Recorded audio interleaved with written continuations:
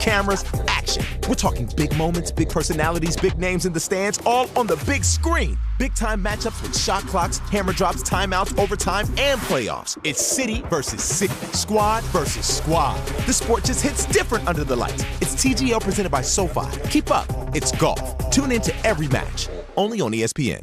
Veterans and active duty service members, when your call to service ends, your mission doesn't have to. Go from GI to IT in just a few months at My Computer Career. Prepare for a high-demand career in cybersecurity, protecting people, systems, and institutions from real cyber threats. Cyber warriors are needed now. Will you answer the call? Go to mycomputercareer.edu/CWP to learn more. That's mycomputercareer.edu/CWP, an elite CompTIA certification partner. VA education benefits are available to those who qualify. ESPN New York, now streaming live on YouTube. Subscribe today and watch the show. WHSQ and WCBS-FM HD2, New York. Got the number one pick in the NHL draft, but the men they can't seem to stump. Do something dumb, that's an observation. CLT make them need to run. That's Lawrence Taylor! Call them every trash, CMT for short. Wonder if we best once you peep the score. Up at the crack of dawn, top stories of the morning. While you're yawning, grab your coffee, rise and shine with 8:80 a.m. This is Drop Time. We provide highlights from your favorite teams. Got Dave and Rick making plenty of picks. It's Rule 76.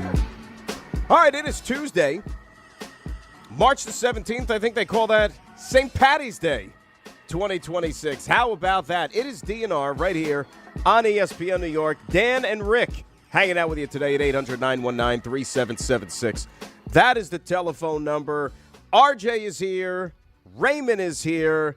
Happy St. Patty's Day, my friend. Look at you. You're all decked out in your Irish green there. Look at you. Happy St. Patty's Day. Yeah, it's a great burger joint, Harvard Square in Boston. Delicious. What is it called? It's called Mr. Bartley's. Mr. Bartley's. Yep, Burger Cottage. Delicious. Now, is Mr. Bartley actually, like, hands-on? Is he the one, like, actually on the grill making the burgers, all those things? That's a good question. I don't believe so. I don't believe it's Mr. Bartley himself, but it's a fine establishment. It was this or Jet stuff. I probably should have worn my Jet stuff since, Mougey is cooking right now, but I had a little, I haven't checked the trap yet. Apparently we made a leprechaun trap last night. The kids did. Just really? They could entice the leprechaun. Try to tell him, you're not going to catch this leprechaun. You're not going to do it. Listen, Dad, we got candy and we got money. We're going to catch this leprechaun. All right, we'll see. I haven't checked it yet. Now you got to fill me in on this because I had no idea this was a thing. It wasn't a thing when I was a kid, so it's like right up there with the tooth fairy thing. It's with the leprechaun, though? Yeah. So apparently, I guess, this is, I don't know if it's a new thing, I think we've done this in the past, but it's and it's not a great trap. I got to be honest with you. I love my kids. Not a great trap. It seems to be a shoebox with some candy and money underneath it. And then my younger son wrote candy and money just as a descriptor of what's under the box. And if this is a fairly unintelligent leprechaun, there's a chance we might get him. So wait a second. So I'm trying to think. So what's the point? Like, what do they hope to accomplish? Like, they want to reel in a leprechaun, and are they going to, like, hold him captive for, I think so. Like, till the end of time? I think that maybe the leprechaun takes you to his pot of gold, I guess. Oh, that's what it is. Right, so we're willing to sacrifice some chocolates. There's a lollipop down there, I saw also, and some change for the chance at a giant pot of gold. It's nice. So this is like one of, you know what it's like, Dan? It's like one of John Winthrop's parlays. When he's willing to spend the 78 cents on a 20-team parlay to win big money. That's what we're doing with the leprechaun here. So basically you take whatever's in the couch cushion, the lollipop, and some loose change. You try to get the leprechaun, and then everything is going to be great. Well, you better hope you have a pretty small leprechaun then, right? Because like you said, it's a tiny little shoebox. Right. I'm hoping. I don't know. We'll see. I don't have high hopes. I don't feel like this trap is going to work, but I've been wrong before. But is it a school? Is it a school assignment, or is this something that they just did on their own? This is something they just did on their own. Wow! Came back for baseball. They were putting it together, writing notes, the whole thing. Oh yeah, nice. Well, we got to keep us up to date. Maybe we'll get an answer. Hey, you know what? Maybe we will capture a leprechaun sometime over the next 4 hours. Yeah, you thought we had one in studio, but turns out he's not. Unfortunately, I'm not. Like I said, no pot of gold. I have a nice relationship with everybody there. I didn't know we had a leprechaun on staff. Hey, you know what? That wasn't RJ. You didn't deserve that. It's 6:03. You didn't deserve that. This early. Oh, that was about our. Why are you doing this? Does it ever cross your mind that you're not a good guy, or does it need to be pointed out? Because he was nasty yesterday, and I didn't like it. Why am I the only one wearing green today, too? Well, the day's not over yet. I mean, the day's literally just started for us, and probably not even most of the tri-state area. You sound awful, by the way. What's going on with you? You got a running nose? That's terrible. Oh, my. Is it allergies? Are you sick? I have no idea. This has been 2 weeks, bro. 2 weeks. Oh. I felt immaculate yesterday. I felt like a leprechaun looking for a pot of gold yesterday. And then I get home, I take an immaculate nap. I mean, we were broaching like 2 hours. Like it was like records. Woke up, felt fine. I don't know, maybe like 4 o'clock or whatever. Can't breathe. Oh. Rest of the night, can't breathe. Ranger game, can't breathe. Yarrow Himalesh, couldn't even get that out of my mouth. It was awful. And I wake up the same way. I don't know. Hey, you're a pro. You'll battle through it. That's fine. We'll get you another nice little, we got 4 hours. You have a nice little nap afterwards. We'll be good to go. Yeah, I wish that would be the case. Anyway, so like you said, Mougey's cooking. Yep. I got home yesterday from the show and, doing some stuff at the house, and then I looked down at my phone, and the phone's blowing up. I think it was Raymond who was actually the first one that sent it to me. And I see that Justin Fields is no longer a member of the New York Jets. He's traded to the Kansas City Chiefs, which you kind of thought, well, we didn't know it was going to be Kansas City, but you knew that he wasn't going to be on this team. Nevertheless, Jets are going to have to eat some money. They get back the late-round pick that they essentially coughed up to get Geno Smith in here. And so now the quarterback room is a little lighter, and Justin Fields gets his fourth team in 4 years now in Kansas City. Right. You knew that Justin Fields wasn't going to be here, but you didn't think they were going to be able to trade Justin Fields for anything. I didn't, at least. Like, I thought he'd just be released. Seattle probably thought the same thing with Geno Smith. They didn't think that they would, Seattle. The Raiders probably thought the same thing with Geno Smith, but they found a taker. And I'm sure that, look, Jets taking on some of that contract made it a little bit more palatable, probably. Right, but, listen, the fact that we got a pick in next year's draft, which is supposed to be a really good draft, and you're not paying him the full $10 million, right? You're eating 7 of it, so you still save $3 million. I think you save 4 in the cap. So, to get anything as opposed to just releasing him, I guess your only concern now as a Jets fan is what does Andy Reid have cooking? Like, what does he have in store for Justin Fields? Because from what we saw outside of the week 1 game, we're all like, holy crap, maybe this guy can play. Maybe he is the answer to all of a sudden, week 2, he gets hurt. And it's like, oh, okay. So that's Justin Fields. You kind of had the full, the full, if you hadn't seen him play or didn't know why Justin Fields was no longer in Chicago or Pittsburgh, you kind of got a taste of it in the first 2 weeks, but the fact that we got anything at all is a big one, I think, for Mougey. Absolutely. And look, you brought up something I was going to get to, so we might as well address it now, right? Like this, how long has it been like this thought about Kansas City, Andy Reid, anybody who gets, he gets his hands on anybody, he's going to transform them. He's going to their career is going to go back to the way it was once upon a time, or it's going to like unleash new heights for this player. Like, are we really still going there? Like with Justin Fields, like isn't that clock expired already?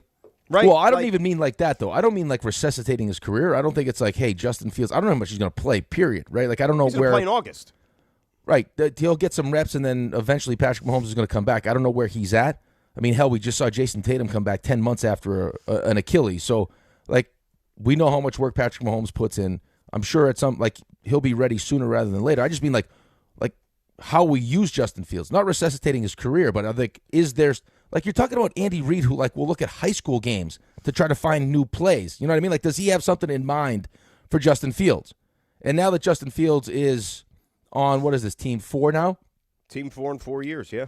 Right, so is he more willing to be more of a gadget guy than he was last year here with the Jets? Because he was all set with being a gadget guy last year, which is another thing that pissed me off kind of. Well, the hay was out at the barn at that point already, and I think that, there were other things that were percolating behind the scenes. But, let's be getting to know him a little bit last year, and as I've said a lot of times, I personally, like, fantastic human being, like, great dude, like, really and truly. Like, you wished it could have worked out. Like, that's how good of a guy he was. But knowing him a little bit, like, just in the conversations we had, and he was pretty, like, honest and open about stuff, and even to a certain degree with the media, he's a guy that I could almost see him, like, in the next few years, if things don't change, deciding to just, like, hang it up. And I'm done with football. And he's going to devote his life to do other things. I know he's very religious and so on and so forth. Like, that could be Justin Fields' path here over the next couple of years. Maybe, but, he's such a terrific athlete, right? Like, you can see he's got tons of talent. It's just when you watch him play, I don't know if it's been ingrained in his head where he's hesitant to make mistakes, where he's been taught since he turned pro and was drafted by the Chicago Bears, who didn't handle him the right way. Like, hey, listen, you're a great athlete. We can use your legs. Just don't make mistakes with the football. I mean, because he doesn't turn the ball over, but then you watch, it's like, okay, like that guy's open. Like in the NFL, that's open, and he's not willing to throw it because he thinks it's too tight of a window. And then there are other times when you see him let it go, and you're like, whoa, okay, now I get it. But it was just too inconsistent. There were games where he was throwing the ball, 11 times, 12 times. It just was, he didn't throw with anticipation. It felt like just like the mental side of, the quarterback play, like the accuracy, those things weren't things that he did well. So I don't know what happens in Kansas City. My first thought, though, was like, how do they find creative ways to use him if that's something he's willing to do with the Chiefs as opposed to how his attitude was at the end with the Jets? Well, here's the thing, creative ways to use them and so on and so forth. We've heard this a lot with these quarterbacks, right? Like in different teams and different situations. But like in his case, think about where you are, right? You're in Kansas City. You got Patrick Mahomes. And I know that Andy Reid is very, inventive and all these things, but can you really see situations to where like he's going to call certain plays or have Justin Fields run out onto the field at the expense of Patrick Mahomes not having the ball in his hands, right? Like I don't know if that happens in a place like Kansas City. Well, no, I mean, like, do they you have him line up at wide receiver and run a sweep with him, right? Like run a jet sweep and then have him throw the football. Like he is dangerous with the ball in his hands, right? Like, he's a weapon with the ball in his hands. It's just, he doesn't throw it well, which is a problem. But we heard that when he came in. Like, they try to pretend like we were all dumb. Like you haven't seen the real Justin Fields yet. And then you were at training camp. Like he was dirting the ball to Garrett Wilson 5 yards away in the backfield, and the videos start coming out, and they're like, guys, relax, okay? Like you're not seeing the whole picture here. We got a whole offense plan for him, and da-da-da. And then you're like, no, you didn't. Yeah.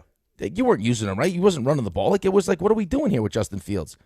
Well, we were trying to run a Detroit-style offense. What about Justin Fields screams to you like he could run an offense like Jared Goff? Nothing. Nothing does.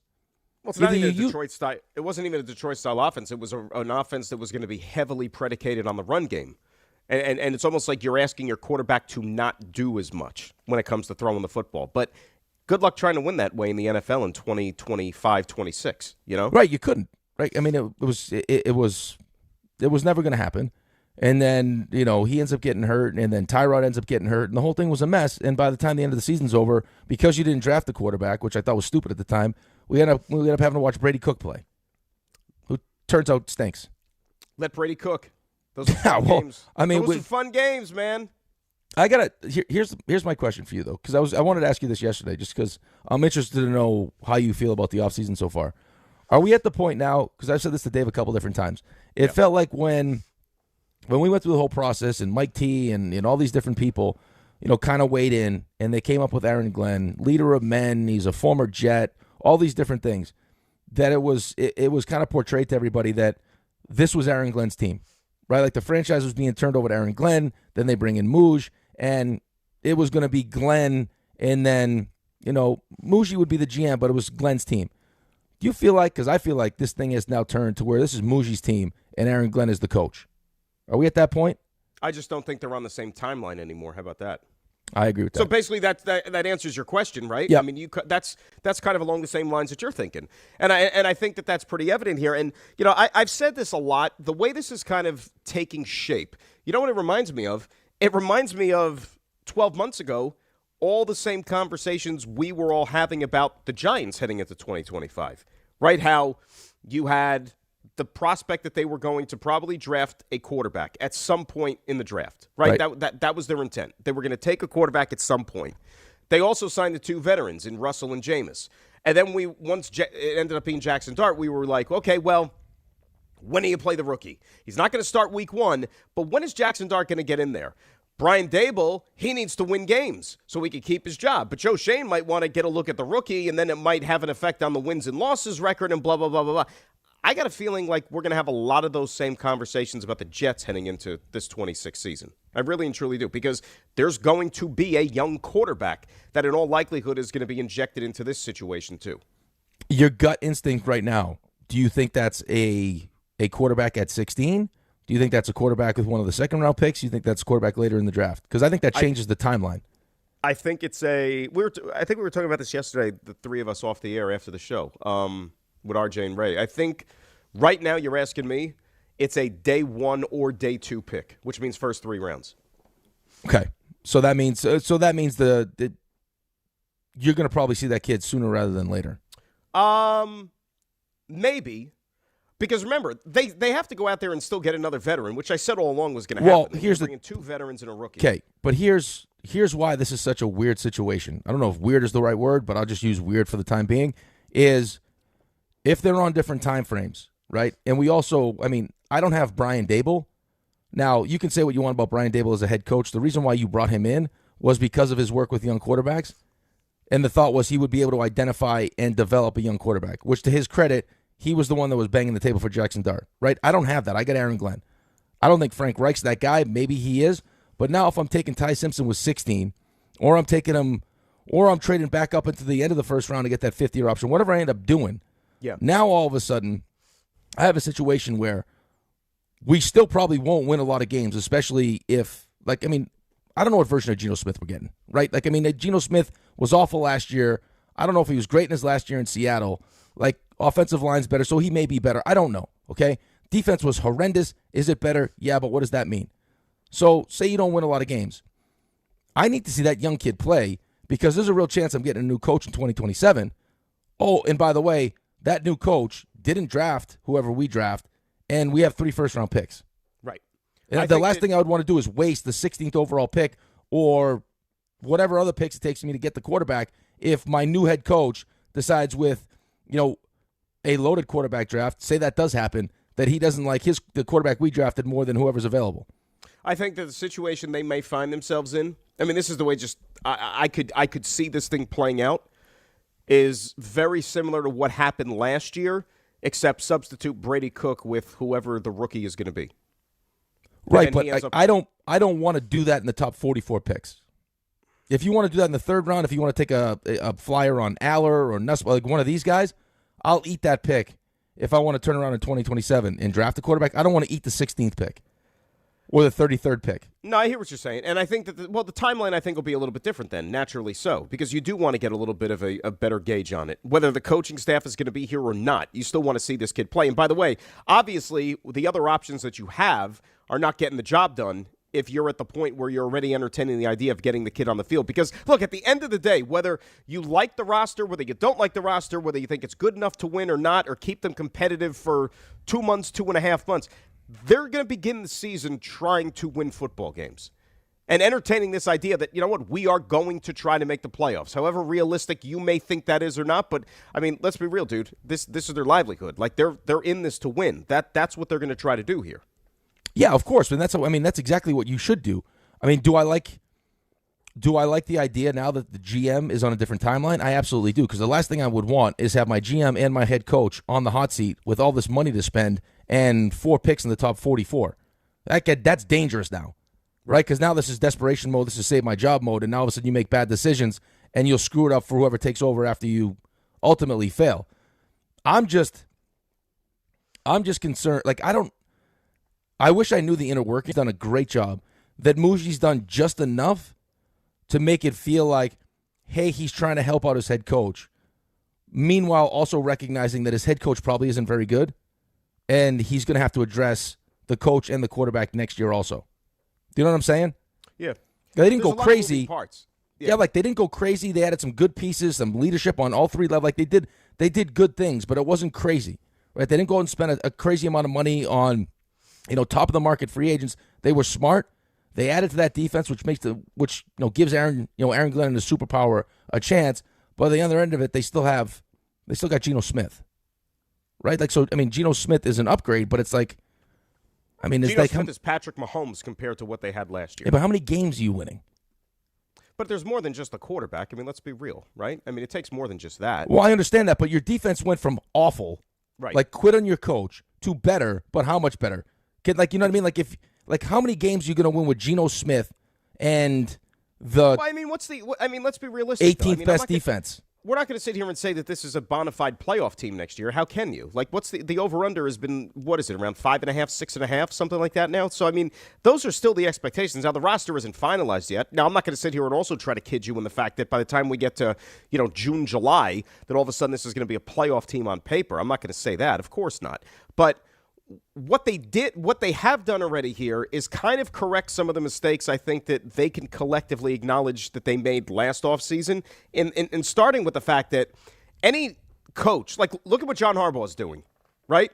What's the one thing that's the immediate takeaway with every move that the Giants, or by and large, that the Giants have made this offseason? He went out and got what kind of guys? Guys that he knows, guys that love football, guys that I mean, Aaron Glenn didn't do that last year. Well, which is also strange to me. You know what I mean? Like, we didn't harp on it much at the time, but now in hindsight, we talked about it on the show that it made no sense. Well, I got to go back and see like who was available or who like realistically they could have gotten. I don't know anybody though. Like just a couple pieces. Like even if they're not great players, at least they're in your locker room and they know who you are as a coach. Right, and they did that now, and they overhauled half the coaching staff. So they obviously, I don't know if there's an edict coming from above.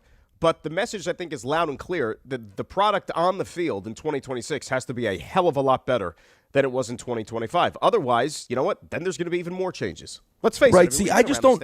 Okay. I guess my question is this: is as a fan, I only see what I see on the field or what I hear from people I know. Right. So I saw enough this season, in my mind, to create an opinion of Aaron Glenn as a head coach. Right. He looked overwhelmed. I mean, we got 10 new coaches. He fires the offensive coordinator, defensive coordinator. Everyone's gone, right? It's 10 new coaches, and he didn't look like he knew what he was doing. So in my mind, I have very little faith that Aaron Glenn is going to turn into a really good head coach. My question is, do the people behind closed doors feel the same way? Right? Because there's sometimes, even like in Detroit, and they had Jared Goff, so it's not the same. Right. But record-wise, it wasn't good. But I'm sure behind closed doors, the way that Dan Campbell handled meetings, all the different things that a head coach does, they were like, you know what? Don't let the record fool you. This guy's going to be a really good head coach. I wonder if behind closed doors, now that we felt that swing of power kind of go towards Mougey, who's done a really good job, if even the people behind the closed doors from ownership down are like, we probably made a mistake here. Well, I here's what I could tell you. And it might seem strange, but I think you've heard a lot of these guys. The dudes in the locker room, despite the losing, they still have this guy's back. But it didn't look like that. But it didn't look like that on the field, though. Well, look, there's one. I mean, we could sit here and want and hope and pray everything. I mean, your kids could sit there and hope they trap a leprechaun, but it might not happen. You know what I mean? It doesn't matter how exquisite the trap is. You still have to go out there, and if you're just not good enough or you're lacking something, it happens. I think that, they talk this guy up in terms of like leadership, like he's Vince Lombardi. They did. I mean, and they were pressed and really, you should and they. Even guys that aren't even on this team anymore, that were here last year, that maybe left to go, they even still spoke glowingly about him on the way out the door, which tells you something. Maybe not so much on the field what the wins and losses were in the scoreboard, but they're buying what he's selling. And maybe that's a stepping stone you use going into 2026. We got to take a break, though. I hear what you're saying. We'll continue the conversation at 800-919-3776. What is the Giants' ceiling for the upcoming season? Rick's asking all these questions about the draft. When are the Jets going to take a quarterback? How high is too high? Those are questions that we are going to pose to no one more qualified than the great Mel Kiper Jr. to answer. How about that? He's going to join us a little bit later on this morning at 8:10. We're playing CMT. There was a whole lot of stuff to do on this Tuesday. We might even trap a leprechaun as well on this St. Patrick's Day. It is Dan and Rick. It's DNR right here on ESPN New York.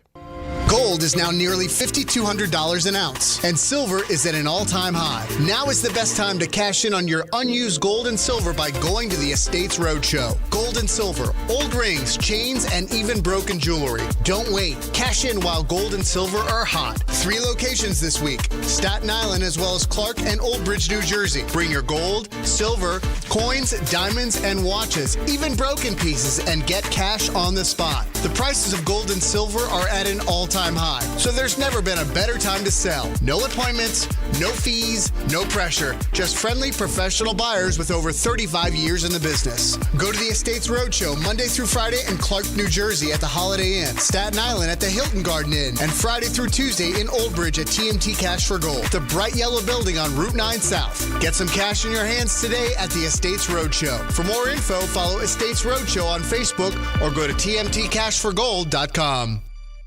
The NBA moves fast, and the stars move faster. With DraftKings Sportsbook, the #1 sportsbook for live betting, you're never a step behind. DraftKings keeps pace with every play, offering industry-leading live betting, dynamic odds that shift as the game unfolds, and more open markets more often. They're live when others aren't, so you're always in the game when it matters most. Get in on the action with live player props as the most exciting performances unfold in real time. Download the DraftKings Sportsbook app and use code WHSQ. That's code WHSQ. In partnership with DraftKings, the crown is yours. Gambling problem? Call 1-800-GAMBLER. In New York, call 877-8-HOPE-NY or text HOPE-NY 467-369. In Connecticut, help is available for problems gambling. Call 888-789-7777 or visit ccpg.org. Please play responsibly. On behalf of Boot Hill Casino and Resort, Kansas, pass-through of per-wager tax may apply in Illinois. 21 plus age and eligibility varies by jurisdiction. Void in Ontario. Restrictions apply. Prizes, flyaways, even cash money. You want it? We've got it. Find a list of all contests and official rules by visiting ESPNNewYorkContests.com. That's ESPNNewYorkContests.com. Monkey Sports, built by players for players, is your one-stop shop for hockey, baseball, lacrosse, and more. Find top-name equipment and expert in-store services like sharpening, break-ins, and relacing. Shop in-store at Monkey Sports in Farmingdale or Woodbridge or online for all the top brands. Whatever your sports, Monkey Sports gets you game ready fast. Monkey Sports, where athletes shop. It's about time delivery worked on your schedule. Same day, next day, or scheduled in advance. However you plan it, the Home Depot delivers the whole job. From drywall to doors, plumbing to paint, we'll get it there when you need it. Because on the job site, timing is everything. You order, we deliver. It's that easy. The Home Depot Pro. It's about time. If you love to travel, Capital One has a rewards credit card that's perfect for you. With the Capital One Venture X card, you earn unlimited double miles on everything you buy. Plus, you get premium benefits at a collection of luxury hotels when you book on Capital One Travel. And with Venture X, you get access to over 1,000 airport lounges worldwide. Open up a world of travel possibilities with the Capital One Venture X card. What's in your wallet? Terms apply. Lounge access is subject to change. See CapitalOne.com for details.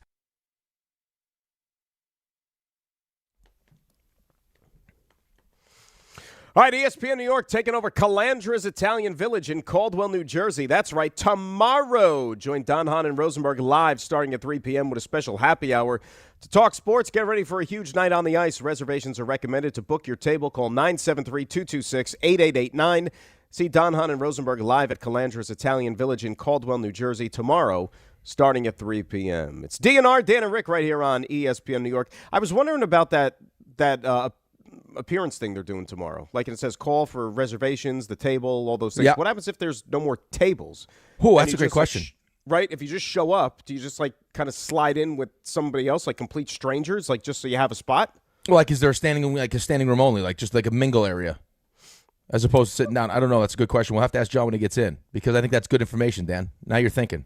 I'm thinking. So, does the restaurant just completely like close down to like the general public? It's just anybody who's coming. I don't know. The appearance? I know that when we do live shows, so we used to go to Publicans and there were tables. I don't know if you'd reserve or they were getting like people would show up at like 4 a.m. and they'd get tables, but there was still room like around the bar and like people would like standing room only stuff. So I don't know how this is going to work. That's a good question.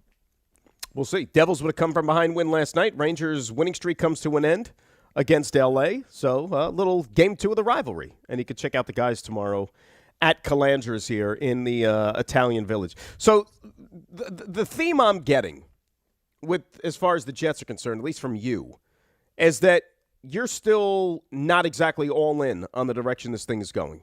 Is that fair? Well, no, I wouldn't say that. I'm happy with the direction that the GM is going in. I'm not necessarily happy with the coach. I don't think the coach is very good. Like, and I'm actually somewhat surprised because myself included like the hire, right? Like, I mean, it made all the sense in the world. This is not an easy place to coach. This is a guy who's been here. He knows what it means to be a Jet, former player, had a good career. wasn't responsible for the turnaround in Detroit, but was there. So he kind of has an idea of what it should look like. And then just from right from the start with how we handled the media and everything else, it's like, what are we doing here exactly? And then you watch the performance on the field. It's 0-7, and then I had a mini nervous breakdown because it's like we're celebrating. Oh, we traded Sauce and we traded Quinnen. It's like, well, okay, but we're back to where we just started. Okay, great. We have we control the draft this year and next year. That's awesome, but no one thought the team was going to be 0-7. No one thought it was a total teardown. It was supposed to be we went from 5 wins to not the playoffs, but it was so poorly coached that we have enough talent here where you bring the right coaching staff in and you get some more out of this team and you continue to build. Not let's rip the whole thing down. No, I hear what you're saying, but obviously they took a look at this. Now then, took a look at it. It's because they were 0-7. Well, they were 0-7, right? But on the other hand, though, look at some of these guys that they got rid of. Even though, you thought they were talented players at one time or another, did they help them win anything while they were here?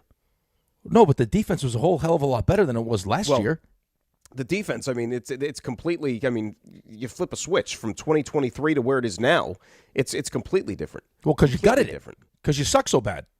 You had no choice. You're 0-7. Of course, if I'm going to get 2 first-round picks for Sauce, I'll take 2 first-round picks for Sauce. That's where this thing was headed, but that's not where it was supposed to head. No one thought that hiring Aaron Glenn meant you were going to rip the whole thing apart. No, I don't think that was the plan either. I think they pivoted to that once they were, like you said, 0-7. Tell me what you think about this. What's the possibility? And I think it's actually a pretty decent one that could happen because I have that little faith in the operation in Indianapolis. You think there's a chance Jets have 2 top 10 picks in 2027? I hope so. Think about that. What would give you faith right now in the Indianapolis Colts? Stay with me. Look at some of the moves that they have made, starting with last year. Well, I would say the only reason that you would have faith in them right now is what you saw when Daniel Jones was healthy, until he broke his leg and then ends up popping his Achilles. Okay, but when has Daniel Jones ever been healthy? That's my point. He hasn't. So they give a guy $100 million who can't stay healthy. Okay, that's potential number one. $100 million. Potential. Potential. Okay, but still, it's an investment, right? Alec Pierce, they paid like he's Randy Moss. Yep. And it's like, wow, okay, that's the type of investment you're making. You traded 2 number 1 picks for Sauce Gardner, as we saw. Right. The same regime, by the way, drafted Anthony Richardson 4th overall a couple of years prior to that, and then you crashed and burned the second half of the season last year. So, by and large, my point is that think about these trades and think about everything that they did. You could really, if you nail these picks, you could be setting yourself up for real good things to come. I agree with you, but this is why we're having this conversation right now, because I think there's a real opportunity here that if you're competitive, which keeps the fans interested, because right now the fans, it's a mixture of apathy and hate right now is how the Jets fans, I would describe it. They've killed Ira. Ira's dead. Outside of flaunting around his man meat and his bikini, so he's evenly tanned. Ira is waiting for this thing, Aaron Glenn to get fired and this thing to turn over again. Now, what do you mean by man meat and bikini? He only wears a bikini. That? Now, we found out that I thought only when he lifeguarded he would wear the bikini. The Hasselhoff situation. No, that's all he wears because he wants to be evenly tanned. Really? So even on vacation. You wear the lifeguard bikini on vacation? 100%. Only that's it. You have to have an even tan, man. You can't have white lines and the brown tan half your leg. Ira's packing heat is what he's telling you. I like how Ira's that concerned about the tan lines. I love that. Yeah. Well, because Ira saves people on a regular. So I was just thinking that maybe as he's on vacation, he has some tearaways, and he's walking by the pool just to check it out. And he's like, you know what? Someone's in distress. Pants come off, and then he dives in. No. He's just casually hanging by the pool in the bikini, which I respect. You got some stuff if you're walking around in a bikini, Apparently. You have to have that type of confidence to be able to make that work. That's for sure. But to your point, yeah. But hold on, to your point, yeah. If that does happen, so I'll actively, you're right, I will, and Jets fans will be actively rooting against the Colts. You have to. If you don't win a lot of games this year, and your pick is a high pick, a really high pick, and then Indy struggles, and that's also a high pick, and you get another first-round pick, you make your job real attractive now, especially if you hit on this year's draft. Right? So, there's a chance now that you go from Aaron Glenn, who I don't think is a good head coach, to having the possibility of attracting now maybe it's not Harbaugh, but someone that gets you really excited and can fix this thing the right way. And you don't know who that's going to be, right? Because, let's be honest. This time last year, I don't think that we the NFL community had a thought that John Harbaugh was going to even be available. No. Right? No, that you knew that there was pressure and that the seat was going to be, I wouldn't say hot because he's been there for so long, but at some point they were going to have to, just like Tomlin, right? Like, I mean, but it was still a surprise, right? Because all the injuries and everything that they because it ended up being, I mean, all the injuries and everything else, the quarterback was hurt, and then you miss a kick to win the division, right? Like, I mean, they make that kick, they win the division, they're in the playoffs. Right. So, yeah, I mean, it was a surprise, but again, you made yourself attractive enough with the young quarterback that he wanted to take this job. Like, that's what we need. It's going to take the quarterback and it's going to take the coach to figure this thing out. You can say that about 32 teams. I mean, that's what everybody's looking for. Well, but a lot of these teams already have the coach. Well, or the quarterback, vice versa.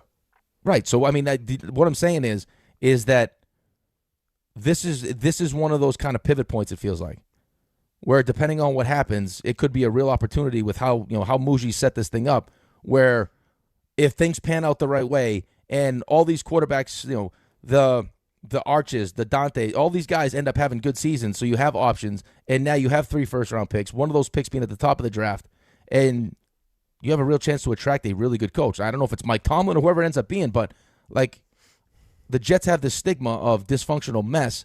Could that be enough to actually get a coach that's good enough to turn this thing around? 800-919-3776. Quick timeout. We get to your football calls coming up. Remember, Mel Kiper joins us a little bit later on, just after 8 o'clock. We'll also play CMT. It's DNR right here on ESPN New York.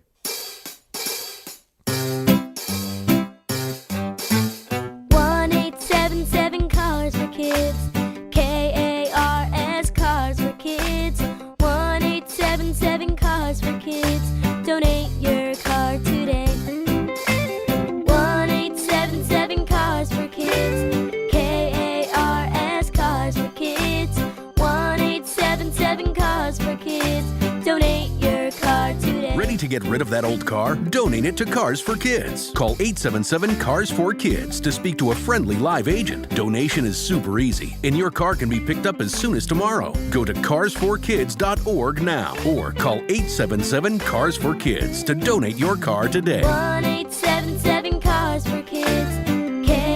KARS Cars for Kids. 1-877 Cars for Kids. Did you know you can donate real estate too? Go to carsforkids.org. That's cars with a K.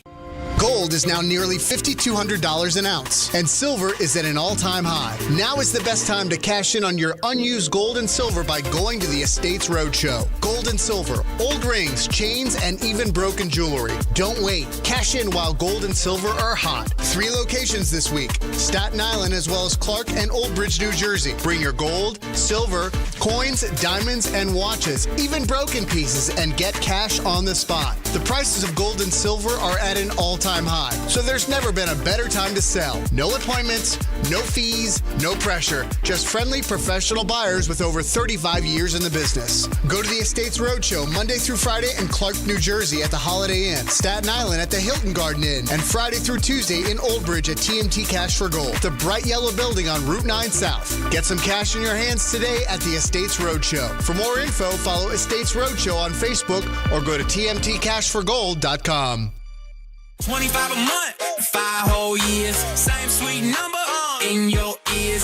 Check it in a year, check it in 5. This ain't optimum 5, but price is still alive. 25 a month, 5 whole years, same sweet number in your ears. Get Optimum famously fast fiber internet. Optimum.com/25 for 5. Or call 8884-OPTIMUM. Terms apply. See Optimum.com for details. Smalls here. Life is full of choices, some big, some small. And when you choose an H&R Block Tax Pro, you're choosing the largest network of tax expertise to be in your corner. For when your big ambitions need help with the small details. For when your 6 figures come from 6 different places. For when your gaming stream becomes your revenue stream. For when your business's year 1 needs 70 years of tax know-how. At H&R Block, they've seen it all. And they're here to help you make the most out of your money for life outside the box. In sports, the tape never tells the whole story. Hiring is no different. AI can make candidates look like an MVP on paper, so knowing the person and the skills behind the resume matters. That's where Robert Half changes the game. Our recruiters combine their expertise with award-winning AI to evaluate skills and fit quickly. Learn how we can find you specialized talent in finance, accounting, technology, and more. At Robert Half, we know talent. Visit roberthalf.com/talent today.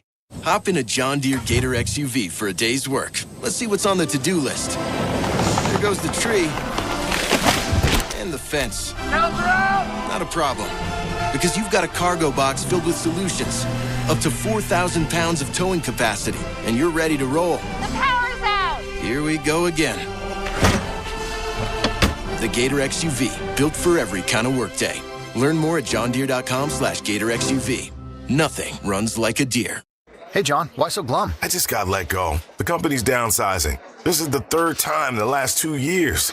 I'm done with this. Have you thought about My Computer Career? I've heard they can train you for a career in IT in just a few months, including cybersecurity and the basics of AI. And you don't need prior training or experience. Now that's a recession-resistant career. Wow, thanks. I'll check them out. Go to mycomputercareer.edu and take the free career evaluation. mycomputercareer.edu, an Elite CompTIA certification partner. Financial aid is available to those who qualify, including VA benefits. It's DiPietro and Rothenberg's Pickleball Madness. Friday, March 20th at Pickleball Heaven in Medford, Long Island. Come out and watch them play, dominate, or be humbled. Meet Rick DiPietro and see his hot, sexy body and play pickleball with him. Get to play, pickleball with Rick and Dave, and it's going to be great. The show starts at 6 a.m., followed by pickleball at 10 a.m. and a tournament watch party at noon. Come out and see the guys. Enjoy the pickleball and college hoops action. Entry is free and open to the public. Brought to you by Pickleball Heaven. We'll see you there.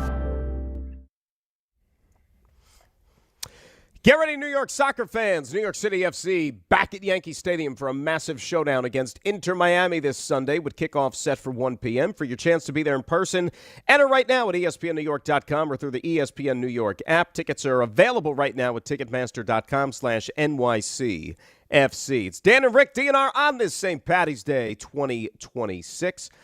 Before we get to the calls, how invested were you in the other semifinal game last night with Venezuela and Italy? And it's Venezuela who's going to be playing Team USA tonight for the championship. I watched every pitch. I wasn't, nearly as emotionally. I was emotionally invested in it, but, I watched all of it. Get myself geared up for the finals. And what are your thoughts? This is, a lot of people are waiting, your scouting report on Venezuela here for this game tonight. Well, listen, I wanted to see Italy helped us out, right? We were in dire straits there. Italy hooked it up. Right, it's true. They were all beamed up, helped us out. So I'm also an Italian, so I felt like it'd be nice to see U.S. Italy in the finals. And then they jump out to the 2-0 lead, and then Lorenzen just didn't. He's all jacked up, by the way. Yeah, very much so. He started to give up. He gave up a couple runs, and then Venezuela finally pulled it out. But we're gonna have our hands full. It's gonna be a tough one. I'm interested to see what Nolan McLean looks like. I'm nervous. Lorenzen and excited was originally supposed to start that game last night. And then they did the flip-flop with Aaron Nola, and then, Cervelli went right to Lorenzen. They basically went all in. You know what I mean? They're like, I'm going with my two best guys, hope it happens. But, 2 out hits in the 7th inning. The Venezuela bullpen was awesome. Awesome. What was it, 7 1/3? Shutout baseball, pretty much? Yep. They were lights out. And, when you're seeing all those different arms and you're getting all those different looks, that's going to be tough on the lineup. So give him credit, man. And now it's all on our guy, Nolan McLean, tonight. It is all on the big righty. Sink or swim, one way or the other. Well, plus, right? The idea that Italy had the kind of tournament that Italy had. When you look up at that, look at that lineup compared to some of these other teams, it's a successful tournament for them. Oh, my God, absolutely. Right? They went above and beyond, so good for them. And Venezuela's a good team, man. And he just, again, going back to some of the stuff that Aaron Judge has said and these guys have said, watching Team Venezuela, the emotion, right? How much this means to the guy. That's what makes this thing different. Right. And you can like it or not. You can be upset that it's, they don't act like this for your team, but that's just, you got a bunch of guys that are representing their country that are used to playing baseball a certain way, and you can see the passion and how much they love it. And it's tough not to be drawn to that. I'm curious to see what the crowd breakdown is going to be tonight, in the ballpark. You know what I mean? What percentage is going to be Venezuela fans versus U.S. fans? But either way, the place is going to be, as you said, completely jacked up. It's going to be awesome, and I think it's going to come through pretty good, even if you're watching it on TV, like we are going to be. And they're good. Dude, they got Jackson Churio batting 9th. Batting ninth. They got talent. Oh, yeah. They're a talented team. Absolutely. Now, it's not DR's lineup, but still, it's pretty damn good. You know what I like, too? As we've gotten later in this tournament, at least with the two semifinal games, you would think with all this talent, like you said, and all these, huge names in these lineups, that we would have, fireworks.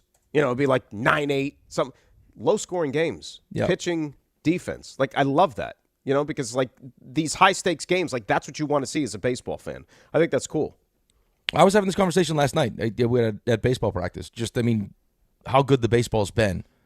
And for a baseball coach, it's when you watch some of the defense and these things that are, it's some of the base running stuff in the U.S. game kind of drives you a little crazy. But, just how well played these games are, how good the pitching's been. It really is. It's exciting to watch, especially this time of the year when you're used to just getting kind of, for the diehards that watch spring training, it's okay, you're just hoping guys get through this, get their work in, and then let's get this thing rolling. To have this kind of this kind of enthusiasm and high stakes baseball this early in the season, knock on wood, as long as no one gets hurt, you can't beat it. Yeah, and DeRosa's got some lineup questions and, concerns that he's going to have to go with tonight, flip a coin. What's going to be the right call? Maybe we'll hit on those a little bit later on when we bring up the game here again. But we're talking football, talking with the Jets quarterback situation. Fields no longer there. What is the message going into this upcoming season? Let's get some calls up here, starting with our good buddy Artie in Brooklyn, who's first up here on ESPN New York. Art, how we doing? Hey, good morning. Good morning, guys.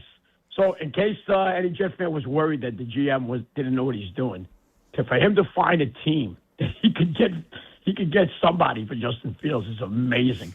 It's just amazing. And I guess now the question is, and it's funny, when I call Rick and I tell him that the Jets could take Simpson, he was like, why would you do that? He's got no college he only started 1 year. He's not going to be able to do anything. And then I'm calling you, Dan, and you're telling me I don't even think he's going to be there. So I'm asking you, with Rick, I kind of understand where his thought process is. There's nothing that the Jets could do that's going to make him think that Glenn is a good coach, right? That there's going to be a better coach, no matter, even if you win 7 games or 8 games. The thing is, what do you think Mougey thinks of Glenn? If Glenn wins 7 games with Geno Smith, is that enough to say that he's a good enough coach to keep on, or just go out and get somebody else and draft a quarterback and start over? All right, thanks for taking the call, guys. I appreciate it. All right, thanks for the call. I think that's circumstantial. You're going to have to see how it plays out. How do you get to 7? Are things a little bit buttoned up more on the sidelines? In-game decisions. As he brought up, last 2 minutes of the half, first 2 minutes of the half. Is that something that, is something that's going to be a little bit, of a cleaner operation compared to what it was last year? All the other sort. Is the defense going to be a lot better? Because remember, this is his baby now. He's going to be running the defense, among other things. But if you're telling me right now, Rick, they win 7 games, on the surface, I'd have to say that that's an improvement. Obviously it's an improvement, but I think a lot of people realistically would sign up for that.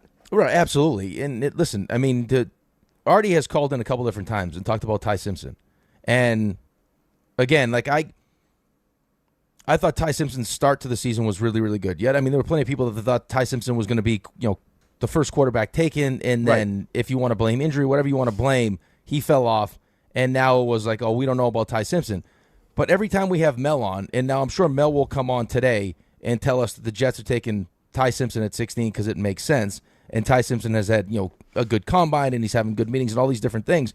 But he's also the same guy that will give you a list of quarterbacks that have a certain amount of starts in college and tell you this is not a great list. So do I trust a team that has had, organizationally, it doesn't matter, coaching staff or GM, an almost impossible time identifying and developing quarterbacks? Do I trust them with a kid who's had 15 career college starts? I don't.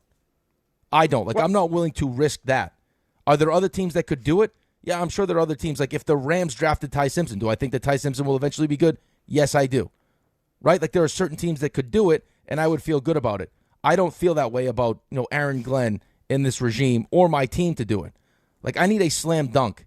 Either a coach that I know can do it or a quarterback that is just that good, like Joe Burrow kind of good, to turn around a dysfunctional franchise. And as All right, far let me as ask you a question. So I mean, Aaron Glenn, look, he's whether you like it or not, yes, he's the head coach, but he's going to be all caught up in this defense, right? Because now he's calling the plays. Like, he is going to be, like, basically the head coach, but more specifically the head coach of the defense. Frank Reich is the head coach of the offense. What is your trust level in Frank Reich, a guy who's been around the game, coached young quarterbacks, been part of a team that won a Super Bowl, helped develop Carson Wentz into a guy who at the time was on his way to an MVP before he got hurt? What's your trust level in knowing the fact that he is now overseeing this entire operation on the offensive side of the ball? I trust him more than I trust Aaron Glenn, but let's not pretend like people were knocking down Frank Reich's door to give him a job in the NFL. No, I understand that. Right. Totally. I get it. So, I think he was bullied in Carolina. I think he wanted to take C.J. Stroud. They made him take Bryce Young. Bullied's a strong word. I think that he wanted to take C.J. Stroud, and they took Bryce Young. Well, the owner wanted. Right, the owner wanted. Right, so how do you want to call it? He lasted, 10 games? Bullied is, I mean, bullied? Oh, if you want to take C.J. Stroud. You could say he was overruled. Same thing, whatever. However, it's semantics. He was forced to take a quarterback he didn't want, and then lasted half a year in Carolina. That was the last you saw of him. I'm still not sure why he decided to take this job outside of he wanted to get back in the NFL and help a friend. But no, I mean, do I trust him? More than I trust the head coach, but I don't know if that's saying anything. Well, here's what I'll say about Ty Simpson. And yes, is it a concern that you're talking about a guy with only 15 college starts or whatever it's going to be? And by the way, Mel is going to join us now at 8:30 instead of 8:10. They have to bump back because he's on Get Up this morning. So we'll talk to Mel at 8:30. There you go. How much you bring Ty Simpson in, right? Yeah. He's not going to start day one. I don't care what team he's drafted. Well, who knows with the Jets? No. We always start first-round quarterbacks right away. I don't know who you're kidding. But let's be real. Let's not even say he's a Jet. I'm just talking about in general. So let's say quarterback A, who only has 15 career college starts.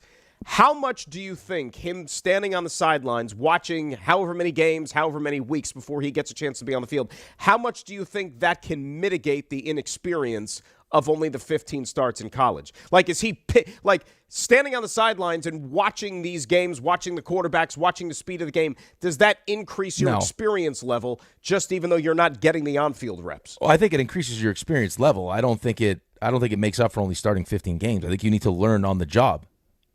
So I think he needs to go to a really good situation with really good coaches. And I mean, listen, the Jets offensively have a pretty good offensive line. They're going to add, talent at the wide receiver position. Like they got Brees, so it's not terrible. But also, I know with this situation, if I take him with the 16th overall pick, with the coach kind of in flux, you're going to need to see the kid play because you got 3 first-round picks in 2027. And if all things go well this college season, you're going to have a loaded college, a hope. Loaded crop of quarterbacks, which, I mean, who knows, right? This year was supposed to be loaded 2, but it wasn't. We got one for sure and maybe 2 in the first round. And the one guy, let's face it, this time last year, he wasn't on anybody's radar. No. He wasn't and that might be the case again next year. I mean, it might be.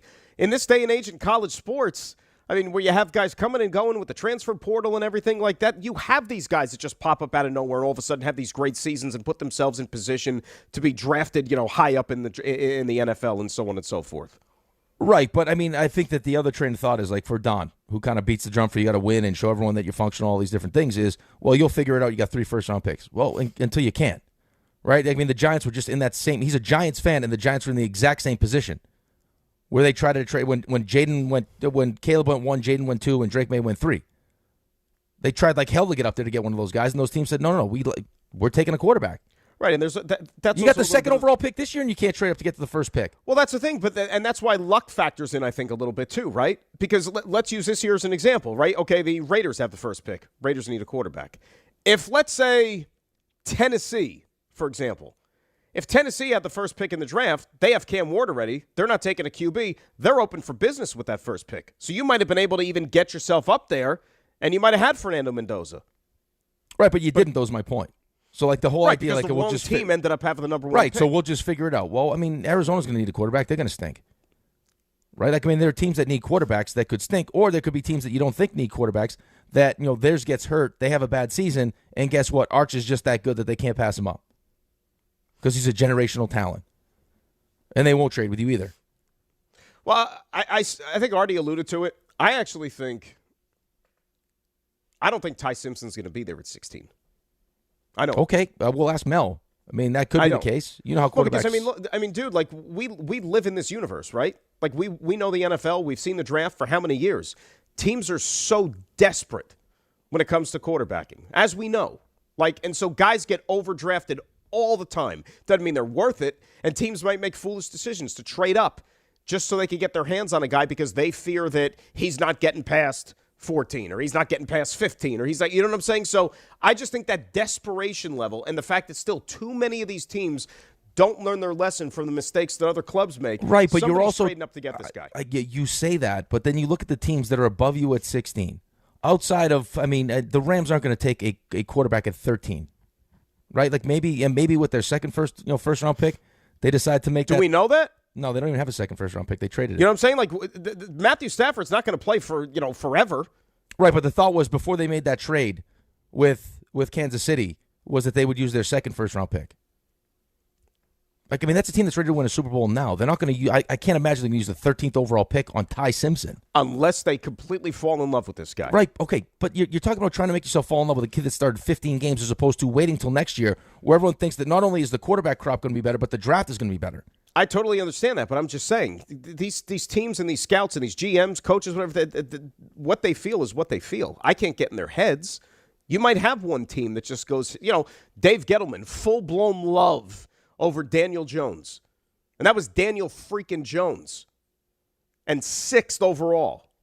So is it, think about that. Like, if Daniel Jones could get taken 6th overall, you mean to tell me that Ty Simpson might get taken before 16? It's certainly possible. Listen, anything is possible. I just don't know which team is that desperate to trade up into the top 15 picks to take Ty Simpson. Well, nobody's going to show their cards, obviously. Well, okay, Nobody. But just, how many teams are that desperate to do that? I can't imagine the Rams are going to take him with 13. Now, I could be wrong, but, that team's ready to win now. You're going to add a great player at 13, you would think. See that story that, they were shopping Devontae Adams? I didn't see that story. Yeah.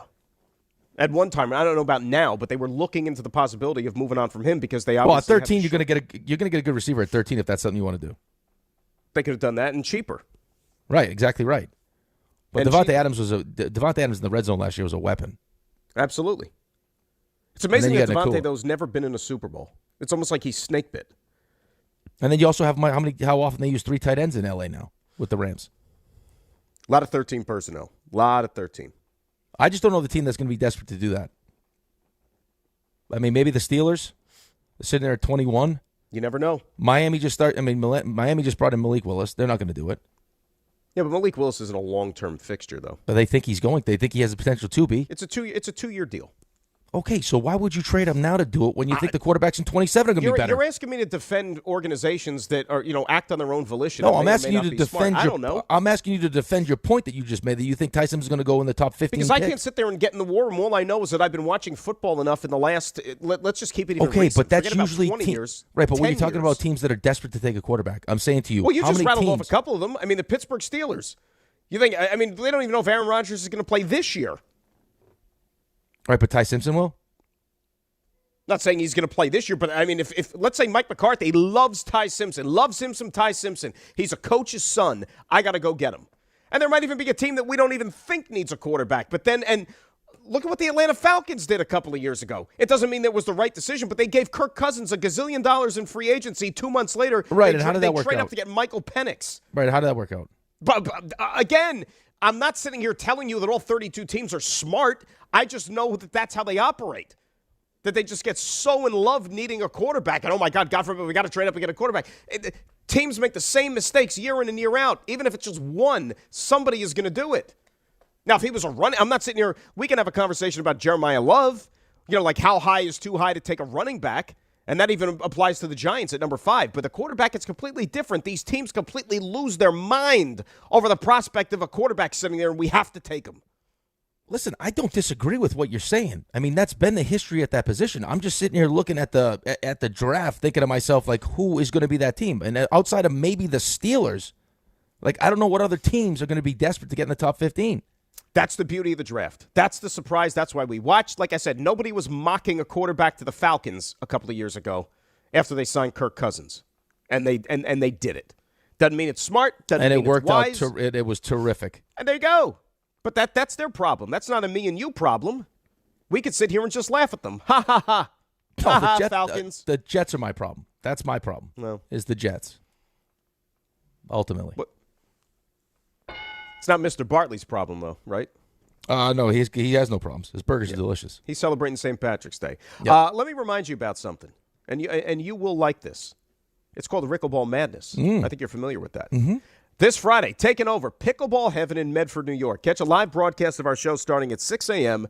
Stick around for the tournament. We're going to crown our champions, then roll right into a college hoops watch party to cap off the day. Rickleball Madness brought to you by Pickleball Heaven, the new standard of indoor pickleball.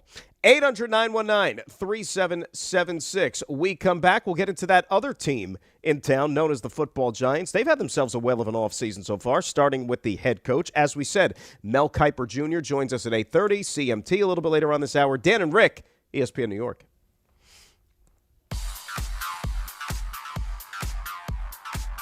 Oh, and at 6:59, we're going to get a check of the roads this morning, and we're going to say good morning to the great Debbie Duhame.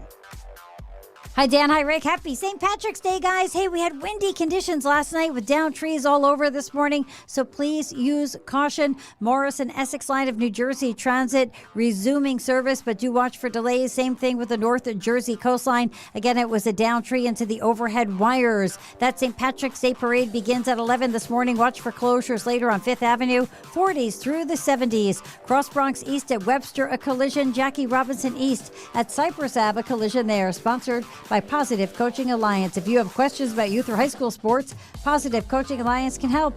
PCA builds better athletes and better people through sports. Info at positivecoach.org. I'm Debbie Duhame, 880 ESPN New York. Harry Douglas here. Game day brings the excitement. Your stay should feel just as memorable. With Marriott Bonvoy, official hotel partner of the NCAA and U.S. Soccer, you're connected to a portfolio of brands designed for how you travel. Some offer complimentary breakfast, others give you room to spread out, space to stay productive, or extended stay comforts. So whether you're a traveling fan or part of the team, Marriott Bonvoy celebrates the moments that live on before and after the game. Marriott Bonvoy, where game day checks in. In pro football, if a coach can't see the whole field, he's missing out. It's that simple. If you run a commercial trade business and you don't have Service Titan, you're coaching blind. You need real-time visibility into project profitability. You need to know which jobs are making money and which ones aren't before it's too late. And you need to see the entire business in one place, from service work to construction. Service Titan is the end-to-end platform that helps you do all that and more. Win larger contracts, accelerate your workflows, and maximize your profit. Visit servicetitan.com to learn more. 880 ESPN, WHSQ, and WCBS-FM HD2, New York. A Good Karma Brands radio station. Finding great candidates to hire can be like, well, trying to find a needle in a haystack. Sure, you can post your job to some job board, but then all you can do is hope the right person comes along, which is why you should try ZipRecruiter for free at ZipRecruiter.com/ESPN. ZipRecruiter doesn't depend on candidates finding you. It finds them for you. Its powerful technology identifies people with the right experience and actively invites them to apply to your job. You get qualified candidates fast. So while other companies might deliver a lot of hay, ZipRecruiter finds you what you're looking for. The needle in the haystack. See why 4 out of 5 employers who post a job on ZipRecruiter get a quality candidate within the first day. ZipRecruiter, the smartest way to hire. And right now, you can try ZipRecruiter for free. That's right, free at ZipRecruiter.com/ESPN. That's ZipRecruiter.com/ESPN. ZipRecruiter.com/ESPN. ZipRecruiter. Life is motion, but for Jaime, debilitating pain in both hips brought everything, including family time, to a halt. Every doctor told me the same thing. They would do one hip at a time. At White Plains Hospital, Dr. Jacob Totka's unique expertise provided an alternate approach by replacing both of Jaime's hips on the same day. In just 2 hours, I got 2 new hips, and I went home that day. White Plains Hospital, among the best hospitals anywhere that just so happens to be here. A member of the Montefiore Health System. New York Knicks fans, here's a total slam dunk. For a limited time, get Verizon Fios and a line of mobile for just $64.99 a month with AutoPay. Get Fios 300 megabit per second for $20 a month. And unlimited welcome for $45 a month plus taxes and fees when you bring your own phone. Visit a Verizon store today to learn more. For new Fios Internet and mobile customers. Discounts applied over 36 months. Mobile and home discount enrollment required. Additional terms apply. In times of congestion, unlimited 5G and 4G LTE may be temporarily slower than other traffic. Domestic data roaming at 2G speeds.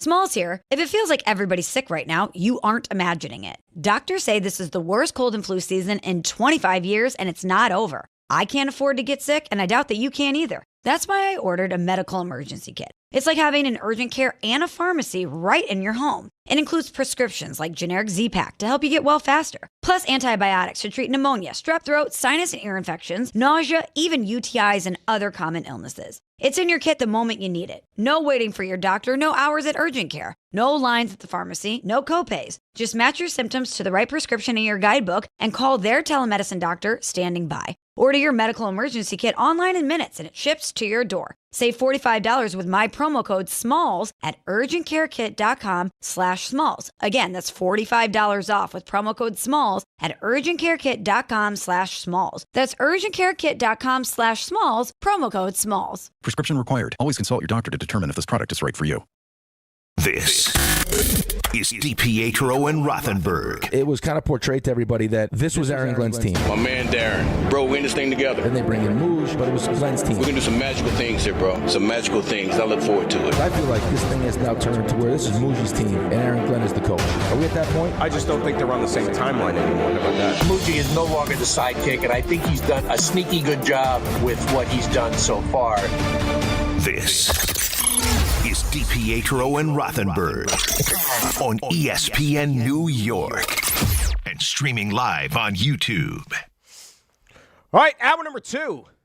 Rolling along on this St. Paddy's Day 2026. It is DNR here on ESPN New York. It's Dan and Rick hanging out with you at 800-919-3776, the telephone number. Now, we've been talking about Mel Kiper Jr. He's going to join us at about 8:30, little weekly spot for Mel. I don't know if you knew this, Rick, but I think you do because you're on top of all this stuff. He has another mock draft coming out today, the latest version of the Mel Kiper Jr. mock draft. And so that has now since dropped. And you will be surprised to know that the Jets have 2 picks in the first round. With the 16th pick in the first round, according to our friend, the great Mel Kiper Jr., he has the New York Jets selecting none other than quarterback from the University of Alabama, Ty Simpson. Oh, yeah. How about that? How about that is right. So there you go. Forget being drafted above the Jets. He's going 16 to the Jets. So forget about all that stuff. He is going to be right into their lap at 16. Now, I will say this. I haven't done like deep dive, because we're still, what are we, in middle of March? We got a long ways to go. A long ways to go. But I have been told that, and to what degree, to what extent, I'm not going to sit here and try to kid you that I know. But I have been told, unsolicited, that the Jets do like Ty Simpson. Take that for what it's worth. They do like Ty Simpson. Okay. Yeah, I mean, I'm sure there's some teams that like Ty Simpson. But it's enough to say he's our guy. Right. And also, I mean, again, you have 3 first-round picks next year. You better love Ty Simpson.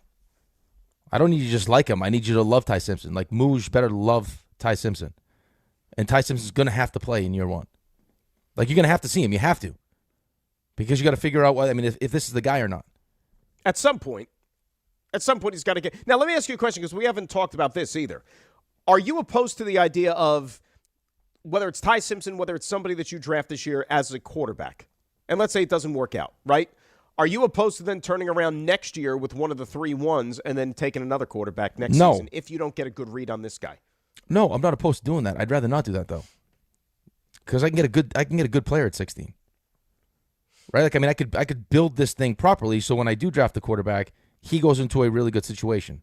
That's the thing, right? I mean, like where you are right now, you've been gifted. I mean, you made some moves to get it, but you've been gifted 4 picks in the top 44. Now, you may take one of those picks and use it as ammo to move up, move down, something like that. But I would like to think that, at the very least, you got to come away with 3 legitimate starters out of those 4 top 44 picks. Right. But again, we've done this before. And we hit all on all the picks except the quarterback. Right? So, I mean, that is going to be the most important pick. So you better be sure that if it's Ty Simpson at 16, that he's the right guy, because you can turn around and realize that a guy that's only started 15 games may struggle in year one and maybe not show you enough that when now all of a sudden I'm in 2027 going, well, I don't even know if he can really play. And do I want to run that risk when I have a loaded group of quarterbacks and 3 first-round picks? Right? I mean, that could potentially happen. And he also has David Bailey going 2nd overall. Now, RJ, the last time was Mel's previous mock, was that in Arvell Reese at number 2? Yeah. I believe it was. Yeah. Downs. His last one was Caleb Downs? Downs might have been at number 2 in Mel's previous mock, but now he's got David Bailey, the pass rusher from Texas Tech, who obviously, look, Reese is a guy who's, the upside is through the roof. He wasn't used the same way, let's say, as David Bailey was last year in Texas Tech's defense, and Bailey was basically, all right, go get the quarterback, and he did that very, very, very well. So Mel did a flip-flop. Caleb Downs was his pick for the Jets at 2 in the previous mock-up, the safety from Ohio State there. Now he's got David Bailey. It's interesting, though, because, obviously you hear a lot about Reese and, the intangibles, the upside, the athleticism, and all this stuff, and yet you still have people that are afraid to necessarily marry the two parties and say that he's indeed going to be the guy at number 2. Here's what we know. They need an edge, right? I mean, we spend so much time talking about the offense and the quarterback. They need somebody off the edge that can go get the quarterback on the other side of the ball. Right. I think that when you look at Arvell Reese, it's, how are you going to use him? Right? Like, I mean, you keep hearing the comparison to Micah. To Micah, and it's again, you're 100% right, though. Is the reason why we talk about the quarterback is because how important it is. But when you look at the defense and what the defense needs, you had no interceptions, so you got to address that. You created, 4 takeaways the entire season, and you were second to last in the league in sacks. Right? So, the edge, the ability to get to the quarterback is something that you need to address. Now, Bailey has the production. Reese has the ceiling. Right? Like, Reese is one you're betting on, if we use him the right way, he can be, he could be a complete menace on the defensive side of the ball.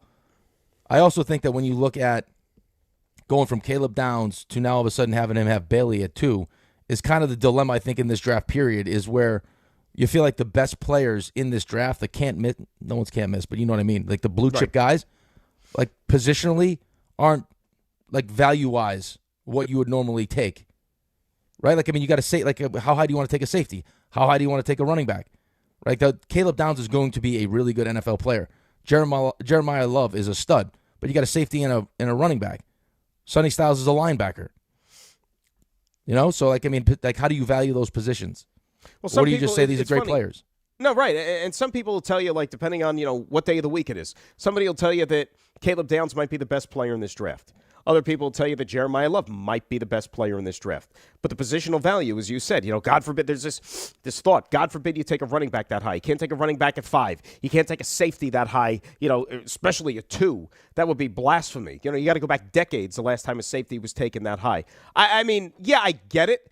And especially with with both of those positions, like, those aren't considered premium value positions anymore in the NFL. I mean, look at what they just did with Breece Hall with the franchise tag. Look at what the price point is. It's $14 million. That's the average of the top 5 at the position in the National Football League. It ain't what it used to be. But that's how you justify it, or that's how it's being positioned, though, right? Is if you take, like, if the Giants took Jeremiah Love at 5, right? I mean, how that salary matches up to what you're paying. Right, what you're paying the best running backs in the league. Like, where does that put it? Like, you're not really getting any value because of what you're already paying him as a rookie, as opposed to taking someone else, like an edge pass rusher, who top of the market's $40 million. You know what I mean? So, like, finding. But again, I would always go with, hey, if you think this guy's going to be a can't-miss great player, does it really matter? And if you don't need a quarterback, does it matter what position he plays? Right. You want to get as many guys as possible that are just good football players. And, like, we'll transition here to the Giants in a second, but, like, it's the same thing with them. Like, all right, Jeremiah Love would fit fantastic on this football team.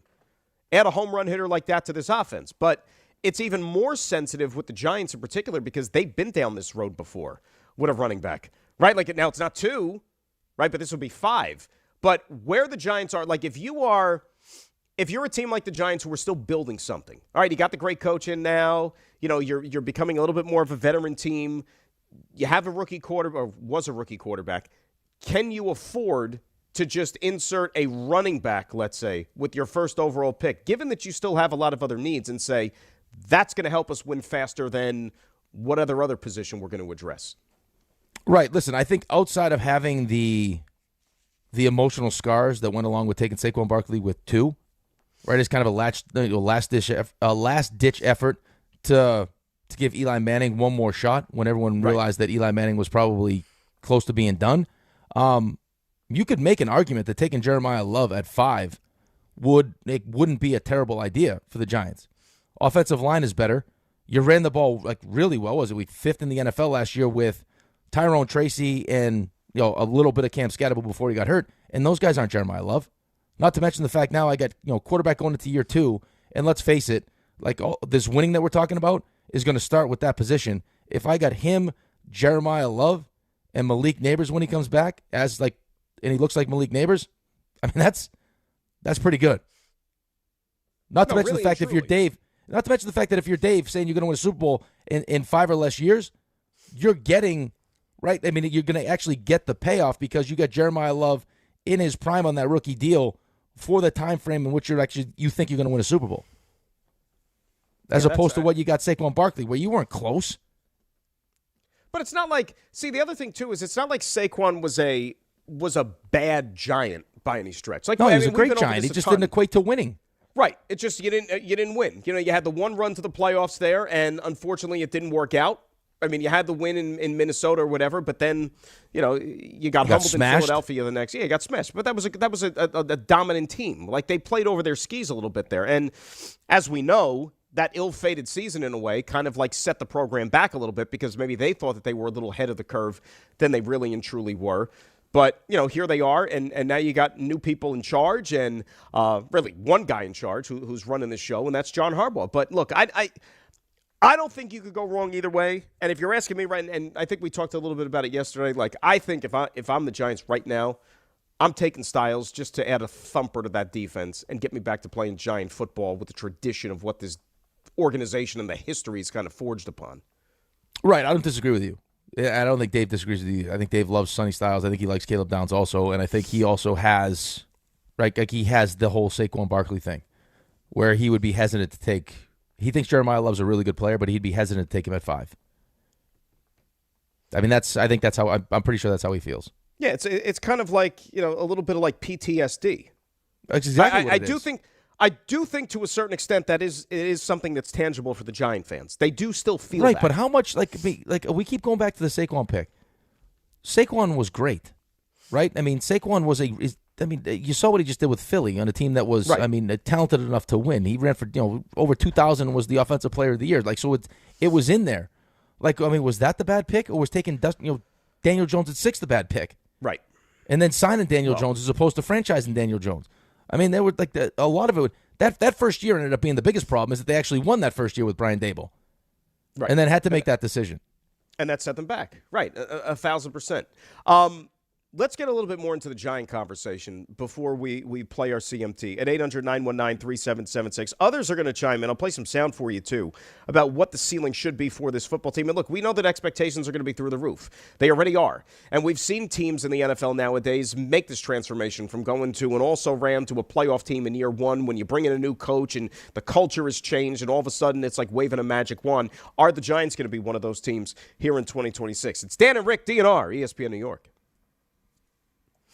Gold is now nearly $5,200 an ounce, and silver is at an all-time high. Now is the best time to cash in on your unused gold and silver by going to the Estates Roadshow. Gold and silver, old rings, chains, and even broken jewelry. Don't wait. Cash in while gold and silver are hot. 3 locations this week: Staten Island as well as Clark and Old Bridge, New Jersey. Bring your gold, silver, coins, diamonds, and watches, even broken pieces, and get cash on the spot. The prices of gold and silver are at an all-time high. high, so there's never been a better time to sell. No appointments, no fees, no pressure. Just friendly, professional buyers with over 35 years in the business. Go to the Estates Roadshow Monday through Friday in Clark, New Jersey at the Holiday Inn, Staten Island at the Hilton Garden Inn, and Friday through Tuesday in Old Bridge at TMT Cash for Gold, the bright yellow building on Route 9 South. Get some cash in your hands today at the Estates Roadshow. For more info, follow Estates Roadshow on Facebook or go to tmtcashforgold.com.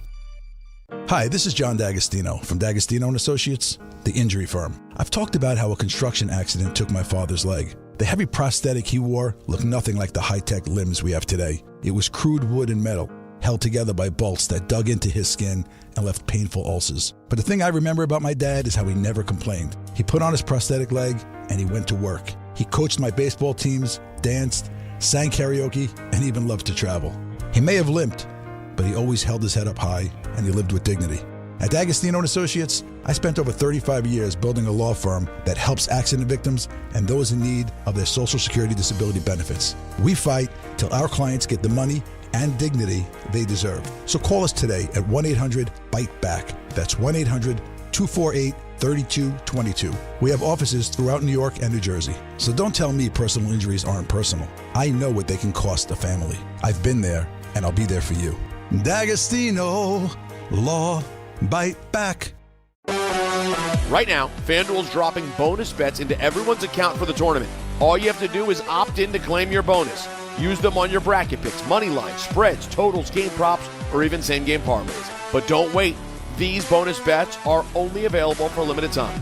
Just visit FanDuel.com/local to learn more. Right now, FanDuel's dropping bonus bets into everyone's account for the tournament. All you have to do is opt in to claim your bonus. Use them on your bracket picks, money lines, spreads, totals, game props, or even same-game parlays. But don't wait. These bonus bets are only available for a limited time. 21 and over in physically present New York. Bonus issued as non-withdrawable bonus bets, which expire 7 days after receipt. Max bonus $500 unless otherwise specified. Restrictions apply. See terms at sportsbook.fanduel.com. For help with a gambling problem, call 877-HOPE-NY or text HOPE-NY 467-369. Out on the course, they're the PGA Tour's best players. But in the arena, they're prime time. And Season 2 of TGL presented by SoFi is back with lights, cameras, action. We're talking big moments, big personalities, big names in the stands, all on the big screen. Big-time matchups with shot clocks, hammer drops, timeouts, overtime, and playoffs. It's city versus city, squad versus squad. The sport just hits different under the lights. It's TGL presented by SoFi. Keep up. It's golf. Tune into every match. Only on ESPN. I'm Boomer Esiason. My mom died from cancer. She was only 37 years old. She didn't have life insurance, and that was devastating for my family. That's why having life insurance is so important to me. Ethos makes it fast and easy. Get a quote in seconds, apply in minutes, and get same-day coverage. You can get up to $3 million in coverage with no medical exam. Get your free quote at ethos.com/play. That's ethos.com/play. Paid spokesperson. Time spent on application may vary. Online health questions required. Texting enrolls you in a recurring automated marketing text messages. Consent not required to purchase. Message and data rates may apply. The team's looking good this season. I think so. Man, I miss playing football. Ever since I turned 40, I just can't find that fire I used to have. Think it could be lower testosterone? What do you mean? I was feeling the same way. After 40, the body has less testosterone, and men lose their edge. That's why I take Nugenix Total T2. That's the testosterone booster, right? Yes, but Total T2 is their brand new formula that skyrockets nitric oxide levels in as little as 3 hours. Since I started taking it, I've been lifting like when we played for Coach Carter. My energy is way up, and it even spiced up things between me and the missus. Are they still giving out complimentary bottles? Yep, just send a text. Text HAWK to 321-321 for your complimentary bottle of Nugenix Total T2, the next generation testosterone booster. Text now and we'll include a bottle of Nugenix Thermo X, our newest, most powerful fat burner ever, absolutely free. Text HAWK to 321-321. That's HAWK to 321-321. These statements have not been evaluated by the FDA. This product is not intended to diagnose, treat, cure, or prevent any disease.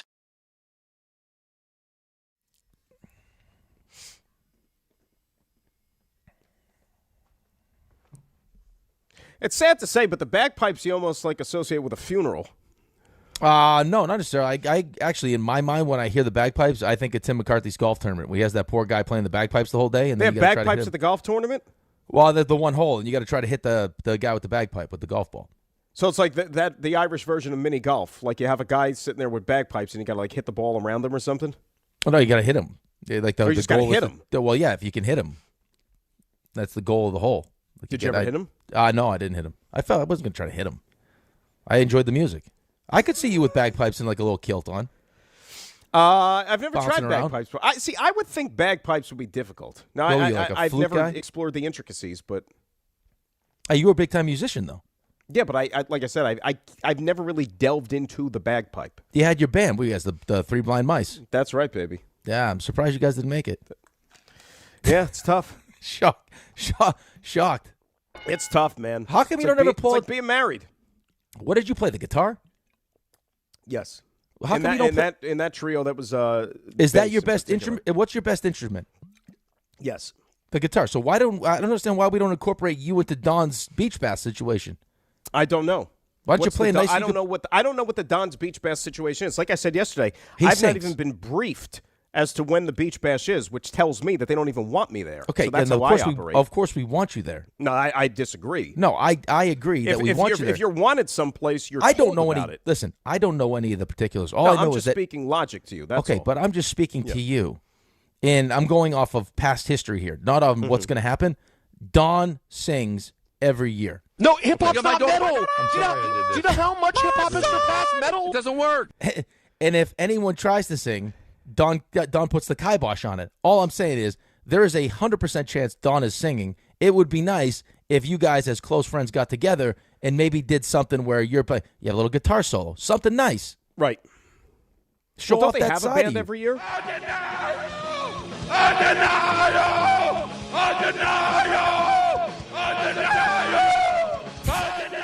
That sounds like a prison camp or like torture or something like that. I think that's Nirvana. I don't know what the hell is that. Some people call it Nirvana. Some people call it other things. Yeah, but I could see you two having a nice little moment. Well, I mean, you could see whatever you want. I mean, the power of the mind is a beautiful thing, but I don't know if it's ever going to happen. Let's make it happen is what I'm saying. Like let's put it into the universe and let's make it happen. I mean, I'm sure you got guitars hanging around your house. No, they're not actually like hanging. I have them in cases and stuff. Right, like that. in one of your rooms that you don't even use. You got a giant estate.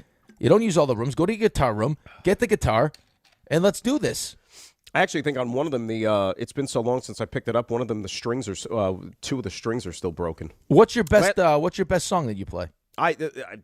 Anything? I couldn't even tell you best. I don't think there's like a best.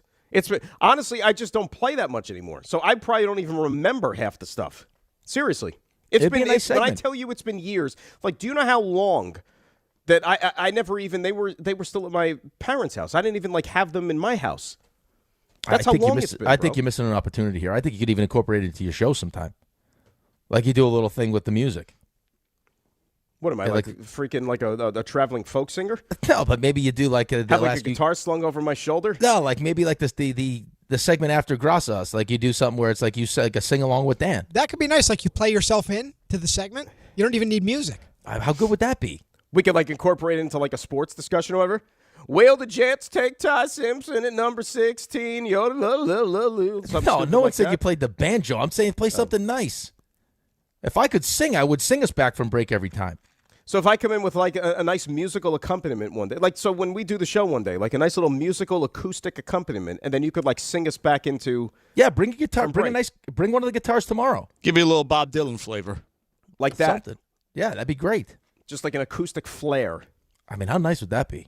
Oh, that would be kind of sweet, actually. Let's do it. Bring a guitar in tomorrow. The one with the strings. Yeah, I don't think that's going to happen. Bring that one in. Yeah, I'll play something. Maybe one of these days we can make something like that.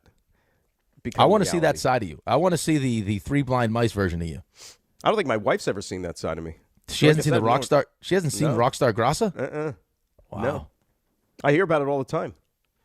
Well, come on, man. Let's go. That was a different world, different person. Stop. Would you please stop? I have to have all those tattoos scrubbed off of me, and that costs a lot of money, a lot of pain, a lot of needles. Yeah, no tattoos. Stop it. A lot of rehab. When you're living that rock and roll lifestyle. Yeah, that's true. I've heard. Think about it. I could see you that. live the fast life as a professional athlete. You know what it's like. You got to, you know what it is? You got to make choices in life, don't you? That's true. You got to decide, am I going to go on the straight and narrow, or am I going to end up in a ditch someplace? That's what you got to do. Right. When Sony called you guys to sign you to a record deal, you're like, nah, you know what? No, I don't even know if that was, how long ago that was? I think it was probably like before cell phones took off. I want to bring it back. That's my goal. Is to bring it back. He wants. Like you're really into this. I am. I want Guitar Dan back. I do think about it a lot, though. I do think about it a lot. I don't know if I have it in me anymore, though. Why would you just stop doing that? I mean, I would kill to be able to play the guitar like that. Strum on those strings a little bit. What about your hockey life? Like you would, but you gave that up. I had to give it up. I wouldn't give it up if I could actually. My legs can't handle it no more. I'm still recovering from our pickleball match the other day. Really? Yeah. Where's the biggest pain with the pickleball? My knees. You should have seen the copper fit or anything like that. No, I didn't. I probably should have. Yeah, lots of. Now you're going to be ready for Friday? I'm load managing right now. I was just talking to RJ about that. I feel like I should play, but I'm afraid that if I do play, wait. Time out. How could this thing happen and you're not going to be the one to play? No. I'm saying I should be playing before this because the new format is Dave and I are getting challenged the entire tournament is. There'll be like a tournament going on around us, and then all these we're gonna get challenged. So, it's me and Dave the whole time, and then groups will come up and challenge us. And if you beat us, you're gonna be on the pickleball court until one of you or both keel. Yes, and basically they're just gonna keep shuttling like two people onto the court throughout the day for like 2 straight hours. I think. I don't know if you have 2 hours in you, but that's what I'm saying though. I should be practicing here, but I'm afraid that I'm not gonna make it through. I need to make it through the 2 hours. How's Dave? Dave's a good pickleball player. No, I don't care how good he is. I'm saying how's physically? His condition? Condition. I think the condition is fine. I think I'm more concerned back, right? Like when we played the pros, especially they thought it was funny to just kind of I'm gonna just dink the ball right to Dave's left every single time and make him bend over and lunge for 10 straight minutes. But that's smart strategy, though. That's a great strategy. That is sound pickleball acumen right there. Yeah, but it took a toll. I'm not going to lie to you. It took a toll on both of us. The back stinks. No, I mean, not just – I'm saying in general. I have, lower back stuff sometimes. That when that happens, forget it. Turn he's had surgeries. I mean, Dave's had, legitimate back problems. So that, and then I think the calf was a little bit cranky. So, I don't know. This couple, calf? Yeah, hopefully this couple days off. We're going to have to put out an injury report. Tomorrow's Wednesday. I got full body. So people can make their bets well informed. Thanks. Right. That's nice. Thanks. Right. They're going to do a Rick Carlisle. You sit there. The real question, though, is John's going to call a press conference and ramble for 5 minutes about how everything's on the up and up. And that's going to. I was talking to Ray. That's going to happen tonight, by the way. When the Knicks play the Pacers again, I guarantee you Carlisle's going to stay there at the Garden and talk for 5 minutes before the game because the injury report already, the available list, it's taken on a liking just like it was Friday when they played him in Indianapolis. I can't. And the Knicks will still probably only win by 2. Why can't we just smash one of these teams? I hate the Pacers. Here's my real. They hate the Knicks, and that's why I think they're doing this. Of course. This is my real conundrum, though. Mm-hmm. RJ knows during a live show that I like to, have a good time. Wander, maybe have a sip of a couple things. How do I do this now, though? Water. Oh, that's a good point. I didn't think think about this. Pickleball directly after the show. And and RJ, he's going to be, and I say he, meaning you, because you're the one that really people have to worry about. And by the way, I get a lot of this too. I don't know if you knew this.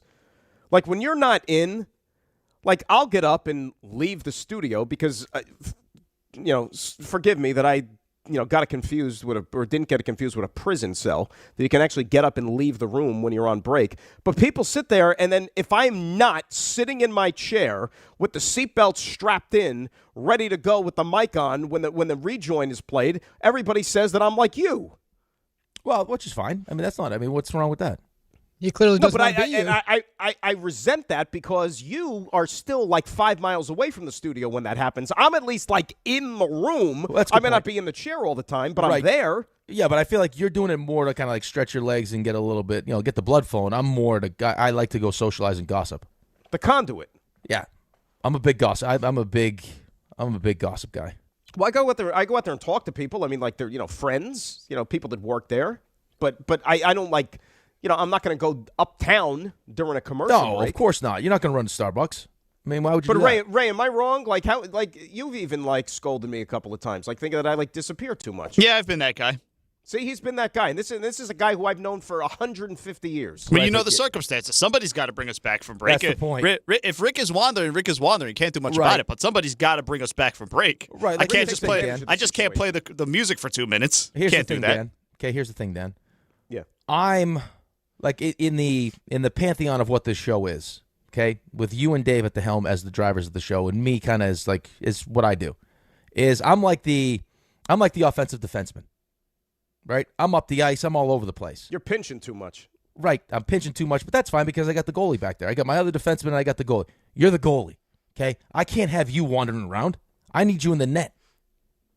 This is what I live with. Sometimes we pull the goalie for the extra attacker. No, but then we're not. But it's only the middle of the second period. We don't need to pull the goalie yet. But sometimes it's not the middle of the second period. But it is, though. Sometimes it's late in the game. No, I don't need you floating around. I need you there. Take us back from break. I can't sit in the studio. Obviously not. You're like, you got ADD in the studio. You're up as soon as I got the music ADD goes. in the studio, out of the studio. It doesn't matter. It shouldn't be reduced to the studio. You're like a social butterfly. No, I wouldn't say that.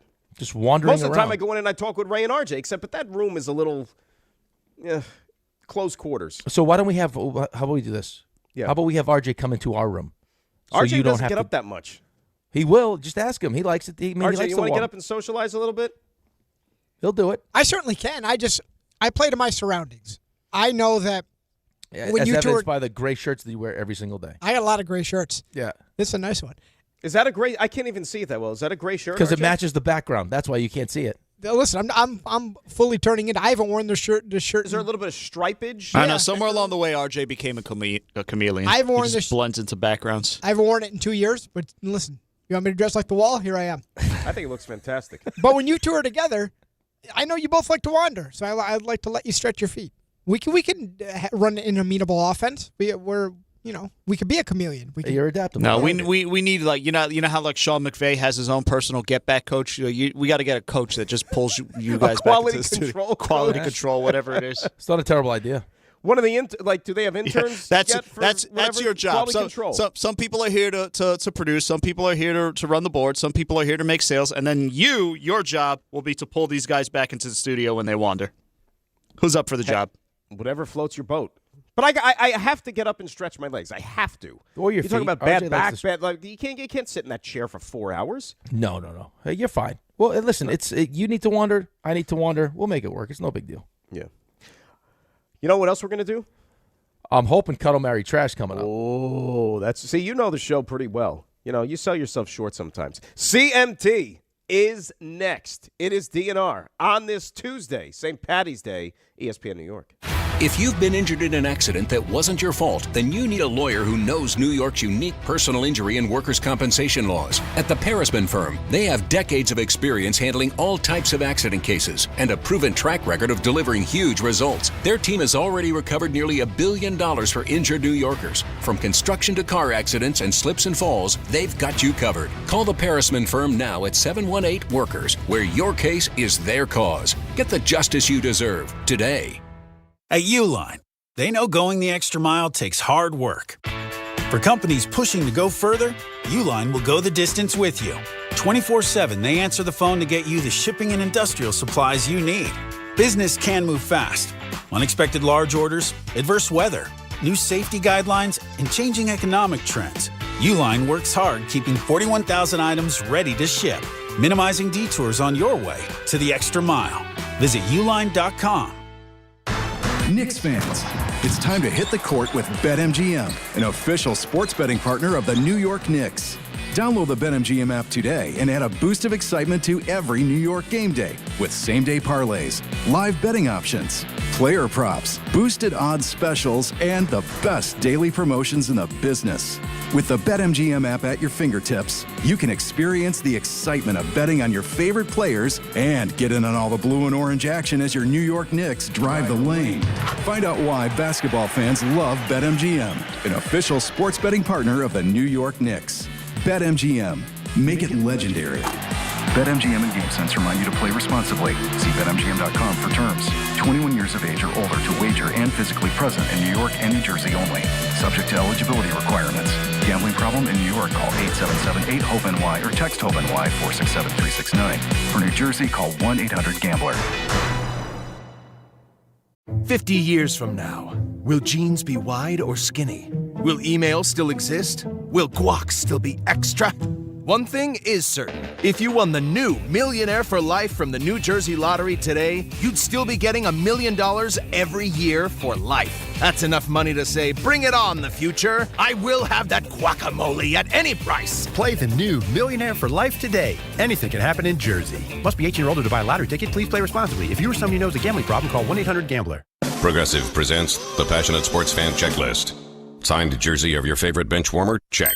14 bobbleheads that look nothing like the players they're emulating? Check. Twin TVs so you can watch the game on 2 different networks simultaneously? Check. Life-size wall sticker of your favorite player that routinely freaks you out at night? Check. A second life-size wall sticker so after the first one freaks you out, you see the second and you're like, oh right, the wall stickers. Check and mate.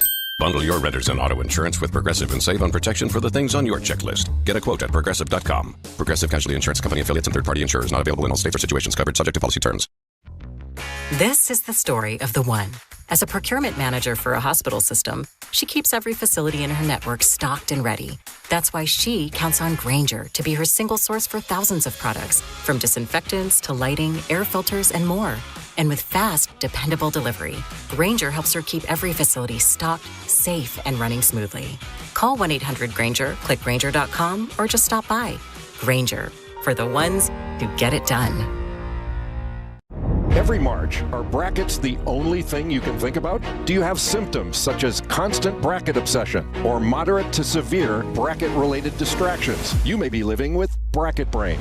Thankfully, there's ESPN Tournament Challenge, the #1 proven way to treat bracket brain right at the source. So this March, download the ESPN Tournament Challenge app, fill out your men's bracket, and get you and your brain in the game. ESPN Tournament Challenge. Play the #1 bracket game. Presented by Allstate. I'm Boomer Esiason. My mom died from cancer. She was only 37 years old. She didn't have life insurance, and that was devastating for my family. That's why having life insurance is so important to me. Ethos makes it fast and easy. Get a quote in seconds, apply in minutes, and get same-day coverage. You can get up to $3 million in coverage with no medical exam. Get your free quote at ethos.com/play. That's ethos.com/play. Paid spokesperson. Time spent on application may vary. Online health questions required. Step inside the game you love with the NBA app. Tap to watch every game as it's happening. Jalen Brunson does it again! And never miss a moment of the jaw-dropping action. Get closer to the players than anywhere else. Follow the latest schedules, scores, and stats. Keep up with every story from across the league. And with NBA ID, it's all personalized to you. The game lives here. Download today. All right, it's game time, brought to you by Tullamore Dew Irish Whiskey, because when it's game time, it is Tully time. 6:40. That's right. That's when the first 4 gets underway. UMBC. Remember, they were the Giant Slayers once upon a time, knocking off Virginia in the 16-1 matchup. They're going to battle Howard for the right to be a 16 seed. At 7 p.m., the Islanders travel to Toronto to take on the Leafs. 7:30, Knickerbockers host the Pacers. Our coverage begins at 7 right here on ESPN New York. And at 8 o'clock, Team USA squares off against Venezuela in the WBC Championship. And finally, at 9:15 p.m., you got Texas taking on NC State. Sean Miller, Will Wade, the right to be an 11 seed in Dayton. This is your annual reminder to find True TV on your local cable or stream or whatever it is. That is Game Time, brought to you by Tullamore Dew, the original triple distilled, triple blended, and triple cask matured Irish whiskey. Be sure to grab a Tullamore Dew, or you can try the new Tullamore Dew Honey during today's action. Glasses up to enjoying Tullamore Dew responsibly. Before we get into the Giants situation, let's go back to the phone and say hi to Ira in Staten Island, who is up next here on ESPN New York. What's up, Ira? Well, good. Happy St. Patrick's Day to everybody, and enjoy the day. Be safe. So, 2 things. Number 1, I continue to Mougey keeps on growing on me, and I got to give him credit for getting anything for Justin Fields. But I will say this, and until I'm completely the book is done with him, and I'm proven wrong. I still think he has a certain amount of ability to be an average quarterback in the NFL. And I think he's in a perfect situation. And I think if anybody could get anything out of Justin Fields, it's going to be Andy Reid and but Ira, let me ask you a question. And I don't want to dump on Justin in any way. But first of all, realistically speaking, when is Justin Fields going to see the field? No pun intended, right? He's going to play in the preseason, and as they're obviously going to be slow to bring Mahomes back from the injury. But, I mean, we said the same thing when he went to Pittsburgh. Oh, now he's in a winning program with the Steelers. They know what they're doing there. And he got benched. He came here. He's going to have a team that's going to be built around him. They're going to play to their strengths. He got benched. And now he's literally going to be a backup. Like, I don't know if there's another team in the NFL that's going to sit there and give him an opportunity to start. And I got to be honest with you, Ira, as I said earlier, knowing a little bit of what I know of him personally, I don't know how much longer he's even going to want to hang around in the NFL if he's just going to be a backup. Okay, we'll see. But I think the best case scenario is that, listen, whatever happened with the Steelers, they're no offensive juggernaut, okay? They're not known for offensive minds, okay? The Jets, I'm not even going to go there about offensive quarterbacks, but Andy Reid, if any, like I said, if he could get the slightest little thing, and I think he will start the first 1 or 2 or 3 games of the year. There's no way Mahomes, he tore his ACL the end of December. He's not stepping on the field opening day starting. Fields is going to start the first couple of games. And I guarantee you, being in a brilliant offensive mind like Reid and Bieniemy, they will do the best and put him in the right situation, which the Jets didn't do last year. Listen, Fields is what he is, but the Jets didn't do him any favors by trying to make him a pocket passer. I remember once upon a time the Jets also had a guy who once upon a time was a pretty good player, didn't flash that much with the Jets, and then ultimately also ended up in Kansas City, and people said the same exact thing, that he was going to get him back to playing at his former ability. Remember who that guy was? No, I don't. Who is it? Le'Veon Bell. Oh, yeah, but that's a running back. But I'm just saying, I mean, it's the same thing. No, it's not, because it's 2 different positions. Quarterback is one thing. And listen, I'm not saying Justin Fields is going to become a competent starter, but I think there's some ability. It wouldn't be the NFL if there wasn't ability. And I think Reid is smart enough to whatever he's going to do with Fields, if Fields has to start week 1 and 2, I guarantee you Reid will put him in the right situation to succeed. Yeah, I mean, I don't know what that means, though, Ira. I mean, Ira, you're also talking. Yeah, I mean, you're also talking about a team that, with Patrick Mahomes, had questions about were there enough pieces around Patrick Mahomes, right? Like, I mean, did Rashee Rice dealing with what he dealt with, and all the different things going on with that team? Like, they needed more around Patrick Mahomes, and now all of a sudden we're going to believe if Justin Fields sees the field in the first couple of weeks that all of a sudden he's going to look like a really good starting quarterback.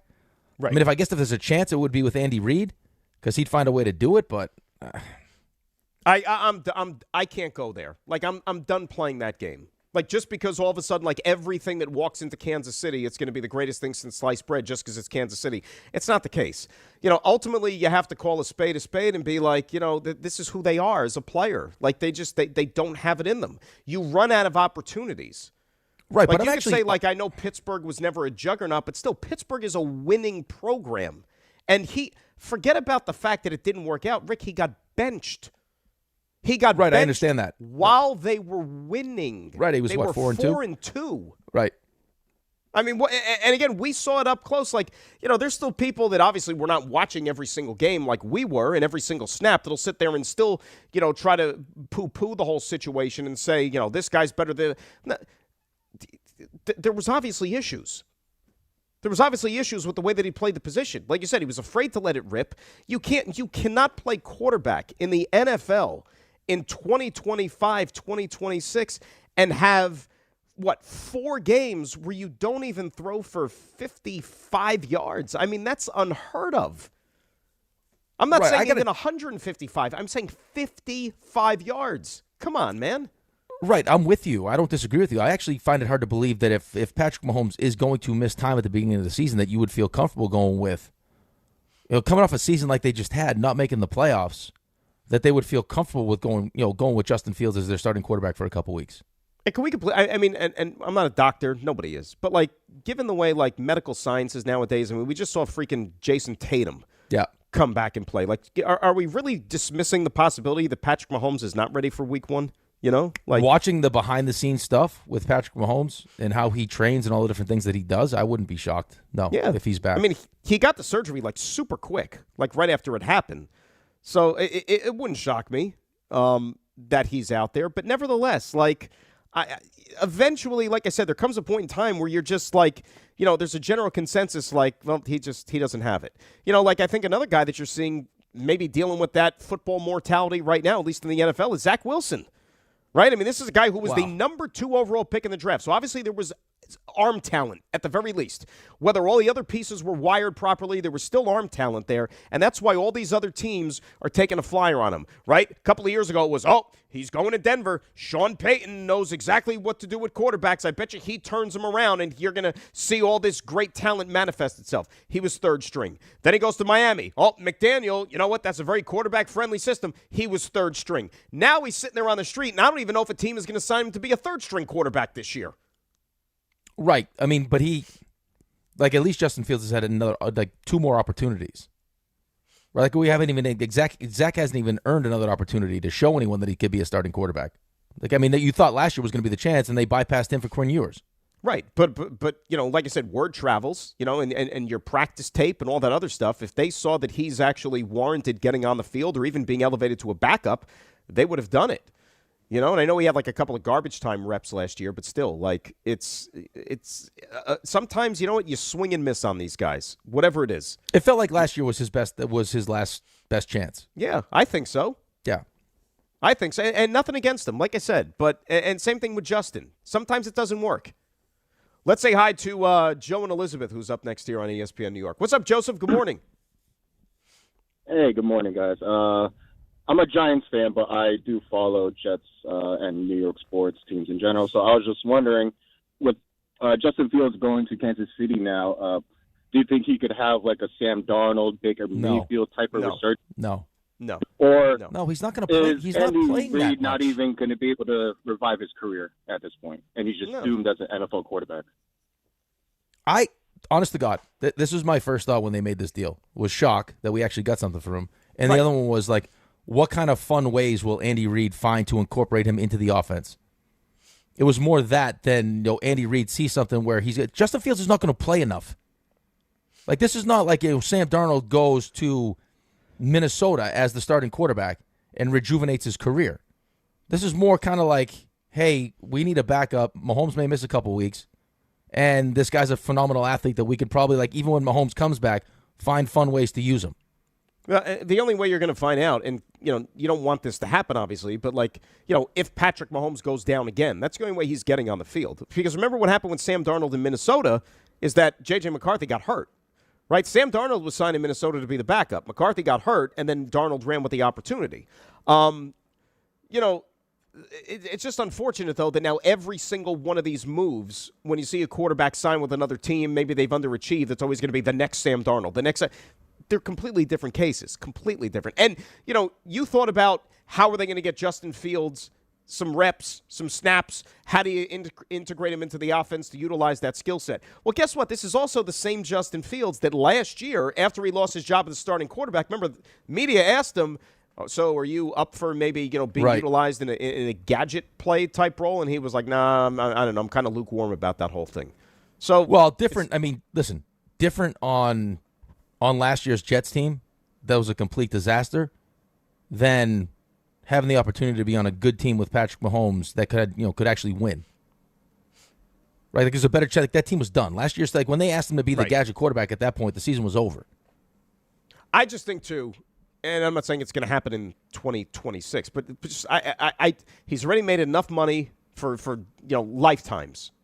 I just don't think Justin Fields is going to be one of these football lifer guys that is going to be some transient backup quarterback and going from team to team to team to team, just to stay in the NFL. Like, I think he's just going to walk away. Like, if he's not on the field playing in the next, couple of years, I could easily see him, riding off into the sunset and doing other things with his life, which he's spoken about wanting to do. He's very into, his faith and religion and maybe doing some stuff in the ministry. Like, he's spoken about that. I could easily see him walking away from football. Well, listen, there are some guys that love it and want to be around it no matter what and are happy being a backup and staying in the league and doing all those things. And there are guys that just say, hey, listen, this is what I'm a starter, and if I'm not going to be a starter, then I don't want to play. That's fine. I mean, it's ultimately his decision what he wants to do. Maybe he goes after lithium batteries. What's that? Maybe he goes after the lithium battery. How about that? Of all things to get involved in. That's serious business, man. Those lithium batteries are a problem. Yeah, you don't want to get caught up in that. Catching on fire everywhere. No kidding, and you can't put those things out. Serious but to business. get involved in a cause like that, though, I'm saying is pretty that would be the last thing that I would ever foresee, like a guy retiring from the NFL to get involved in something like that. And obviously, there's probably money to be made. It's profitable. That's why you're doing it. Somebody has to do it, right? Right. We're talking about Bryce Huff, for those that don't know. Yeah, somebody has to do it. Speaking of the Giants, we talked about them. You're familiar with Chase Daniel, right? Yep. Chase Daniel's a guy who played in the NFL a long time, made a lot of money. He's a backup quarterback. We won the business game, if you will, in the National Football League. Now he's doing some stuff for us here at ESPN, and he talked on NFL Live about the expectations in particular for what this Giants offense could be. Well, it's going to be a completely revamped offense. I think a lot of people out there are probably thinking, Andy Reid disciple, he had his chance in Chicago where he was coach of the year, talking about Matt Nagy. I think this offense is going to be specifically designed around Jackson Dart's strength. Yes, we know that he can run the football. Yes, we know that he's good with his legs, but he's extremely accurate in the short and intermediate part of the game. So I do look forward to seeing what that should be like. And I do think they're going to take some shots down the field. I mean, this is something that Isaiah Likely is going to be used in New York like Travis Kelce was in Kansas City. You design the entire offense around him. You move him everywhere. Wow. You design it around mismatches. And I think that's something that they are going to do. I mean, you get a healthy Malik Neighbors. You get Cam Scatteraboo back. You get Mooney. You get Isaiah Likely. I mean, the weapons offensively for the Giants right now are really, really good. So they're going to play around Jackson Dart's strengths. That's Who said wow? I don't. That's what I want to know. Who said wow? I don't know. That kid. I mean, that was. It was great. almost like, wow. We just really sat through you saying all that stuff. When I could ask pretty much anybody what we thought. Do you believe that a team? And I know that it's still a get-to-know-you period, right? Because it's a new coaching staff and they're not used to Jackson Dart. But do you believe that a team and a coaching staff in particular is actually going to design an offense that around the strengths of the most important player on the offense? I'm shocked. Yeah. I think that would probably, as they went through the process of trying to find out who the next offensive coordinator was going to be, that was probably at the top of John Harbaugh's list as to what we're looking for. RJ, did you know that the Giants actually interviewed guys to be the offensive coordinator that wanted to turn Jackson Dart into a lefty? And then John Harbaugh said, well, wait a second, I don't think that's going to play to his strengths because he's a righty. And then those guys cost themselves the job as the OC. It's not a great way to interview. No. I did think it caught a little attention and maybe this is what elicited the wow was. You just start throwing names around, and I know he said use Isaiah Likely like Travis Kelce. I'll tell you what. RJ was making those same the wow sounds that you were implicating with. Like, wow, you really said RJ was making those same sounds in here, Rick. I think that was real. That actually happened. Yeah, but I think the point is you make that comparison, and that's lofty stuff. Right, but he didn't say he was going to be Travis Kelce. No, they're going to use him like Travis Kelce. Well, using him like Travis Kelce and believing he can execute in something of similar fashion, I think is a big step. You know all I heard? 65%. Well, yeah. If Dave were here, that's going to happen because they're playing to his strengths. If Dave were here, he'd be doing laps around the studio after hearing that. He'd be doing more than wow. He'd be doing tricks. What kind of tricks, Ray?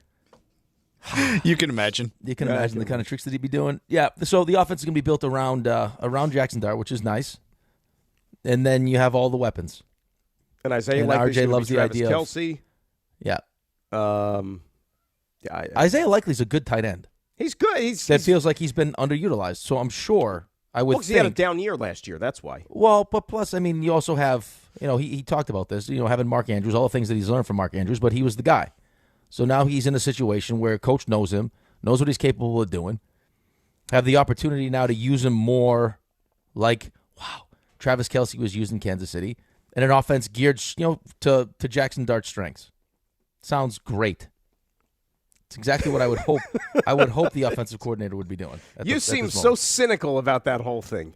The way you just said cynical, sounds it's just great. Well, no, just the way, he said it was like he was like it was like earth shattering, like groundbreaking stuff to the point where you're like plutonium. Like, wow, you named a bunch of players that are on the team and mentioned that they're gonna attempt, just like I'm sure every other team attempts to try to use their tight end like Travis Kelce. Stop being insulting. I mean, they don't put anybody on TV. Come on, this guy's been I a like respected him. quarterback for a long time. I liked him. I watched him when he had that show on FS1. I watched him, but I mean to say wow, it's like, come on, guys, what are we doing here? As if like we're gonna, hey, you know what? They're gonna have an offense that's geared towards Jameis Winston, and hopefully Jackson Dart fits in it. No, of course not. This whole thing is about Jackson Dart. I mean, what are we doing? I mean, seriously. Oh, my God. I mean, what are we talking about? I hope the Jets don't tailor the Geno Smith offense. And I'm sure, too, that like Matt Nagy has had experience with Travis Kelce. I'm sure every team would love to get the same kind of production out of their tight end that Travis Kelce has. Like, we're all trying to do that. The offense around Lamar Jackson because John Harbaugh coached him?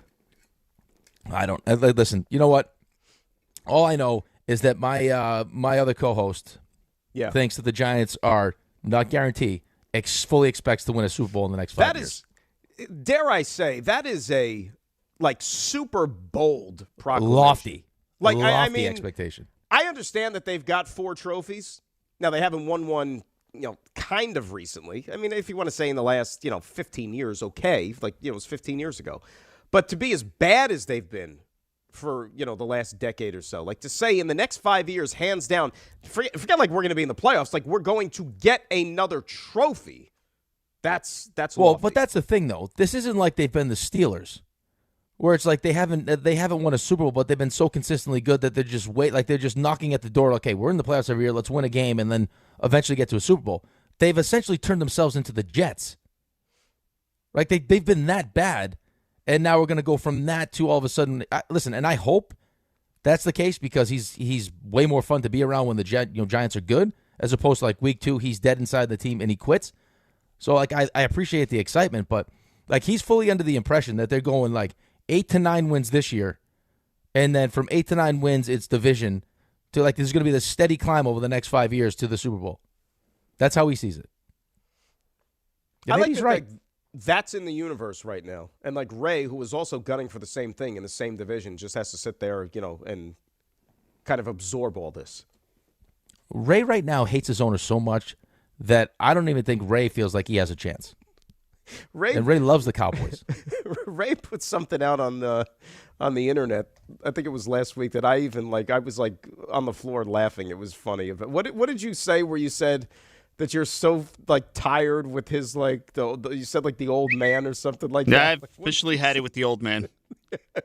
He hates officially it. done. Was that the Odigizua trade that you That were was done right with? after the Odigizua trade. Yeah. It's that makes a lot of sense. Just Just gave this guy an $80 million contract. Let's trade him. Take that dead cap hit. Give the 49ers the best interior pass rusher they've had in half a decade. Yep. Good business. Got a 3rd rounder. Yep. Christian Kirk, Mike Evans, Odigizua. RJ's feeling good about his team, too. You can't even hide it. Well, that's why when Dave, listen, I'm not going to put down the Giants. Oh, tell Dan what Dave said about that one, too. He's told me 3 different times that they're going to, quote, unquote. Well, you could use different. This is why Dave is really unbearable these days. You can use different descriptors. Smash, assault, beat down the Niners because they play this year. Also said something so nasty it got dumped. Yeah. Oh, my God. Listen, it's a one-way street. Not we. If I were to be the we, we're not responding. We have our goals on bigger things. RJ, I'm just telling you right now, if that doesn't happen and he doesn't smash you and you win that game, you better come to work the next day dressed up in full Niners gear, like helmet, shoulder pads, and like you attack him. When I have the T-shirts made up, I'm not going to be able to give you one, RJ. Oh, no.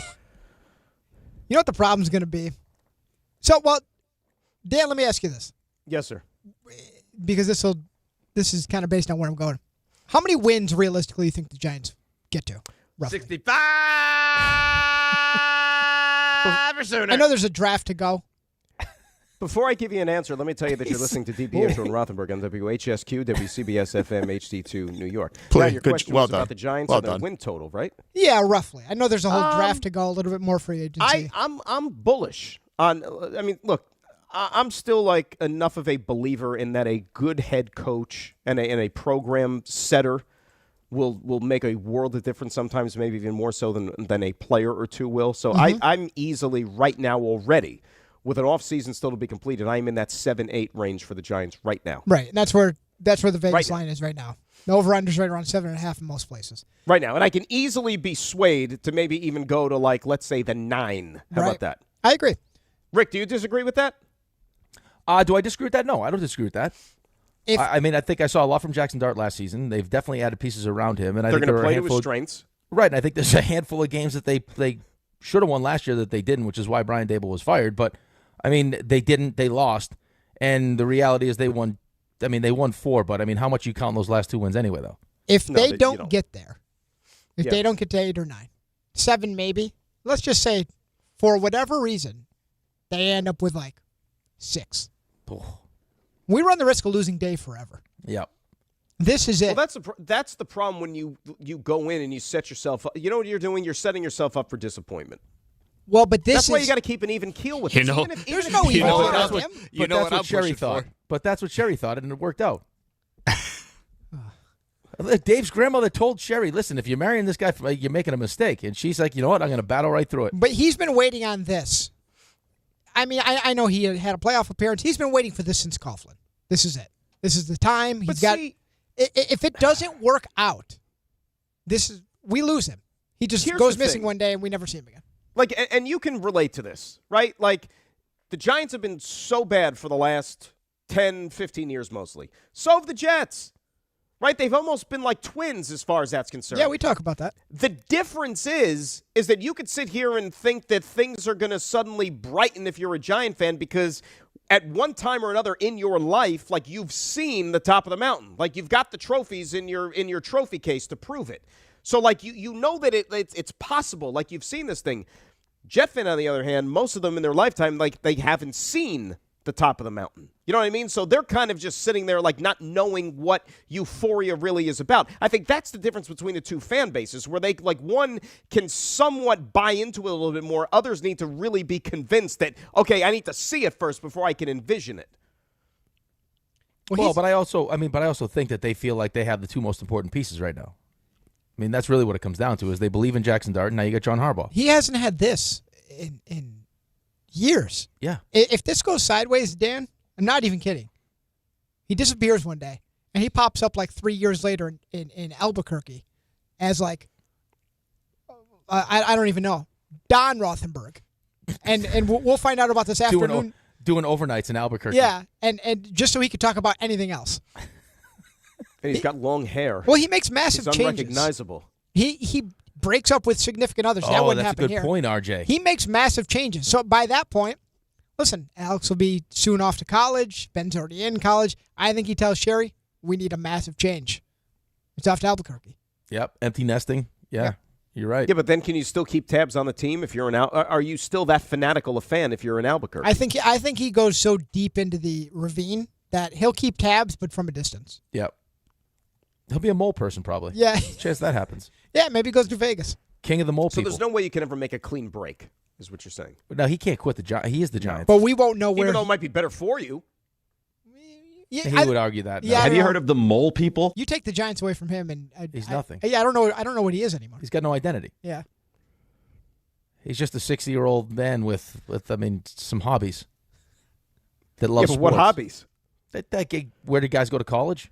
The football's gone. He'd have to. I mean, like, the football's gone. Like, then what do you have? He'd have to fill the void. He'd probably start gambling heavily again. He's probably going to open mic nights, asking people to ask him where guys went to college. Is what he's doing. And he starts getting them wrong.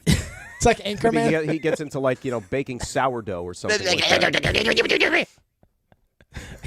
He loses his greatest strength. All his power is just gone. Maybe Matt Leinart. Notre Dame. South Carolina?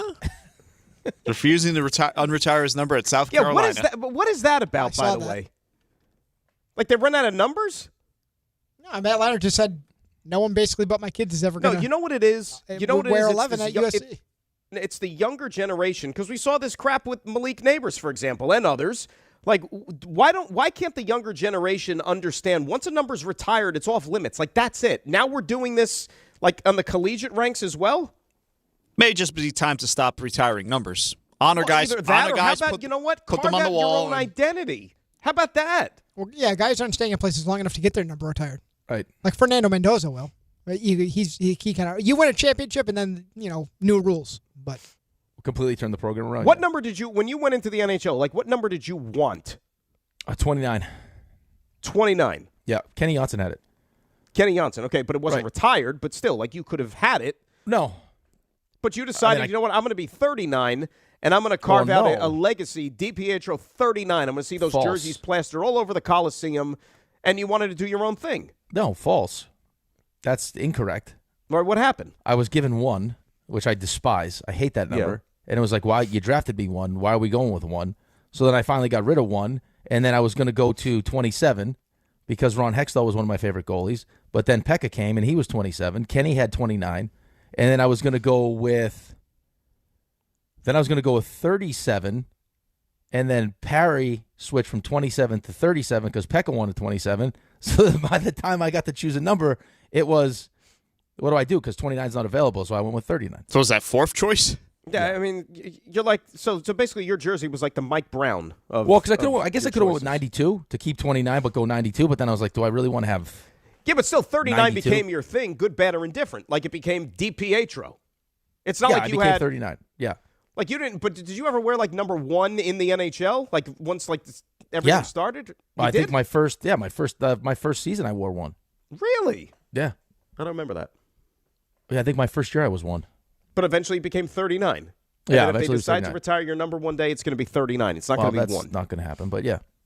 I mean, I don't know that. You don't know that. I know that I'm pretty sure. You might save a cat from a burning building on Long Island, and they have no choice but to retire your number. I didn't think Carlos Beltran's number was going to be retired by the Mets, but lo and behold. Right, but he's going into the Hall of Fame as a Met. It doesn't matter. It doesn't matter. But that's why, though. I understand, but it doesn't mean it's right. They want to be recognized with Hall of Famers. He's a Let Hall me of ask you a Famer. question, all right? And I don't want to spend a lot of time on here we this go. as Here we do go. CMT. But real quick, because I asked this question to the world, and I'm still waiting for a good answer. What's Carlos Beltran's signature moment as a Met? Bat on the shoulder. Okay, thank you. Let's retire his number. RJ, are you there? Yeah, I'm here. So Hi, nice RJ. That was mean. How you doing, buddy? That is tougher, Carlos. He had a lot of good years as a Met. He's a good Okay, he had good years, RJ, but what's his signature moment? I understand. Looking at the Hall of Fame. Yeah. And not for nothing, those teams that he was a part, and I'm not saying he wasn't a good player, great, whatever, but the teams he was on, were they not known for underachieving and, dare I say, in some cases, choking? They were, boy. but to put it all on him, I think. How do you really feel? Why? And by the way, did you hire him as a manager and then you fired him before he even managed a game? Yes or no? He almost managed. All right, so I'm just throwing a bunch of things He out let there. his feelings known about that, by the way. No wonder why this band disintegrated. All this stuff don't necessarily add up to, hey, let's retire a guy's number. That's all I'm saying. I see. You can honor him. You can have a day, put him in the Team Hall of Fame, but we got to retire a number? Well, you want to be synonymous with great players. He's in the Hall of Fame. He's going in as a Met. Their number retired. It's a joke that we're going to still retire other guys' numbers, but yet he feels a way about this, clearly. The number 8 still isn't retired well, yet, that's which is that's a joke. That's it. That's a point I agree the with. issue. That's a good point. No, but am I wrong? No. If Gary Carter's number was retired, are we having this conversation? Ray, I got to be honest with you. I've never been a fan of let's retire everybody and their mother's number. So you're taking a shot at the Yankees. And mothers. And their mothers, right. And their mothers. And their mailmen. How about that? We'll just to make it less personal. I don't like the implication there. You don't like Paul O'Neill's mailman? My mailman's a real pain in the ass, I got to tell you. Oh, really? By the way, you want to talk about mail? I think I get mail maybe now no more than 4 times a week. What a racket they got going on at the Postal Service. Do you want mail? It's not that I want mail. I mean, do you want bills? I get the thing that the email in the morning, so you see what's actually in the mail. So 2 days a week, your mail just doesn't get delivered. Empty. No, they do whatever they want. And not only that, RJ, the mail Maybe the I'm mailman supposed to brings get- it in. The mail I'm supposed to get, according to email, See, now you're making it worse. ends up in somebody else's mailbox, too, half the time. Maybe that's not the only thing he's filling. Maybe. He's going to pull a Jeff Jarrett with his guitar. Maybe it's hand delivered. I don't know. Right over the head. He's going to attack you with his guitar. I'm making a legitimate point, and this guy goes Five Guys. Hey, I can't choose what she decides to do to celebrate. Right? That's her thing. I swear to you, the Five Guys burgers. I swear. That's factual. Well, the In-N-Out thing is factual. Espresso martinis and Five Guys. No, the Five Guys Sounds things, like a nice I night. sent you the clip. It actually Michael B. happened. Jordan celebrated his Oscar. In-N-Out burger. Went to In-N-Out, standing among the people, just holding his Oscar. Sabalenka celebrated hers with Five Guys, if you're wondering. Oh, my God. Five Guys. I got such a bad reputation on the show that your first thought was I meant actually Five Guys. It's earned. The woman's engaged, Ray, you sick animal. You don't get the benefit of the doubt is the Yeah. crux of it all. I mean, after winning, could she have that much? I credit it. She had that much energy to go. I mean, that's good for her. Listen, we got to get to CMT because we're running Please. late. We got Mel Kiper. Please. So, RJ, do the honors. Okay. To cuddle. I'm servicing 3 times as many people as he's able to get to. To marry. Not everyone can afford to take off work and pay whatever it costs to get a foursome. Or to trash. Let the wild rumpus begin. That. Want a meat stick? Is the question. Oh, alrighty then.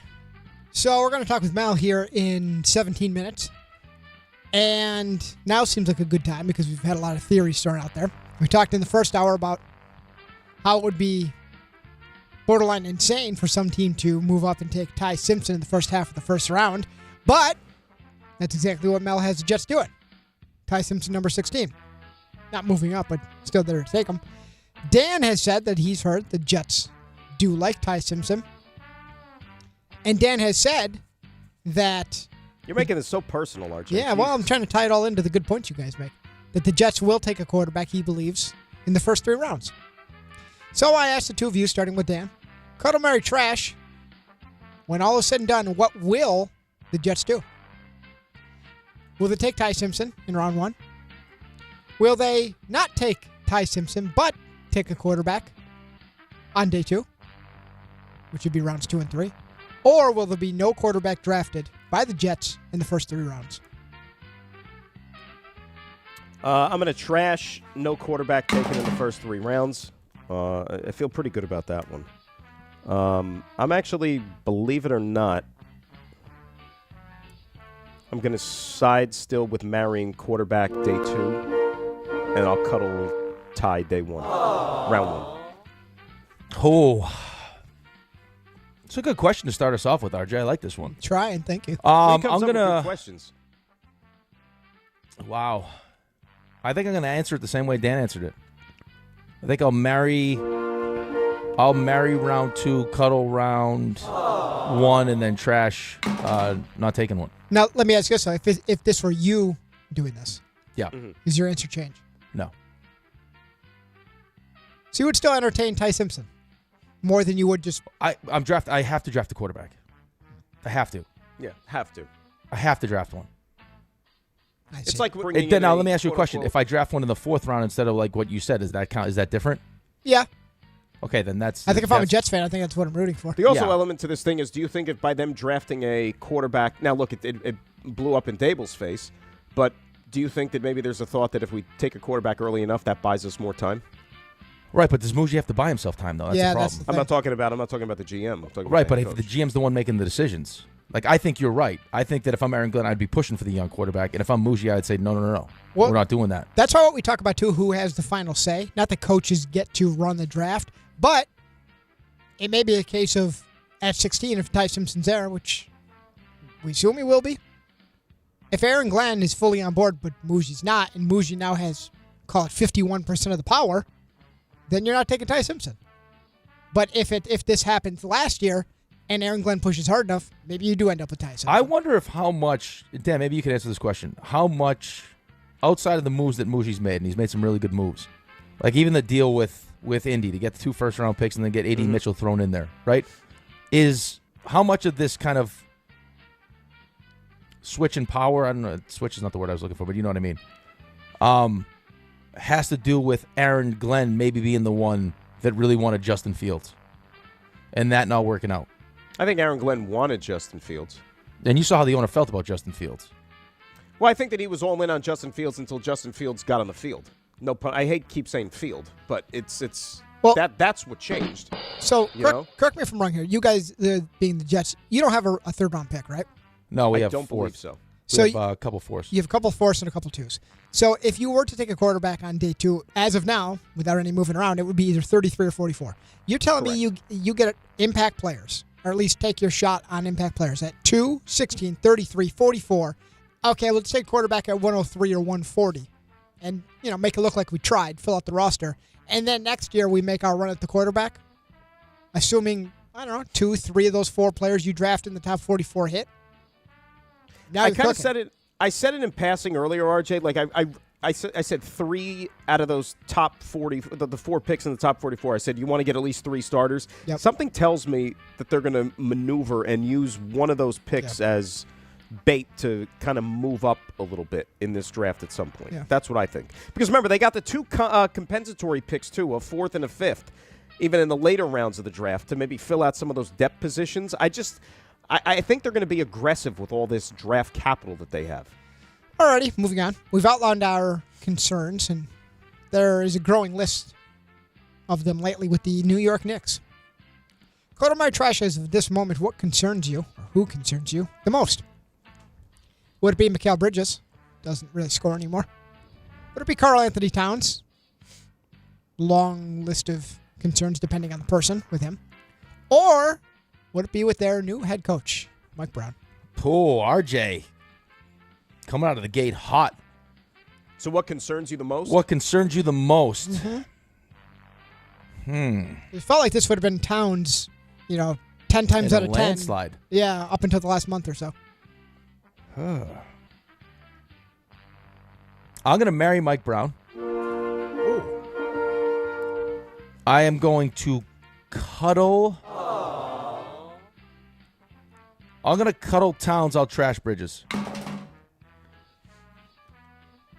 And the only reason I'm cuddling Cat is less to do about now and more to do about how impactful I know he's going to need to be during the postseason. And I can't have any situations where he goes missing in games. Like at least Bridges, even if he's not scored, is going to play really good defense. I was looking at some numbers this morning that even with his scoring down, he's still having a positive impact.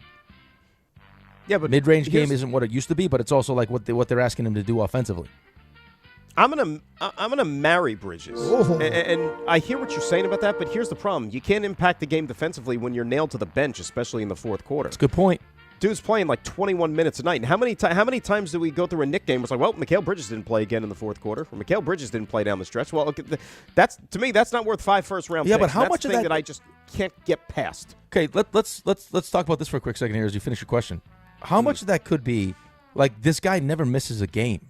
It's also maybe like is there the thought inside that room with the coaching staff that maybe he's just worn out and we got to cut back these minutes, or is it the guy doesn't miss a game? I just think he's miscast. Okay, so he's miscast in because remember, like when he was in Brooklyn, like the dude was scoring. Well, he was because the that number was one a option bad in team. But he was the number one option in Brooklyn. That's my point. So, like here, it's one thing to sit here and almost like try to justify his existence for 5 first-round picks. When you have a team that's as talented as the Knicks are and you have this many options and there's only one ball to go around, like you have to find other ways to make yourself useful. And it's pretty damn near impossible, I feel, especially when the price tag is 5 first-round picks. And I don't think that's something you're ever going to be able to come to grips with Mikal Bridges. I really don't. And I almost feel bad for him in a way. He didn't ask for this. Okay, who are you cuddling? No, he didn't ask for it, but I mean, it's the reality of a situation. I'm cuddling Mike Brown just in the way that you said Cat, because the jury is still out. He was brought here to help this team go far in the playoffs, and we won't know that yet until we get to the playoffs. And I'm going to trash the Cat thing. Look, I understand it's not exactly perfect. I know you want more, you expect more. I know it's frustrating, but the guy, look, still an all-star. He's still a double-double every friggin' night, basically. There's other issues at hand more so than Karl Anthony Towns. That year in Brooklyn really changed the way we look at Mikal Bridges. Nice player in Phoenix, really good player on a good team, like an ideal like third-ish piece on a true contender. And then he goes to Brooklyn. He's their de facto best player, and expectations changed a little. There was a game like his last year or the year in Brooklyn. It was like late in the season at the Garden. I want to say it was like a Saturday matinee or something. He lit it up, right? They destroyed them. And after the game, like you saw the Villanova Knicks. Like yakking it up with Bridges on the court. And then so it was like you looked at him, it's like, boy, you feel bad for that guy, right? That like he can't be a part of that or something. And then lo and behold, now he's a part of it, but he almost like is not even here. So tournament time is here. By the way, run your bracket pool, ESPN.com, or join one. Make some friends on ESPN.com. Cuddle my trash. By the way, where do things stand with that pool? Like, it's Tuesday. There's been no. It's not happening. It's dead. It's not happening. Dead. Which is not the avenue I thought we'd go in. That's unbelievable. Nothing. I mean, it's clear as day. You're running a bracket pool. That email goes out Monday.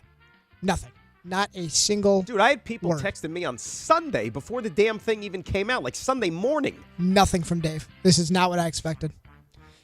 He might be the roast on Friday. I almost guarantee. Oh, yeah, here we go. This is not what I was promised. Cuddle Mary Trash. I fully support your roast. Again, RJ.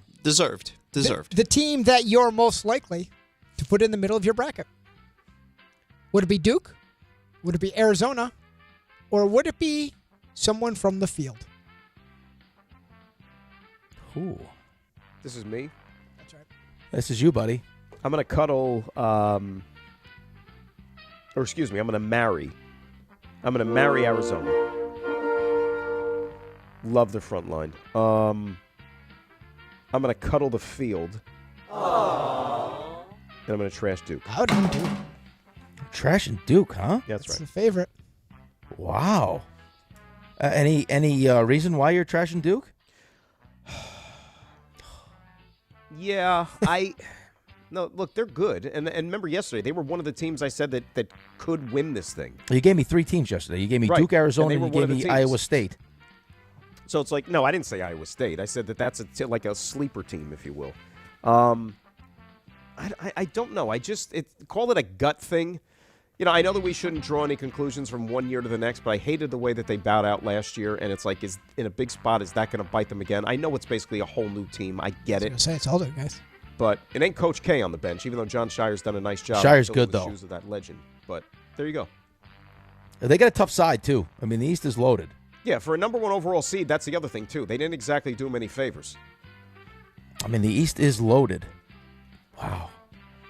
Who was the other team you gave me? You gave me Arizona, Duke, and who else? The field. No, not you, RJ, him. Oh.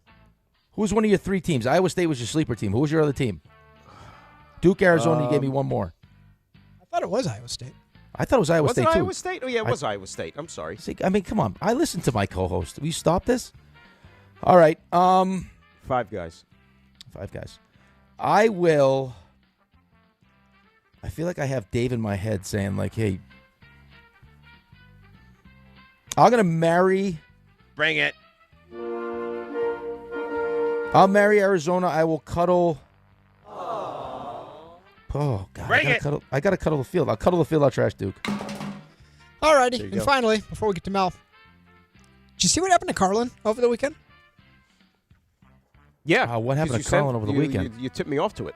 So Carlin was calling the Big 12 tournament on radio nationally, and he was trying to make his way back. His flight was canceled. And, you know what? Why don't I let Did he hitchhike? I don't need to tell you. I'll let him tell you. Carlin, can you explain what happened? Our flights from Kansas City home from the Big 12 tournament were canceled. You live in Chicago. I live in New York. I was connecting in Chicago. So you know what? Let's drive from Kansas City to Chicago. It's 7 hours. We can split that up, no problem. I looked down probably about a half hour ago and said, hey, little low on gas. Well, there's a light. There wasn't any beeping of any sort. No, there's definitely a light, but what exactly happened? What happened is I'm a moron. I've never run out of gas in my entire life, and we are in Marengo, Iowa. An oasis, some might say. Some might. I don't want to meet those who would, but that's okay. I get it. I'm sure it's a lovely place to be. I just hadn't planned on spending this Sunday with Courtney halfway through a 7-hour trip out of gas on the side of the highway. So Courtney's Courtney Cronin. Oh, no. So, if you were to put yourself in the shoes of Courtney Cronin, you're just looking with like livestock on the side of the road. You're looking just to fly home. Instead, that turned into like a 10-hour day with Chris Carlin. Cutter My Trash, who from this station of these three, you would most like to be trapped in a car with on the side of the road if that situation were to happen. Okay. Would it be Carlin? Would it be our friend Dave Rothenberg? Keep in mind, we're talking like 10 hours. He's not splitting the trip either. You're driving that one. Or would it be Don LaGreca? Oh. I'm first? Yep. Wow. I'm going to marry my guy. That's a no-brainer. I'm marrying Dave. Bring all your Johnsons. All the Johnsons. I'll marry him. I will cuddle. I'll cuddle Carlin. I'll trash Don. I didn't hear what he said. What was his answer? Do you know how much hip-hop has surpassed metal? It doesn't work. He chose Dave, cuddled Carlin, trash Don. Who are you taking out? Apparently you. I'll marry Don. I've known him the longest. I'll cuddle Dave. I've known him the second longest, and I'll trash Carlin. I've known him the third longest. How about that? Yeah, but maybe this journey gets you guys closer. Maybe it's a nice experience for you guys. And then we're going to have to do this same question again. Let's say, like, after I'm stranded on the side of the road, not once, not twice, but 3 times with those 3 individuals, which I hope none of them happen. But if it does, then we can do this in 5 years. Alrighty, that's it. How about That's that? well done, RJ. Good job, RJ. Like the variety. Excellent. Next, we've talked about his name a lot this morning. Talked about his mock draft, and now we get to go right to the source himself, our good buddy Mel Kiper Jr. Next, we talk his latest mock draft. It's DNR right here on ESPN New York. 1 in every 6 men is likely to be diagnosed with prostate cancer in his lifetime. That's why New York Presbyterian wants to remind men over 50 to book a prostate cancer screening. A simple blood test is all it takes. It could save your life. Screenings are available across New York City and Westchester at locations near you. Schedule your annual prostate cancer screening today at nyp.org/cancer screening. Stay amazing. New York Presbyterian. 8:29 on this sunny Tuesday, St. Patrick's Day. Let's get a check of the roads and say good morning to Debbie Duhame. Good morning, Debbie. Hi, Dan. Hi, Rick. Happy St. Patrick's Day. Hey, guys, I wish it was 65 or sooner at the George Washington Bridge, but it's over, and now we're at the inbound George Upper because of an earlier accident on the Cross Bronx. Lincoln 45, Holland 45, St. Patrick's Day Parade today at 11 on 5th Avenue. That'll be closed 40s through the 70s. Watch for slowdowns right now as you head to New Jersey Transit. 20-minute delays into and out of New York's Penn Station because of earlier issues with a downed tree into the overhead wires. Sponsored by the Crohn's and Colitis Foundation. The Crohn's and Colitis Foundation has been at the forefront of inflammatory bowel disease research and care for over 50 years. Learn more at Crohn'sColitisFoundation.org. I'm Debbie Duhame, 880 ESPN, New York. 25 a month, 5 whole years. Same sweet number in your ears. Check it in a year, check it in 5. This ain't optimum 5, but price is still alive. 25 a month, 5 whole years. Same sweet number in your ears. Get Optimum famously fast fiber internet. Optimum.com/25 for 5. Or call 8884-OPTIMUM. Terms apply. See Optimum.com for details. This is a special notice to U.S. taxpayers owing $10,000 or more to the IRS. Tax Relief Advocates is urgently notifying taxpayers that tax relief initiatives are now available that may significantly reduce or eliminate what you owe. If you're afraid of an IRS lien, levy, or wage garnishment, don't lose hope. You can now take advantage of these current relief programs to end all collections, reduce the amount you owe, and resolve your tax problem.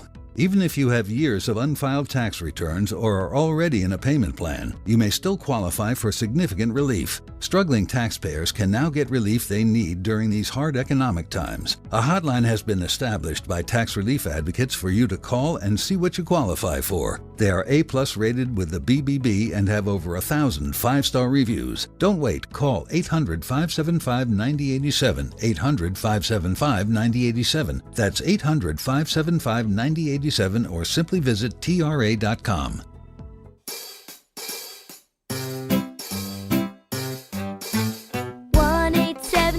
Cars for Kids. KARS Cars for Kids. 1-877 Cars for Kids. Donate your car today.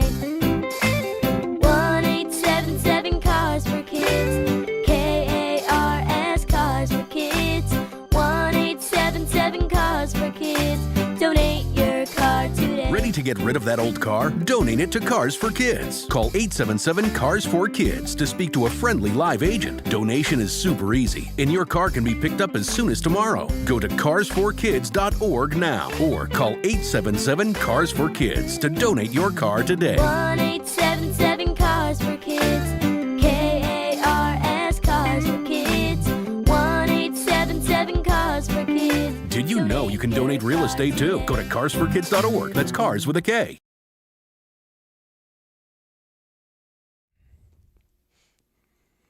Dan and Rick, DNR, on this St. Patty's Day here on ESPN New York. It is time right now for the Mel Kiper Jr. Report. It is brought to you by the Parisman firm. He's got a spanking brand new mock draft that is on ESPN.com for everybody to check out as we get closer to draft day. It'll be here before you know it, and he is joining us right now, the great Mel Kiper Jr. Mel, it's Dan and Rick. How we doing this morning? Dan, Rick, great to be with you guys. Yeah, the Mach 3.0. Got one more in mid-April, and that will be it. But, a lot of positions that you kind of look at with these teams, and you say, how does free agency impact it? And even projecting moving forward what will happen. And you try to put it all together, and guess what? You always have 1, 2, or 3 options for each team. You never feel good about a mock, and there were several teams in this mock. I sit there and wish I would have gone a different direction. You always second-guess things, but it is what it is. Well, I look at that too, Mel, and I mean, you hit on it a little bit. Take us, behind the curtain a little bit. How do you strut that fine line between, okay, free agency, teams filled some needs. However, if the value is still too good for a player at a certain position where maybe you don't have a glaring need, maybe it's still too good to pass up. Like, how do you legislate that back and forth, need versus value? That's the tug of war. And I would talk to teams. You try to get a range as to where a player may go, but that's other teams and the teams that you have to make these picks for. You don't know what direction they're going to go because they have options. For instance, the New York Giants, for what they've done, could they take Caleb Downs, who I have them taken, because he's a special entity? Will John see a little bit of Kyle Hamilton there, or a lot of Kyle Hamilton and Caleb Downs, and go that route with this way that safeties like Downs can be so impactful the way you can move him around? Or will they take a Carnell Tate? That's not been kind of the Raven way, go in more in the trenches, go for a guy like Downs, but they could take a Carnell Tate, obviously, or a Jordan Tyson. So that's what you debate. Same thing with the Jets in the middle of the first. They take a Ty Simpson. They have 2 second-round picks. They can address other needs there. If they don't like Ty enough, they could go wide receiver, obviously, and look at Jordan Tyson or Mekhi Lemon. Several other good players going to be there at that point. Tennessee, I gave them Jeremiah Love, right, running back. They have a couple backs, but they're going to be free agents, but they don't have a Jeremiah Love, who's also a great receiving entity. They could have gone Sonny Styles. I was debating Sonny Styles or Jeremiah Love. I went with Love. Styles kind of fits what they do. Put him next to Cedric Gray, and you really have something for Robert Saleh there. So that's the kind of thing you go back and forth with. Like I said, the big one for me was Love at 4 instead of Sonny Styles. Could have gone either way at that point. Mel, so you have the Jets. Let's start with the Jets. Dan and I both Jets. You had in the last mock, you had Caleb Downs 2. This mock, you have David Bailey. Why the change?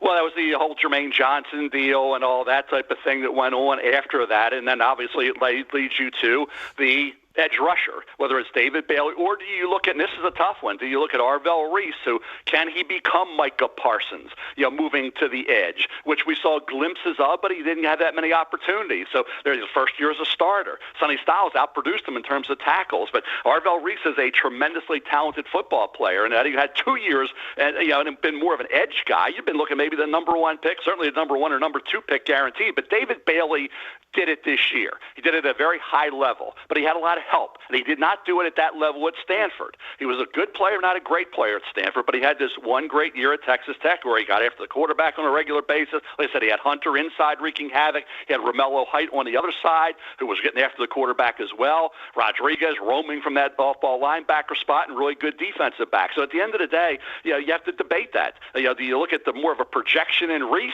or do you take the guy who this season really, like I say, put it together as an edge rusher? Talking with Mel Kiper Jr. here on ESPN New York. Okay, the one that jumps out, obviously, at 16, you have the Jets going Ty Simpson, which, all right, we know that there's a glaring need for a long-term quarterback. My question to you, Mel, is this. How likely do you think there's a possibility that Ty Simpson may even be gobbled up before 16 by another team?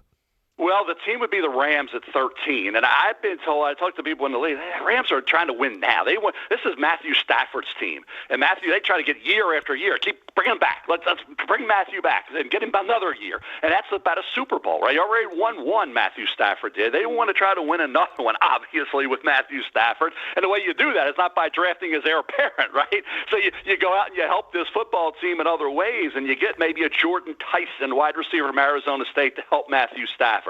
Well, so that's the debate there. But if he gets to 16, what do the Jets do? People say, well, wait till next year and get Arch or Dante. And I know it's been talked about. Does Arch want to be a Jet? Is that going to be a problem? And will they be picking? The other pick from the Cowboys, where's that going to be? Where's the Colt pick going to be? Where's their pick going to be? But Gino is going to win enough games, not be picking 1-2. There's no guarantee you're going to be in a position next year to get one of those elite quarterbacks. Mel, at this point now we've gone through the combine and everything else. Yep. Where is Ty Simpson? Because I know he's got only the 15 starts and everything else, but now that he's had a chance to kind of go through some of the process, the people that you talk to, what do they think Ty Simpson is going to be? Mixed opinion across the board. I mean, it's something, second round, he's not worthy of being. Others say, hey, look at him until mid-November. When he was been the top 10 pick. So it just depends on Frank. In this particular case, guys, it depends on Frank Reich. He's the offensive coordinator. He drafted Bryce Young. Now you have another Alabama quarterback sitting there for a team that drafted Joe Namath and Richard Todd. Yeah, that's up to the organization. Certainly Frank Reich. If he says, hey, I sign off, I really believe in this kid, then you take him at 16. If he doesn't, then you wait, you find somebody else. Flipping over the Giants here. At 5, you have Caleb Downs, the safety from Ohio State. And there's a multitude of ways they can go. The Sonny Styles name, for example, has been thrown about. John Harbaugh has made comments about the importance of stopping the run and having another one of those sideline-to-sideline just absolute terrors in the middle of your defense. He had a guy in Baltimore for a lot of years, number 52, I think we all know. But then you also have the prospect of the running back with Jeremiah Love, if he's still on the board at number 5. There's a multitude of avenues. Why do you think that Downs would be the best fit for the Giants?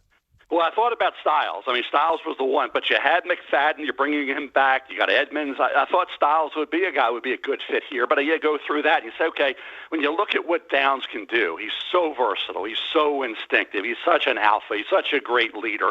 What he did at Alabama as a true freshman for Nick Saban was pretty amazing. And then he goes to Ohio State, 2 years, different defensive coordinators. Matt Patricia this past year plays at a super high level. He's extraordinary when you watch him.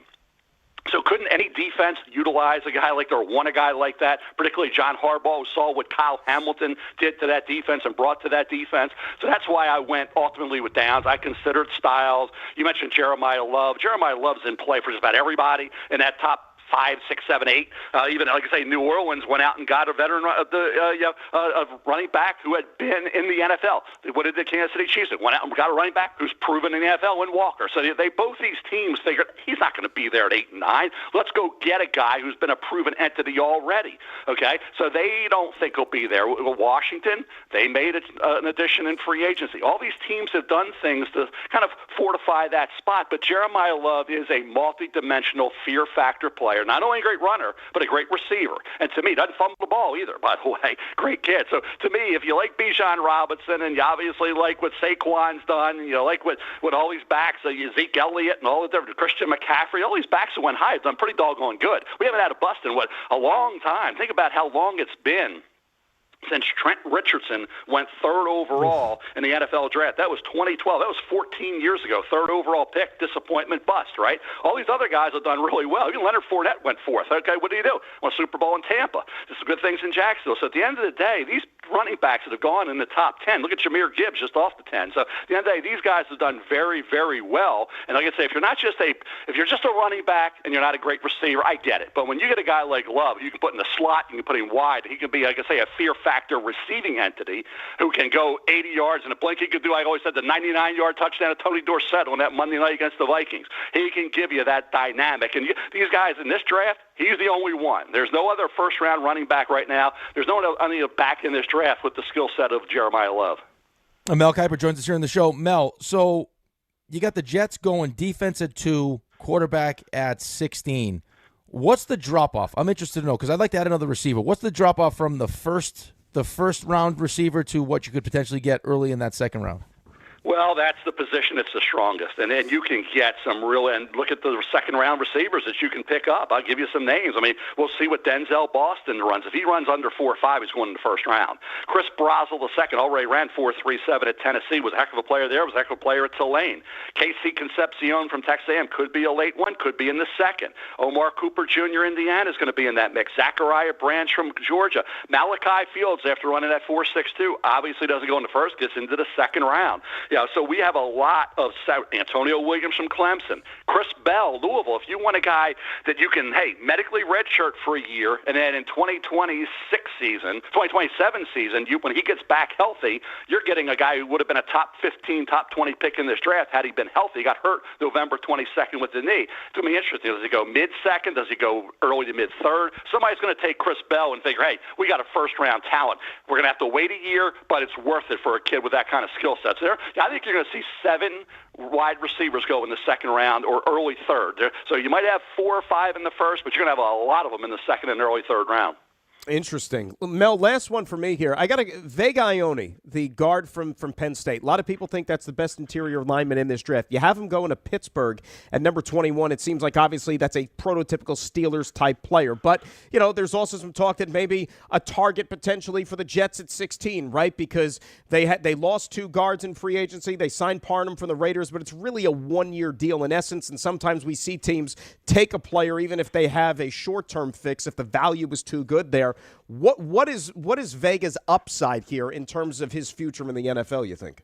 Very good player. He's a little high, but to me, he's a guy worthy of being where Pittsburgh is selecting in terms of the big board. He's right there in the middle of the first, so he would be in play. But you can't get everybody. And guards you can find. I mean, in this particular draft, interior offensive linemen, there's a few. I think Keelan Rutledge, to give you a name, out of Georgia Tech, interesting player. Manuel Pregnon out of Oregon, another good. Jalen Farmer out of Kentucky, I thought had a very good year overall. So if you want to roll the dice on a talented kid, it's got to become more consistent. Is Jaden Roberts at Alabama?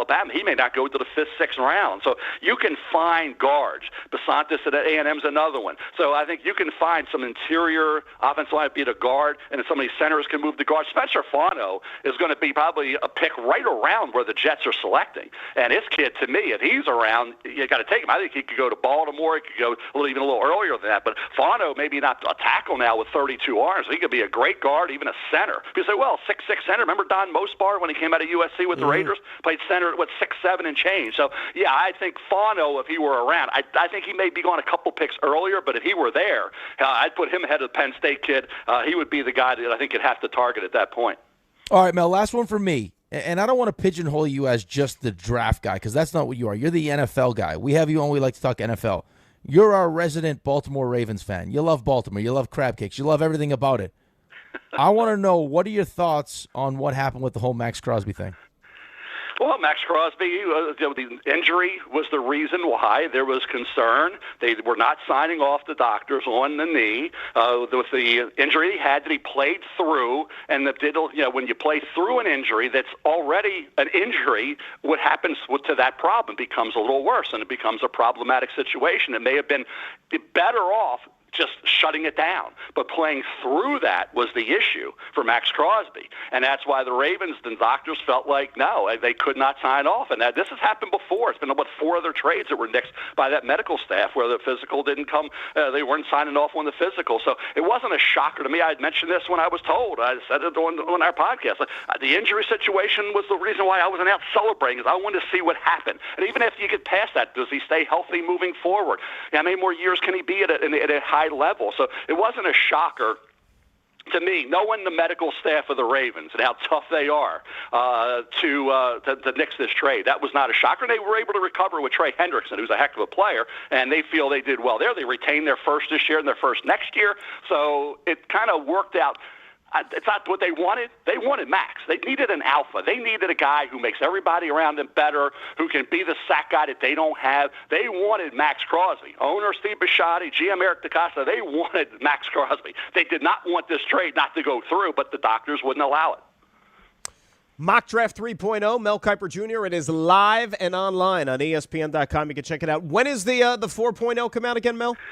4.0 will be mid-April. The date I actually have on the calendar, just found this out the other day, was April 14th. So Tuesday, April 14th, I believe, will be the final mock. I don't do one the morning of the draft anymore. I'm not going to drive myself crazy with that nonsense, but I do have my final mock coming out. That is, by the way, a first and second round mock. Oh. Ooh. And we'll have Mel on the little 14th bonus to break it all down. Very nice.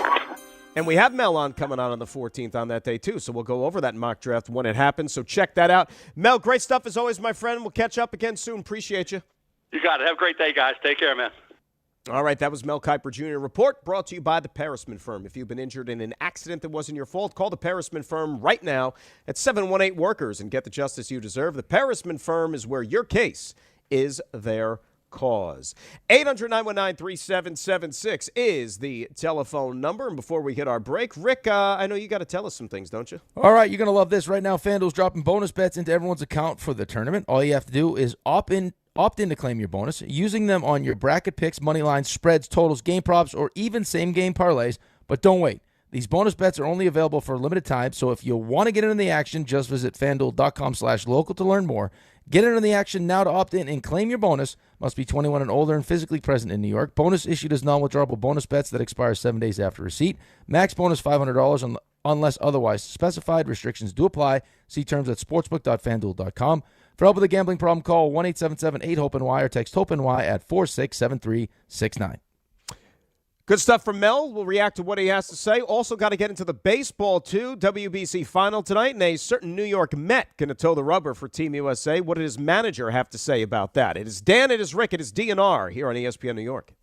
It feels like everyone's sick right now. You aren't imagining it. Doctors say this is the worst cold and flu season in 25 years, and it's not over. I was just traveling. It was like everyone around me was coughing, sneezing, and sick. I can't afford to get sick, and I doubt you can either. That's why I ordered a medical emergency kit. Having a medical emergency kit is like having urgent care and pharmacy right in your home. It includes essential prescriptions like generic Z-Pak to help you get well faster, plus important antibiotics to treat pneumonia, strep throat, sinus and ear infections, nausea, even UTIs, and many more common and serious illnesses. It's your kit the moment you need it. Just match your symptoms to the right prescription in your guidebook or call their telemedicine doctor standing by. It's genius. Every home needs at least one medical emergency kit. Order yours online in minutes and it's shipped to your door. I can save you $45 when you use my promo code 880 at urgentcarekit.com/880. Again, save $45 with my promo code 880 at urgentcarekit.com/880. Evan Cohen here. In life, as in sports, the pros make it look easy. That's why pro golfers like Jason Day, Ben Griffin, and Patton Kazire trust the pros in lawn care. True Green. They have the experience and expertise to give you a lawn worthy of the PGA Tour. And since True Green does the work for you, you get more free time, or more tee times. So stop stressing over your lawn and start loving it. Sign up now at TrueGreen.com because nobody makes it easier to get a golf course quality lawn than True Green, the official lawn care treatment provider of the PGA Tour.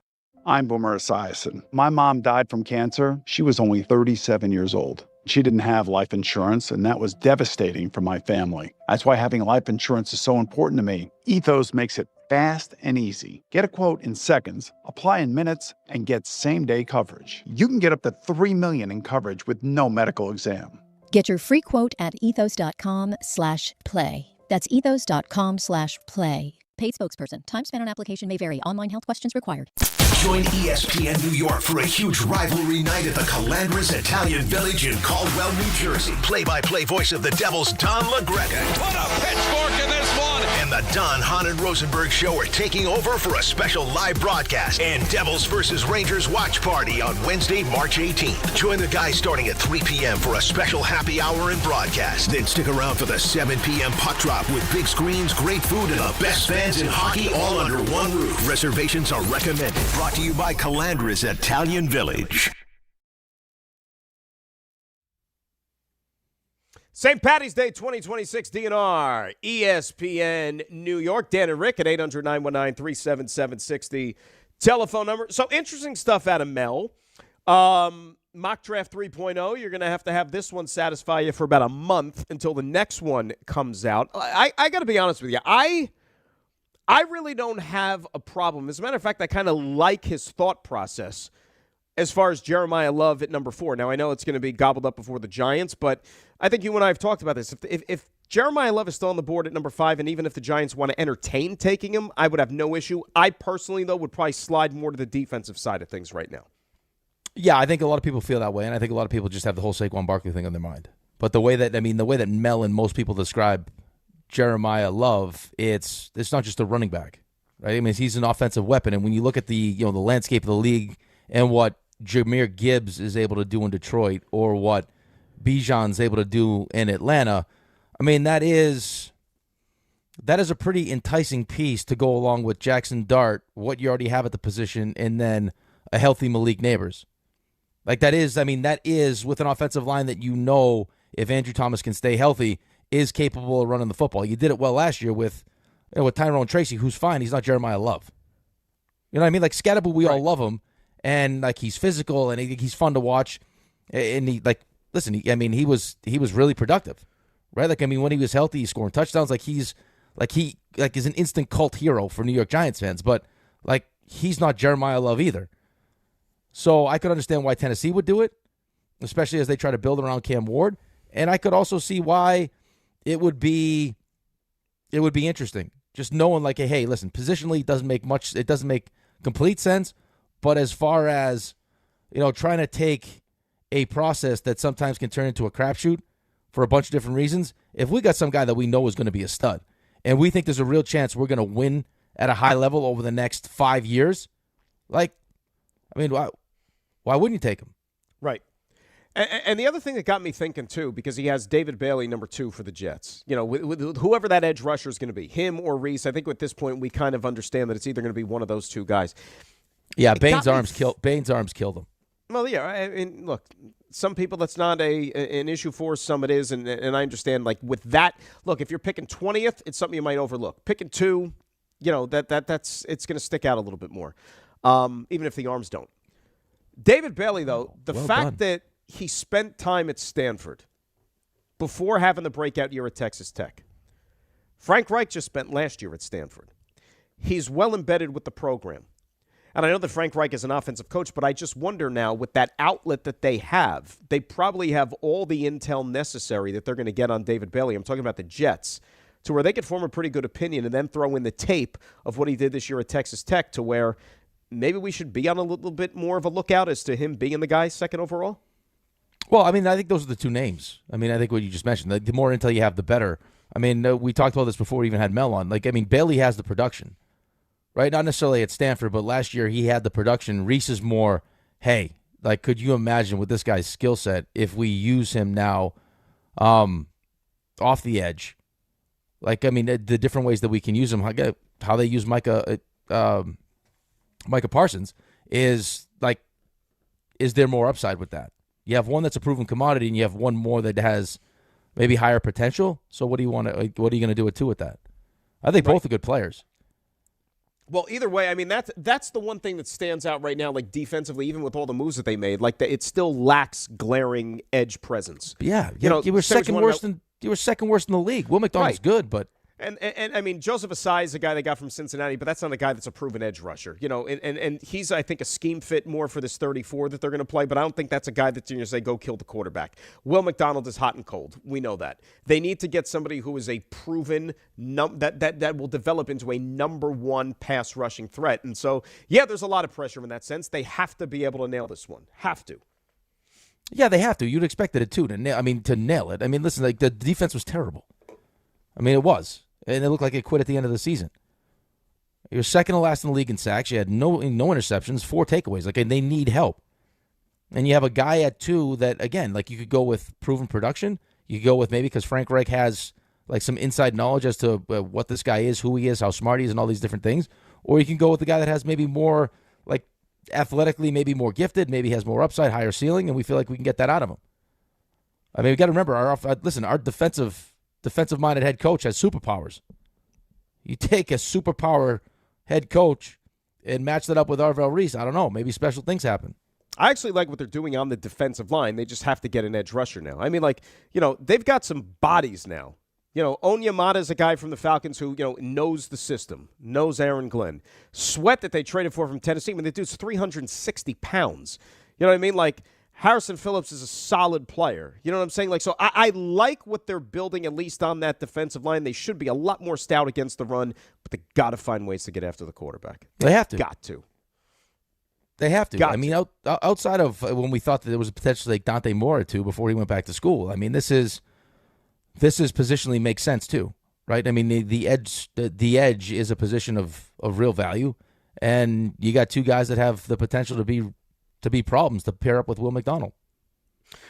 All right, when we come back for the final hour, we'll switch gears, do a little baseball. Huge WBC final tonight, USA, Venezuela, and one Nolan McLean taking the mound tonight. Probably the biggest game he's ever pitched in so far as a professional. We'll talk about that. You'll hear from him and his manager, Dan and Rick, DNR, right here on ESPN New York.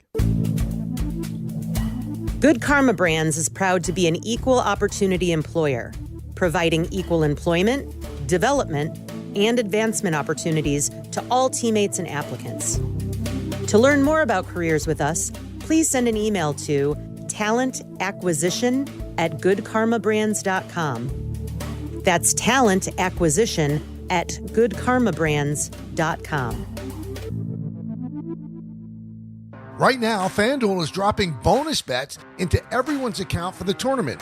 All you have to do is opt in to claim your bonus. Use them on your bracket picks, money lines, spreads, totals, game props, or even same-game parlays. But don't wait. These bonus bets are only available for a limited time. Just visit FanDuel.com/local to learn more. Right now, FanDuel is dropping bonus bets into everyone's account for the tournament. All you have to do is opt in to claim your bonus. Use them on your bracket picks, money lines, spreads, totals, game props, or even same-game parlays. But don't wait. These bonus bets are only available for a limited time. 21 plus and physically present in New York. Bonus issued as non-withdrawable bonus bets, which expire 7 days after receipt. Max bonus $500 unless otherwise specified. Restrictions apply. See terms at sportsbook.fanduel.com. For help with a gambling problem, call 1-877-8-HOPE-NY or text HOPE-NY 467-369. If you've been injured on a construction site, then you need a lawyer who knows New York's unique labor laws. At the Parisman Firm, they have decades of experience handling construction accident cases and a proven track record of delivering huge results. Their team has already recovered nearly $1 billion for hardworking New Yorkers. From scaffold accidents to slip and falls and equipment failures, they've got your back. Call the Parisman Firm now at 718-WORKERS. That's right, 718-WORKERS, because your case is their cause. Get the justice you deserve today. Bundling your home and auto with Progressive could help you save without sacrificing quality. It's the smart thing to do. And as a hockey fan, you always know the smart thing to do. Shoot the puck! And you let the players know it. Shoot the puck! All game. Shoot it! Come on, shoot! And sometimes even after. Man, rough game, huh? Yeah, they should have shot the puck. So bundle your home and auto with Progressive. It's the smart thing to do. But you already knew that. Get a quote at Progressive.com. Progressive Casualty Insurance Company affiliates and other insurers. Not available in all states or situations. Harry Douglas here. Game day brings the excitement. Your stay should feel just as memorable. With Marriott Bonvoy, official hotel partner of the NCAA and U.S. Soccer, you're connected to a portfolio of brands designed for how you travel. Some offer complimentary breakfast, others give you room to spread out, space to stay productive, or extended stay comforts. So whether you're a traveling fan or part of the team, Marriott Bonvoy celebrates the moments that live on before and after the game. Marriott Bonvoy, where game day checks in.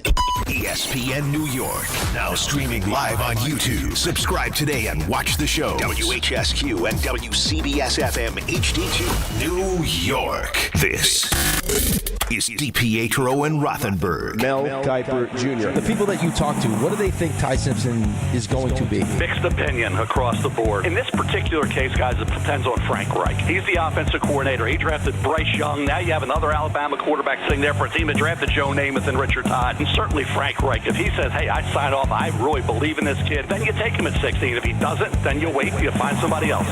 This is DiPietro and Rothenberg. Mock Draft 3.0. When is the 4.0 come out, Mel? April 14th. And we'll have Mel on the 14th to break it all down. Very nice. And we have Mel on the 14th on that day, too, so we'll go over that. On ESPN New York. And streaming live on YouTube. I don't know if you knew about that, Rick. Mel Kiper Jr. on April 14th, he's going to join the show. Yeah, you were so in the moment that I let you just go. That's just actually that's the first I heard of it, as a matter of fact, on that rejoin. Right, I said it, and then you said it, and they started laughing. They thought it was hilarious. Yeah, it's very, we make unintentional comedy on this show. That's the genius of it. Can't you tell? You got to laugh. I mean, what are we going to do? You have to. Anyway, hour number 4, we are rolling along here on this Tuesday morning. It is Dan and Rick. It is DNR. A lot of football today, as you would expect. We just had Mel Kiper Jr. on. You can go back and listen to that on the ESPN New York app if you missed it, or check it out on the YouTube feed. Anything. He has the Jets going with Ty Simpson at number 16, David Bailey at number 2, Giants Caleb Downs, safety from Ohio State, at number 5. We'll see how much that's going to fluctuate at all before April 14th rolls around and you get the next rendition of Mel's draft. Tonight, you got a baseball game. As big a baseball game as you could humanly want in the middle of March. And it's the USA, it is Venezuela, it is the World Baseball Classic final. And look, I don't expect people to be locked in. You could call yourself a huge baseball fan, because I was one of these guys. But maybe not all in on the WBC. I totally get it, even if it is Team USA. But obviously there's a little bit more of a local flair now because you got Nolan McLean who's starting this game tonight. And that was in the cards even at the beginning of the tournament. The way you mapped this out was when they set up the pitching, that if the United States advanced to the final, that McLean would be the guy getting the ball tonight. And voila, here we are. He gets the start. How do you look at this as a Met fan? I'm curious. How am I looking at this as a Mets fan? I'm excited to watch him pitch. I already think I think he's a stud. I think that last year they put him in a real tough spot and said, hey, kid, come save us. And that's exactly what he did. And it felt like every start was kind of similar, whereas it was tough spot after tough spot. And he rose to the challenge, answered the bell. He was awesome. So I'm excited to watch him pitch. I think the bigger problem with just this tournament in general and why, before you became the greatest American of all time and you fell in love with the WBC is just, if it's now, I think Nolan McLean's a stud, right? But this is, we saw a small sample size of him. No one thinks he's the best pitcher in baseball. You got this big event that baseball puts on, and you want everyone to believe that this huge deal, and you're playing for your country and everything else. As much as I love Nolan McLean, Tariq Skubal should be pitching this game, right? Skubal shouldn't have had one start against Great Britain. I know it's nitpicky, but that's Skeens pitches the semifinals. And then Skubal should be pitching the finals. That's how it should work. To line up your best guys based on merit and what they've accomplished. Right. Obviously, Tarek Skubal's done a lot more in the big leagues as Nolan McLean has. But that's a choice he made. He left. It's up to him. And look, I wouldn't think anything less of Nolan McLean if he decided to do the same thing and he went back to Port St. Lucie before making this start tonight. Right? I really wouldn't. It's that person's choice. But, you get into the ins and outs of this whole tournament and still how do you balance between playing for Team USA and the obligation you have to your team? Because, yesterday you and we talked about Mason Miller, who's arguably the best closer in baseball. One of, right? Team USA with the Padres. Craig Stammen, who's the Padres manager, it's almost like he's the guy pulling the strings whether or not Mason Miller is even going to be available to pitch in this game tonight. Right? So it's like everything still comes back to the team because, like, Craig Stammen was the guy who was asked, and he was like, I don't know, we're going to have to see how he feels when he wakes up in the morning. It's like, you're not even with Team USA. Right. Right? So that's, like, still kind of a little bit of a gray area with this whole tournament, but I guess, Well, I think that's but I think that ends up being one of the big problems with the tournament, though. Is like we're either doing it or we're not doing it. And I understand everyone has their own personal situations, and I think teams are obviously concerned about the huge investments they make in these players. But this is not the Olympics. That's a separate entity from the league. Like this is a Major League Baseball event. So like you're either going to do it or you're not going to do it, right? Like either we're putting our best against our best and we're going to let them go try to win, or we're not going to do it. And I get it. Like, I mean, Scuba's got a lot at stake this season. I'm sure he's got Boris in his ear and everything else. Like, he owes it to Detroit. He's also looking to get, $400 million or whatever someone's going to pay him. But still, like, if you want people to be fully invested and fully bought into this, it should be our best guys. No, 100%. I agree with you. And Mason Miller, he had the 6-out save the other night in the game against the DR. So that was, 2 nights ago? Is he recovered? The last thing in the world you would want, and the Padres are thinking about this too, like you don't want him to obviously go out there again, and if they need 6 outs tonight, you don't want him to go out there and, let's say, blow up his arm, and then he's of no use to the Padres for the foreseeable future. Right? It's a big season for them. That's no good for him either, and I think that's, again, like as we're sitting here like parsing through this whole thing, like that's, like, would that be worth, like if you ask Mason Miller, you win in the WBC, would that be worth losing out on a whole Major League season? I think he'd probably tell you no. Now, I don't know. I'm not Mason Miller, but he'd probably say no. But if I asked that same question to one of the guys that was playing for Team USA on the hockey team, would you sacrifice a season to win a gold medal at the Olympics? They'd probably say yes. Right? Like, different at the Four Nations because the Four Nations, again, isn't the Olympics, but you're talking about the Olympics as opposed to the WBC. So I understand both sides of it. I get it. And however you choose to prioritize this is your own business. Listen, watching Venezuela celebrate last night, watching how much it meant to DR in some of these countries, like those guys would probably say no, like this is like I'm going all in for this thing. I don't care what I risk. I'm going all in because of what this would mean to me and to my country. I don't. But we played the Julio Rodriguez yesterday, right? I don't think we feel the same here in the U.S. No, well, it's not because. The distinction you make is like here in the U.S., like, we grew up with Major League Baseball. That's the baseball we grew up with. Right. If you're from one of these other countries, like whatever leagues they have over there, it's not like Major League Baseball. Like this is the best league in the world. You know what I'm saying? So like that they don't have necessarily that they can like hitch their ride to and say, oh yeah, I want to win a championship in whatever, professional baseball league is in my country versus, on the world stage, WBC, Olympics, things like that. It's just different. It's God's honest truth. Well, right? Listen, in all honesty, like you, and maybe Ray's probably the better one to answer this question. If you won a WBC as, if Venezuela wins, or if DR won, you go back to your country a hero, right? Like, they would celebrate if you won a World Series, but you win a championship like that for your country, you go back home and you're a hero. Like, you can hitch your wagon to that. Like, Mike Eruzione hitched his wagon to the gold medal for his whole life. Like, that's why we know Mike Eruzione. He made his livelihood is based on him scoring that goal. Like, Jack Hughes' smile with the flag draped around his shoulders, missing teeth, scoring the game-winning goal in that game, that will last a lifetime for him.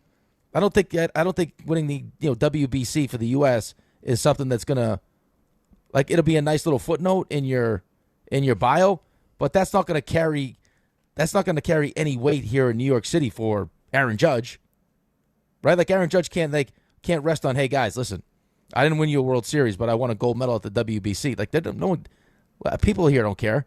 Well, because you think that you wish, you hope that there's going to be better days to come, right? Especially when it comes to a Nolan McLean, for example, and everything that he's expected to be with, the New York Mets, like, for example. Like, you hope that he's going to be pitching in big game after big game after big game for the Mets for, the next 10 years plus.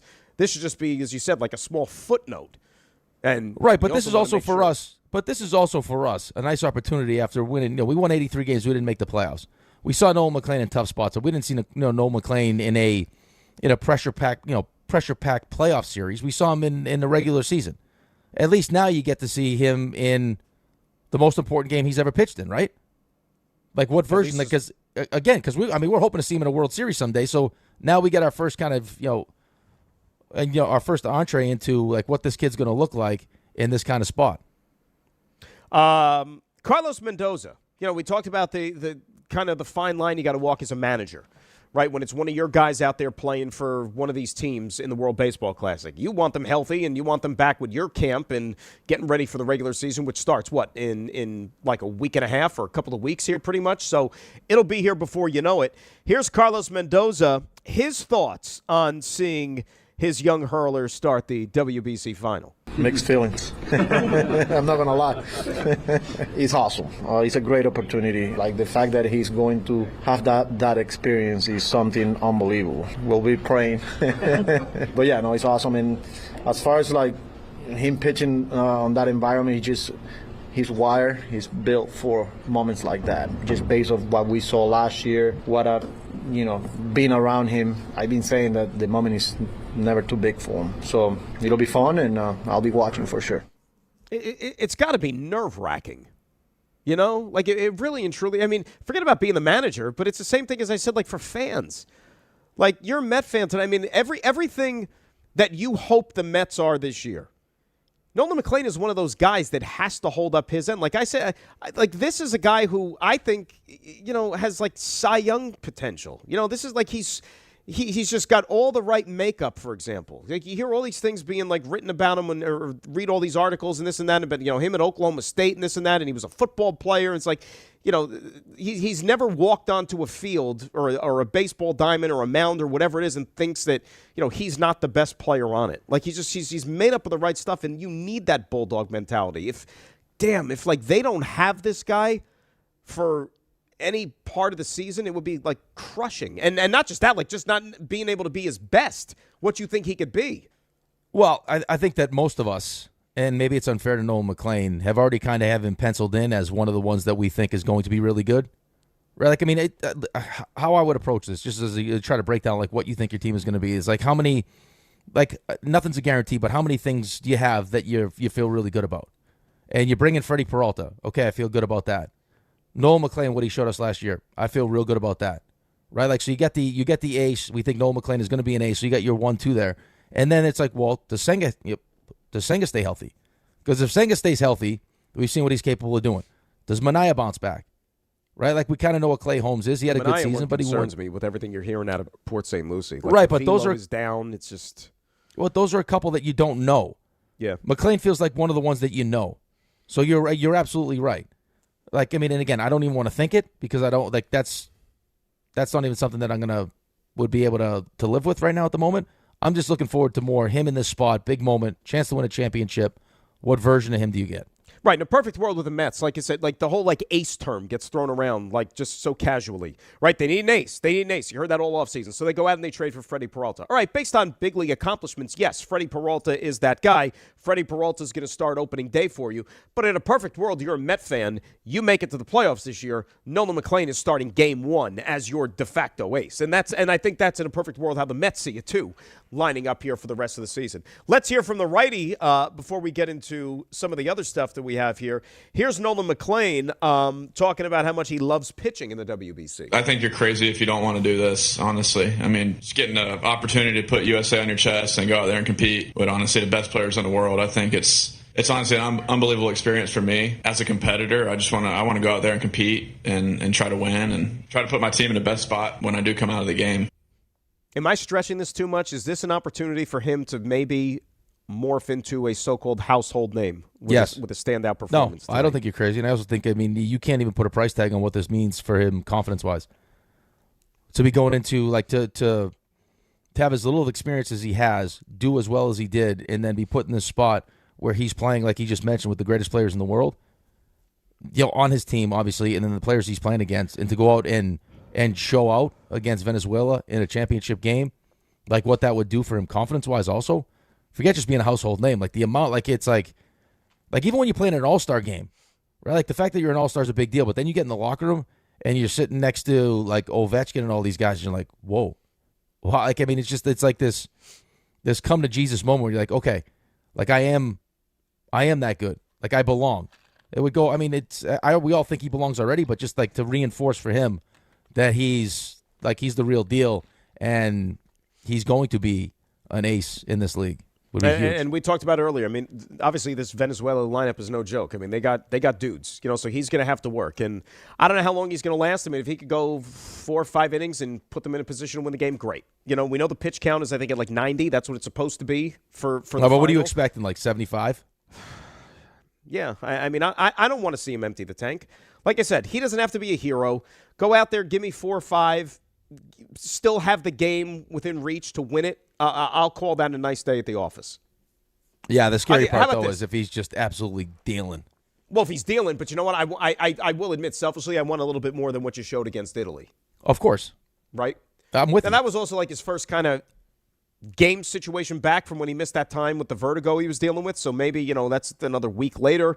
Hopefully he's a little bit better here in that sense. And Eduardo Rodriguez is pitching tonight for Venezuela, the lefty on the Diamondbacks. Remember, he's been well-traveled. Tigers, Red Sox. His career has kind of gone off the beaten path a little bit. He's not the pitcher that he once was. So, DeRosa is going to have some lineup questions tonight. What do you do at third base? What do you do behind the mound? What do you do at center field? Do you go in, Gunnar Henderson has been swinging a ridiculously hot bat, but he's a lefty. I know. Do you go Bregman back at third base? And Bregman's the better glove than Gunnar Henderson. Do you go Will Smith, who's a righty behind the plate? Or do you go Big Dumper? Big Dumper's a switch hitter, but Big Dumper has taken a big dump at the plate in this World Baseball Classic. You know what I'm saying? I mean, this is what makes it so hard, though, because as a coach, I mean, you just have one of the great wins, and you're being praised for the decisions that you made. It's like just as far as like any athlete, you have this like, hey, if it's not broke, don't fix it kind of mentality. Like I don't want to screw with things, but then you're right.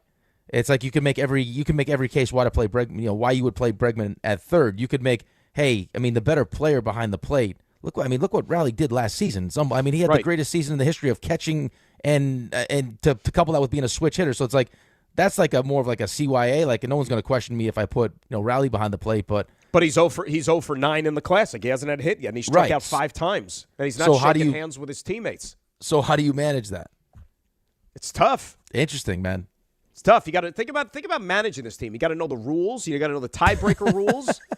You got to make tough decisions with the lineup. No, see, that's the problem, though. You got enough people on the staff. What you need to do is you need to have a guy. Hey, what's my job? You're the tiebreaker guy. That you figure out what the schedule looks like, what games we need. Like, tell me exactly what's going on here. I don't want to worry with that. I'm putting PCA in center field, even though it's lefty over Buxton, because PCA can cover ground out there. And Buxton, we know, is a great center fielder. So's PCA. He can cover a ton of ground. And PCA's OPS in this thing is like over 1,000. Like, yeah. I want the bat in the lineup. I don't disagree. You know what I'm saying? So PCA, center field, third base, I think I'd still go Bregman, even though he hasn't hit as well, but he's a better glove at third and the experience. And then behind the plate, I mean, Will Smith has been in huge games, obviously, with the Dodgers. You know what I'm saying? Like, that has to count for something. I might lean Will Smith, man. Well, and then who else do you feel most comfortable with catching McLean? Well, and the other part about this, too, remember, the way this tournament is, just like we got done saying with McLean, you think Eduardo Rodriguez is pitching deep into this game? No, absolutely not. So my point is, Venezuela is going to be shuttling. Last night they used 7 relievers. Right. I think. Right. Or something close to that. So, like, you're going to have these lefty-righty kind of matchups all throughout the game to where, okay, if a certain guy, whether it's Dumper, doesn't get in the starting lineup tonight, you might call on him as a pinch hitter, let's say as early as, like, the 4th or the 5th inning. Right. I mean, listen, you want optionality, right? You want to have the ability to do mix and match as much as you want to mix and match. And then however long you feel like you're going to get the starter, how that matches up, and then how you're deploying your bench once you have an idea of what you think is going to happen with their bullpen. But they got good options, RJ, man. who do you think wins the game tonight? I would take the United States of America there, Dan. I think you're biased because you know a few Americans. That's why. The numbers on these teams are almost identical, by the way. They just flashed the graphic on ESPN not too long ago, and it's like ERA same, runs per game almost the same. I mean, good teams it's going to be a good matchup. Well, here's the thing. Like, the Venezuela bullpen is, and so is the United States, but Venezuela's pen is nasty. Like, think about what they did last night. Like, not that the Italian lineup had, Joe DiMaggio and Mike Piazza, but they're a plucky group. You know that. Well, no, the Italian lineup had been good. I mean, it's not big-time names, but they had been good in the tournament. Right? I mean, 7 2/3, 8 Ks, 3 hits, no runs from the pen last night. That's great. And the American bullpen was great the other night. The calculus changes with no Mason Miller. It really does. Well, but that's the thing, though. And I didn't know in the moment just because I wasn't paying attention, like how many days and he was using everything else. But like, there was a thought in my mind, and I don't know how they're trying to juggle like pitches and everything else. But Whitlock was so good in the 8th, right? Like, I mean, could you went with go back to Whitlock in the 9th, and don't even worry about the Mason Miller thing. Imagine if it's like Nolan McLean to Tyler Rogers, like another like old Met connection. Yeah, that'd be great. Mets fans would love that. RJ, I know you've been working hard all morning. You got a bunch of things you compiled, a lot of news from all walks of life and all walks of sports. You ready to give us a little stuff you missed? Oh, yeah, sure. Nice. Now. Walk-up three-pointer. He got it! See ya! Score! Put it in the box! The you missed. Yeah, pitch limit for those that are interested tonight, 95 for any pitcher in tonight's game. 95. The Vikings should trade. Why is that even a question? Vikings should trade J.J. What would you get for J.J. McCarthy right now? Bag of balls. Me. I mean, Fields just went 4-6, right? So it didn't make any sense to trade him right now. Yep. By the way, Dave gets on me about my many wrong predictions of late, of which there have been many. Your J.J. McCarthy predictions. You can strut around a little bit. Go By ahead. the way, why are we ruling out Minnesota as a potential landing spot for Ty Simpson? Ooh. Are you going down that road again? I'm not sure. I'm not sure that they can afford to just right. But Bob, remember, KOC is an anointed quarterback whisperer. He really whispered with this guy. Right. He whispered enough to get his GM fired. I don't know. I think they try to make it work with Kyler and the fact that the GM got fired leads me to believe that they can't really mess around with this one. Feels like they're just a Sam Darnold away. Quarterback buys you time. I see what you did there, RJ. Just a Sam Darnold away. Elsewhere around the baseball world, Nationals, they beat the Mets 12-6. David Peterson gives up 4 over 4. 2 hits for Carson Bench, who's been red hot, hitting 406 this spring. Carson Bench, baby. You know who's red hot this spring, too? Who's that? Have you looked at Jet Williams' numbers? You know what? I was going to mention that to you. I was going to mention that to you, and I thought I didn't want to do it because I thought it would make me a bad guy. No, you're a bad guy anyway. Okay. Yeah, but Milwaukee knows what they're doing. Hey, you got to give up something to get something. That's great. Mark Vientos, he's not red hot. He's hitting. Team Nicaragua's Mark Vientos. Do you know what so a couple things. He does not have a hit. Playing third base when they try to get him to play first base. He does not have a hit since he came back from the World Baseball Classic, and during camp, he's hitting 0-40. Is that good? No, it's not. It reminds me of the bartender I met at the airport on the way home from Buffalo. I told you that story? I think you did. Yeah. Yes. I had a real hard time in high school. Why? Because I'm fat. Because I'm fat. All right. So that led to all of his problems in high school because of his weight. No, you just said with the way that there was a woman. It was a woman. It was a woman. No, it's just how RJ. Oh, it was a woman bartender. Yeah. You know who's not hot? You know who's I'm not plump. hot? Yeah, that was a tough one. I didn't know how to bounce back from that one. Yeah, I think you just kind of go to the bathroom, and when you come back, you hope she's. You hope that she's not there. Yep. I think I compounded the problem because she had a deer tattooed on her forearm. And I was like, "Oh, you're a big hunter." She's like, "No, I just love them." I was like, "Oh, that's not great." I think you mentioned that too. Yeah, that's not great. I think you just asked him, "What do I owe you?" Yeah, okay. Jose Ramirez of the Guardians, he's dated after jamming his shoulder. Artemi Panarin back at the Garden as an LA King had an assist. Kings beat the Rangers 4-1. Artemi, what would you like to say to Rangers fans? You're back in the building. Thank you very much for support, for pressure sometimes, every game. Yeah, just for everything. Great 7 years. It was a great run he had. I liked watching Trocheck. Nice send-off as well. I liked watching Trocheck mess with them in warm-ups. Oh, just his little puck flip. Yeah, yeah. He's shooting puck. He's shooting pucks at him. Yeah, he disrupted his routine. I like that. Good for Troch. Paul Kreider scored his second goal with 7 seconds left in overtime. Give the Devils a 4-3 win over the Bruins. Basketball world, the Blazers. They coasted over the Nets, 114-95. Portland never trailed. They led by as many as 31 We talked about that. We hyped this game up yesterday. Imagine losing by 20 at home to the Blazers. I would like to not imagine that. Nets have lost 4 consecutive games and 14 You could of be 16. down 21 to the Golden State Warriors. Hey, they did won win. that game. They did win. Nobody was happy, but they did win. Quentin Post is a good player, okay? Lakers, they are red hot. They beat the Rockets by 8. Luka dropped 36. Lakers have won 6 in a row. Steve Kerr, 4th fastest head coach in NBA history at 600 wins. Warriors top the Wizards. This is not good. You know what I saw about Steve Kerr? He technically won an Oscar the other night. True story. I saw that. Why? He was like an executive producer on like the short documentary or something like that. Documentary film, short film, whatever. That counts. Good for him. I'm happy. That's the one that that's the Oscar Kobe. That's the Kobe Oscar, yep. Alabama guard Aiden Holloway. This is not a good story. Removed from campus after a drug arrest. So, bad news for Alabama. Not good timing. Do you know who Alabama plays on Friday at 3:15? Hofstra. That's right. Good for And Hofstra. did they say he's out for at least the weekend, right? Yep. Nate Oates said? Yep. So Maybe first Hofstra 2 played for rounds, the drugs. potentially. Nate, yeah, maybe. Nate Oates has had to overcome some things during his time in Alabama. And it always seems to happen right around this time. Butler coach Thad Matta retiring, 502 career wins. Memphis going to bring back Penny Hardaway. I can't believe he's been there 8 years. He'll be back for a 9th. John Harbaugh. So since he is a new head coach, the Giants can and will begin their offseason program 3 weeks from today. That'll be April 6th. Dave should really be a treat that day. Niners agreed to a 1-year deal with receiver Christian Kirk. Rashawn Gary, he's a new Cowboy. He agreed to a pay cut as part of the trade from the Packers. Drops his comp to $16 million each of the next 2 years. Free agent running back Jeremy McNichols returning to Washington on a 1-year deal. And veteran corner Darius Slay retires after 13 seasons. That's it. He's had a good career, good run. Super Bowl Made a lot of champ. money, too. Good job for Darius 6 Slay. Pro Bowls. Yeah. Not bad. Was he on that championship Eagles team in 17? He was. Yep. There you go. So there you go. He needs to have some jewelry. Was it with the 17 or the recent one? Actually, I think it was with the recent one. I apologize. I think he was still in Detroit at the 17. Oh, was it the? Oh, that's right. Okay, he might have been there still. Good call. Well, he got a ring. Good for him. Good stuff, RJ. Tremendous as always. When we come back, we'll get some phones in here at 800-919-3776. The football, the WBC. How much are you going to be into it tonight? We also haven't gotten to the Knicks yet as they try to go out and have a, well, let's just say a convincing performance against the hapless Pacers tonight at MSG. It is Dan and it is Rick, DNR, right here on ESPN New York.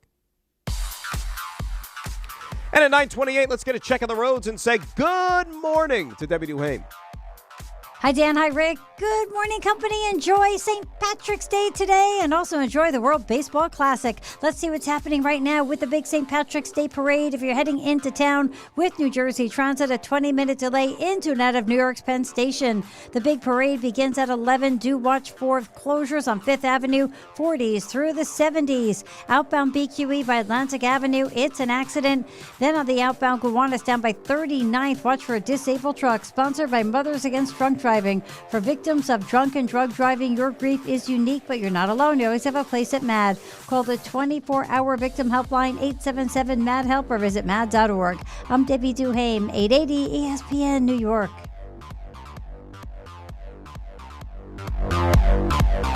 Gold prices are soaring and silver is near an all-time high. If you've got gold or silver just laying around and you want top dollar, then go to the Estates Roadshow this Friday through Tuesday at TMT Cash for Gold in Old Bridge. For info, go to tmtcashforgold.com. Become a Yankees Universe Fan Club member today. The Rookie and Explorer packages are now available. All Yankees Universe members receive a membership card, 2 tickets to a 2026 Yankees home game, access to a members-only website, and MLB audio at bat. Plus, Rookie members get an official New York Yankees t-shirt. A portion of all proceeds benefits pediatric cancer research at Memorial Sloan Kettering Cancer Center. Join Yankees Universe today at yankees.com/universe. Finding great candidates to hire can be like, well, trying to find a needle in a haystack. Sure, you can post your job to some job board, but then all you can do is hope the right person comes along, which is why you should try ZipRecruiter for free at ZipRecruiter.com/ESPN. ZipRecruiter doesn't depend on candidates finding you. It finds them for you. Its powerful technology identifies people with the right experience and actively invites them to apply to your job. You get qualified candidates fast. So while other companies might deliver a lot of hay, ZipRecruiter finds you what you're looking for. the needle in the haystack. See why 4 out of 5 employers who post a job on ZipRecruiter get a quality candidate within the first day. ZipRecruiter, the smartest way to hire. And right now, you can try ZipRecruiter for free. That's right, free at ZipRecruiter.com/ESPN. That's ZipRecruiter.com/ESPN. ZipRecruiter.com/ESPN. ZipRecruiter. Hey, it's Alan Hahn. Rings End is your locally owned Benjamin Moore retailer. They're your store for quality with a full line of brilliant and durable Benjamin Moore paints. They're your store for inspiration with thousands of colors and a variety of sheens. And Rings End is your store for expertise with one-on-one advice for contractors and homeowners. Insist on Benjamin Moore paint from Rings End because the gorgeous color you love can't be matched in another brand of paint. There's a lot of reasons why people buy at Ramsey Mazda. It's their selection, it's their customer service, and it's their savings. Lease a new 2026 Mazda CX-50 Hybrid Preferred with all-wheel drive for $259 for 36 months. Or buy with 1.9% APR for 36 months. Start shopping now at RamseyMazda.com. Choose wisely. Choose Ramsey Mazda. Call 833-853-2970 for lease details. VIN TN142673. MSRP $37,300. Zero security deposit. 1.9% APR for $28.60 a month per $1,000 financed. Ends 3/31/26. Do you owe $10,000 or more in credit card debt or personal loans? With credit card debt at all-time highs, Debt Relief Advocates is urgently notifying consumers of debt relief now being made available designed to aid consumers with out-of-control credit card debt. Those who qualify and enroll for this relief program may only have to pay back a fraction of what they owe. This is not bankruptcy or a debt consolidation loan. This is a relief program that credit card companies would rather you not know about, as it could end your debt nightmare and save you lots of money. Consumers owing at least $10,000 in credit card debt or personal loans can now take advantage of this debt relief as the cost of living skyrockets. For free information and to learn what debt reduction you may qualify for, simply go online and visit DRA.com or call 800-433-8909. 800-433-8909. Again, that's 800-433-8909.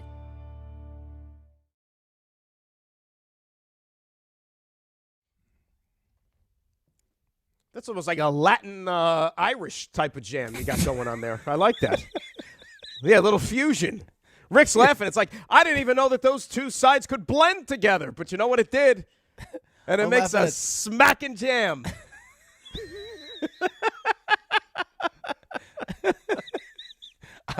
I think you've danced almost every time we've come back from break. I think you've been dancing some. Like, you know why? Because shoulders. Ray is great at pushing the right buttons. That's why. He knows what he's doing. Ray's the best. He knows what he's doing. How you doing? You doing all right? I'm doing great.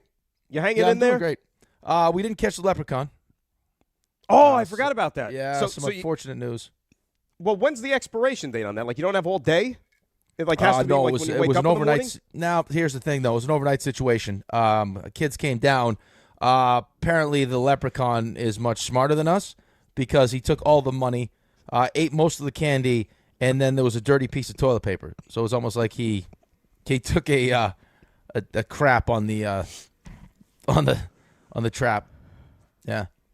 Tells you what he thought of the trap. Yeah, he was not a big fan of the trap. He left $3 though for your troubles. He left $3? He left $3. Yeah, it was nice. Like paper money or coins? No, paper. He took the coins, left cash, left dollar bills. It's a good thing you don't have any like homeless people in the community that you live in, or else they would have came in. Well, I mean, it could be change that John and Dave throw away because they don't believe in change. You know, these animals, if you give them change, they leave it. Like they don't take it. My biggest frustration with change is losing the change. Right, but you can't. They throw it away. They actively lose it. Why would you do that though? Like go to like. They don't believe in it. This is John that does this. John and both Dave. They don't believe in it. Go to like one of those Coinstar machines and just dump it all in there. Like have like a little coffee can. It's still money. It's still money. It's like literally free found money. Well, no, it's actually the money that you spend. You're just getting the change back from the money that you've already earned.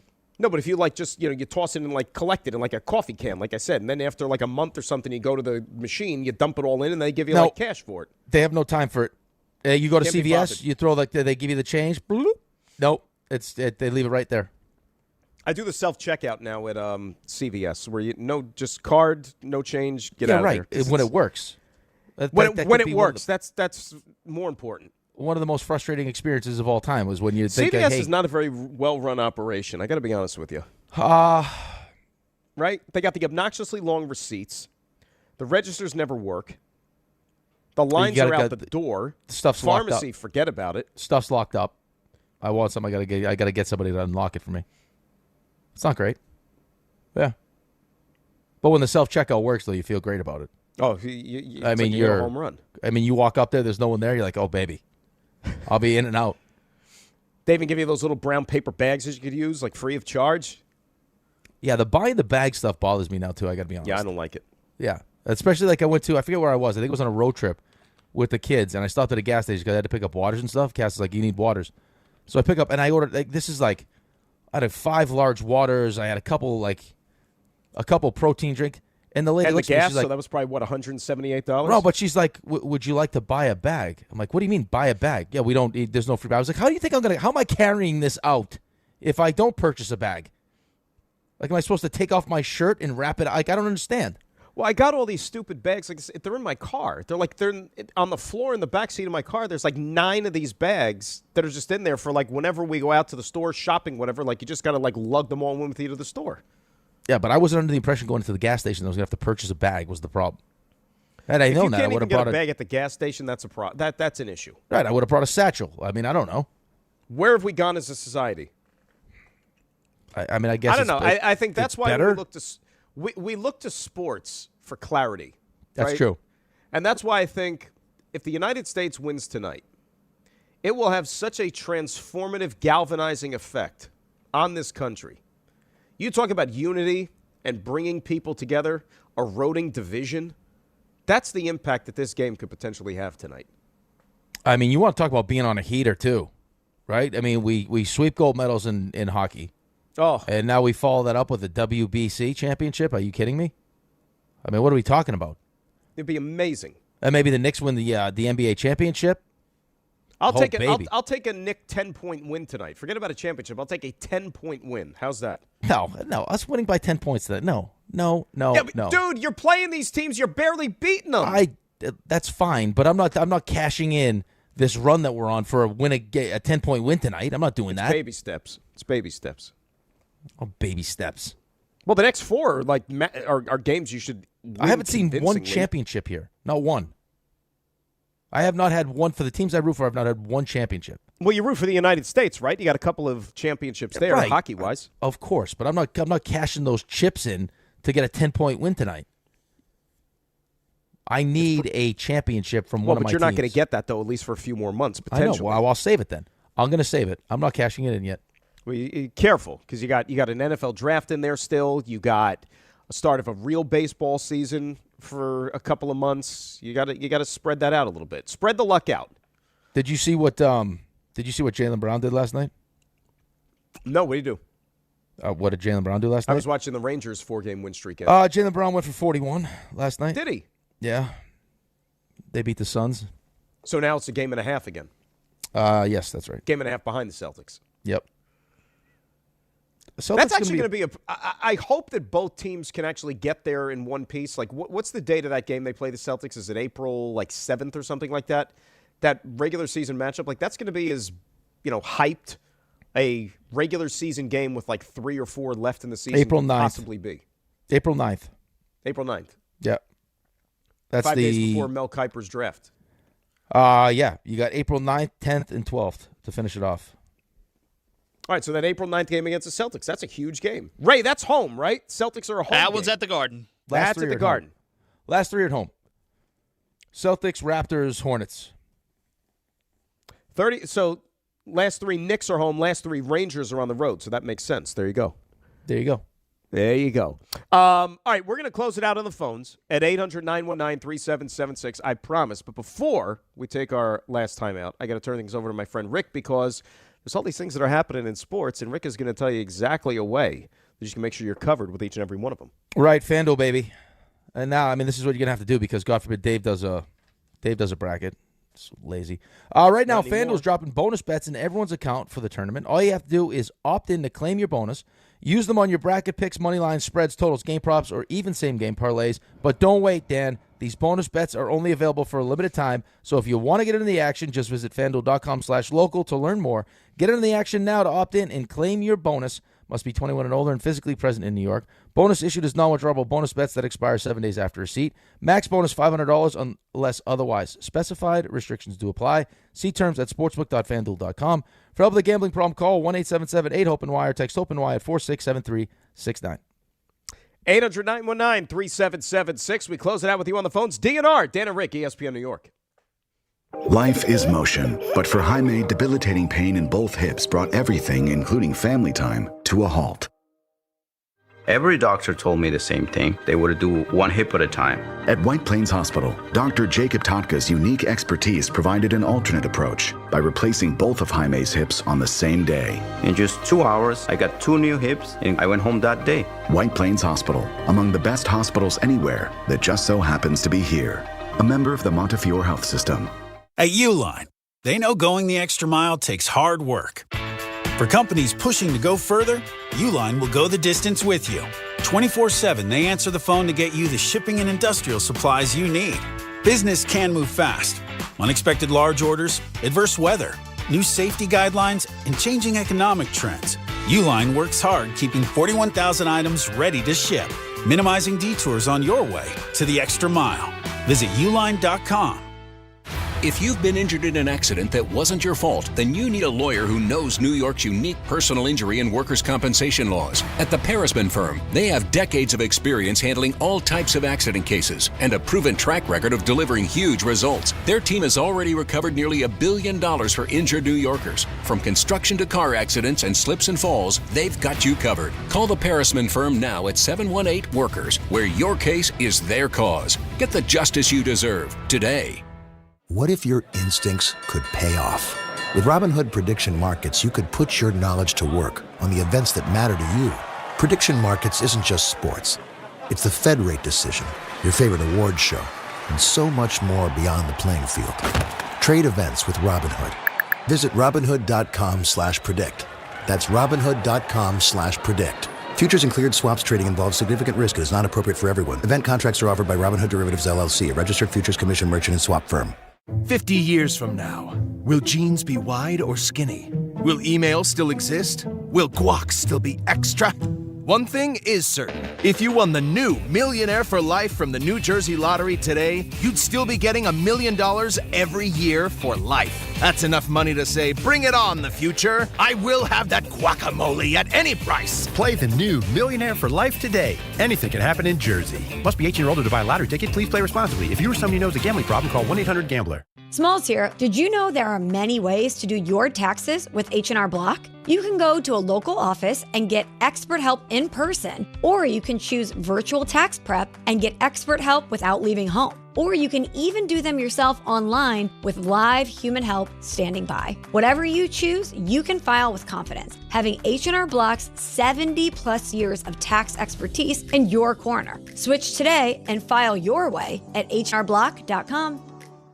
It's tournament time when the most talented teams survive and advance. And whether you're cutting down the nets or cutting through resumes, one thing's clear. The best teams are built with the best people. If you're hiring, you need ZipRecruiter. Their smart matching technology finds qualified candidates fast. You can add screening questions to get the right applicants and even filter to see who's recently active. Score the best for your team with ZipRecruiter. Try it for free at ZipRecruiter.com/USL. That's ZipRecruiter.com/USL. Meet your match on ZipRecruiter. NBA fans don't just watch the game, they live it. So stream like you're courtside with NBA League Pass, your ticket to all the action. Watch your favorite team shine and catch the league's brightest stars and rising stars at the same time with multi-view on your favorite devices. From the plays you can't believe to the most live games and the drama that comes with it. If it happens on the court, it's happening on NBA League Pass. Only select out-of-market games available. Blackout restrictions apply. Additional charges and other conditions may apply. Visit NBA.com/subscriber agreement for full terms and conditions.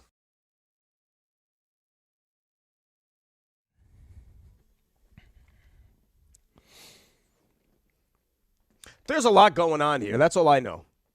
There's a lot of things happening behind the scenes. Is that fair to say? Yeah, it's a negotiation is what it is. I mean, listen, I was presented. Can I tell you, you know what you negotiate like? And you know, like you negotiate like you're like one of the Jedi. And you're trying to do like the Jedi mind tricks. That's what you're trying to do. I'm just offering solutions to a problem, Dan. That's all I'm doing. That's a solution to a problem. That's it. Are they really and truly solutions? No, though? he Solutions knows. Listen, for who? He's got something he wants. I have something I want. He knows what it's going to cost him. There's no shock. RJ knows. I didn't get the nickname Sam Presti for no reason. RJ knows how I negotiate. Listen, there's opportunity for those out there. Rick views every opportunity out there as an opportunity to acquire one thing and one thing only. That's it. That's all I want. But like Sam Presti, you don't really need those draft picks. I want them. You're just operating from a position of strength. I actually thought super strength. I actually thought the initial ask was not as bad as I thought it was going to be. I thought the initial ask on the back and forth between you and John was going to be like making that initial call on Joe Burrow. Like, what's it actually going to take? I read the room, RJ. I didn't want to scare him off. RJ, his retort was ridiculous. But you know what's funny, though, about this whole thing? Like, and knowing you like I do, the things that you're being so-called coerced to do, or that they're asking you to do, you would probably do for free on your own volition. I can't say yes or no to that. No, I'll say yes. How's that? I can't. I'll say yes on your behalf because I know you. No chance. I know you. No, listen. Ray, am I wrong? Listen, Dan. Okay? I'm in the midst of a negotiation here, all right? Don't ruin this for me. It feels like there's a deal to be had. We all hear what's going on RJ, here. I'm basically the arbitrator here. RJ, I'm the guy that both sides called in to try to see this thing fair from both sides, and that's how I see it. RJ, you would do this for nothing. Okay, stop it. You're not helping anybody. RJ, admit that my request was reasonable compared to John's counteroffer. It was ridiculous. Well, John lost me with all the counter stuff. He lost me. His counteroffer was atrocious. So here's what I would say. I think you have a willing participant to get a deal done, and John, he's going to come back with something. I've caught a whiff of what it is. You might not love it, but I think this might be his best offer coming back. Listen, don't scare him off. I didn't. I thought I did a good job of keeping him talking involved. He almost turned me off with his last offer.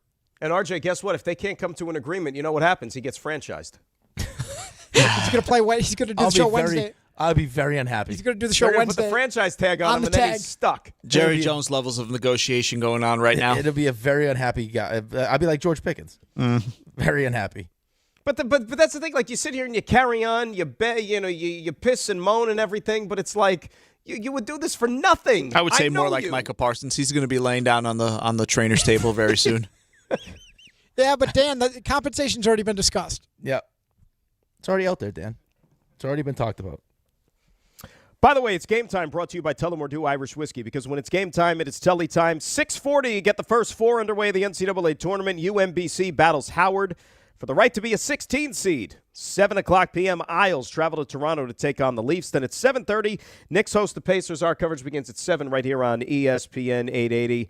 8 o'clock, the biggie. Team USA squares off against Venezuela in the WBC championship. And finally, at 9:15 p.m., Texas takes on NC State for the right to be an 11 seed. And that is Game Time, brought to you by Tullamore Dew, the original triple distilled, triple blended, triple cask matured Irish whiskey. Be sure to grab a Tullamore Dew or try the new Tullamore Dew Honey during today's action. Glasses up to enjoying Tullamore Dew responsibly. All right, as Rick sits there and twists in the wind with his negotiations, let's go to the phones and let's say hi to Brian in Manhattan, who's up next here on ESPN New York. What's up, Brian? How are you? Hey, guys. I have to tell you, the World. I didn't think I'd be interested in the World Baseball Classic, but I've loved it. Like, there's so many great stories. I felt bad for Italy, but Italy beating the U.S. was great. And I guess as a Mets fan, I got to be honest with you, I have no trepidation about Nolan McLean pitching. I mean, this is what they do. I know Diaz got hurt, and that was horrific. But look, these guys are athletes, so I hope he doesn't get hurt. But I wouldn't for a minute say don't pitch him. And then finally, I would say the intensity and really the sheer joy, especially the non-U.S. teams, but I think including the U.S. teams, but mostly like the Latin teams, they're just having so much fun that I think in some ways Major League Baseball regular season is going to be sort of a letdown. It's going to be these cold weather, no one cares, sparsely attended, sort of, I don't know, almost exhibition games that are done for money, whereas this has real, like, patriotic pride, and I just think it's been great. And then lastly, I'll let you guys go. The relief pitching I couldn't believe how many 100-mile-an-hour fastballs were thrown. It was just great stuff. Brian, thanks for the call. Yeah, I mean, it depends on how you look at it. If you're a diehard baseball fan, Rick, like, you're going to be geeked up for the start of the season. Even if the weather's crappy, nobody's going to be in the ballpark. I mean, it's going to be a stark contrast when you look at the first game in Miami and you see nobody in the ballpark when the Marlins are there compared to what it's been like for the last few days, and it's going to be tonight. But I mean, this is what it is early in the baseball season. Either like it or you don't. Right. I mean, listen, I understand. It's not ideal. Right, I mean, in temperature, weather. I mean, it's uncomfortable. It's not great. It's not great for baseball. Guys don't love it, but still, right? I mean, it's the excitement of a new season. I will say that the one takeaway that I hope the players start to get more and more comfortable with is just the amount of joy that these teams play with. Like, and again, I said this to you the other day. Like, there's always pushback in the clubhouse because everyone's different. Like Major League Baseball is trying to get to that point where it's like, let the kids be kids kind of deal, but then you'll have like the curmudgeons in the clubhouse that are like, oh, how dare you flip a bat? Like the people want to see you having fun. And you can still go out there and have a good time, have fun, and perform at a high level. Like, I mean, I'd like to see more of that because when you see the joy from the players like that, I mean, it's contagious. That will never become the norm in Major League Baseball because, like, I for this, I think it's refreshing. Don't get me wrong. I think it's cool. But think about when you get into Major League Baseball, you're still going to have enough people who are of that old school baseball mentality that they don't like being shown up. And then if that becomes the norm, somebody's going to take it upon themselves and, settle the score their own way. Right, I don't disagree. And then you're going to have, chaos. Right, I don't disagree with that, but you also have the best players in baseball that are part of this, that are playing against these teams that are doing it, and you haven't seen any reaction to it. Right, so like, I mean, if Aaron Judge is on board with, like, if the best players are on board with it, then there's a better chance that it happens. Right, I mean, they're the ones that kind of dictate the terms. But I don't know. Give me a final score tonight. Cool. Final score tonight. I'll go US 4, Venezuela 3.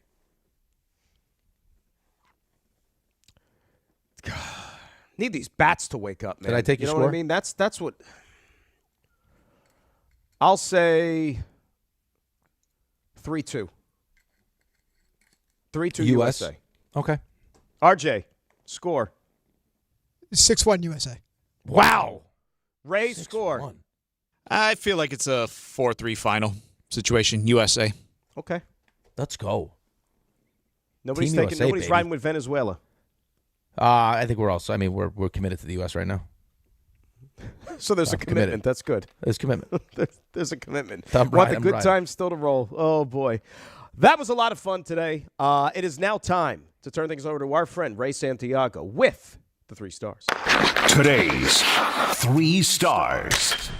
Number 3. I mean, since we're talking about baseball, and this just sticks with me. Dan, not a fan of the Carlos Beltran jersey retirement. Those teams that he was and I'm not saying he wasn't a good player, great, whatever, but the teams he was on, were they not known for underachieving and, dare I say, in some cases, choking? And I mean, it sounds personal, but it's really not personal because Dan's just not a fan of retiring numbers. I got to be honest with you. I've never been a fan of let's retire everybody in their mother's number. It sounds like a shot at the Yankees. That's okay. We'll move on. Number 2. Big NFL draft season. Thank you, Mel Kiper Jr., for joining on discussing Mock 2.0. I mean, there's all sorts of discussion around who's going to be picked. Ty Simpson, get ready for that name to pick up a lot of steam. That's their problem. That's not a me and you problem. We could sit here and just laugh at them. Ha, ha, ha. You could take Rick's advice and take up singing, bring the guitar. I mean, the Jets could make this pick. Will the Jets take Ty Simpson at number 16? Yoda. Again, thank you to Mel for coming on. Mock 3.0 is coming. By the way, a first and second round mock. Oh. Ooh. And we'll have Mel on the 14th to break it all down. Very nice. And we have Mel coming on the 14th on that day, too, so we'll go over that mock draft. Yes. I don't know if you know this. Mel is coming on the 14th to discuss Mock 3.0. So it's important. I think we should say it. It's so nice you say it twice. Number 1. Oh, happy St. Patrick's Day. Rick DiPietro. The DiPietro children set up a leprechaun trap. I haven't checked the trap yet. Apparently, we made a leprechaun trap last night. The kids did. Listen, Dad, we got candy and we got money. We're going to catch this leprechaun. I mean, this was low-hanging fruit because you knew it was going to go there. I mean, you thought we had one in studio, but turns out he's not, unfortunately. You're a bad guy. You know what? That wasn't... RJ, you didn't deserve that. It's 6:03. You didn't deserve that. This early. Oh, that was about RJ. Why are you doing this? Does it ever cross your mind that you're not a good guy, or does it need to be pointed out? We did get an update on the leprechaun eventually. Apparently, the leprechaun is much smarter than us because he took all the money, ate most of the candy, and then there was a dirty piece of toilet paper. So it was almost like he took a crap on the trap. Yeah. Stay away from his Lucky Charms. That's a nasty leprechaun. Nasty leprechaun. Dangerous living for those leprechauns out on Long Island, apparently. I don't know. It's time for Rule 76. No excuse playing a champion. It's DiPietro Rothenberg. Happy St. Patty's Day. Right here on ESPN New York and on YouTube. It's me and Dave the whole time, and then groups will come up and challenge us. And if so you beat us, you're going to be on the pickleball court until one of you or both keel. Yes.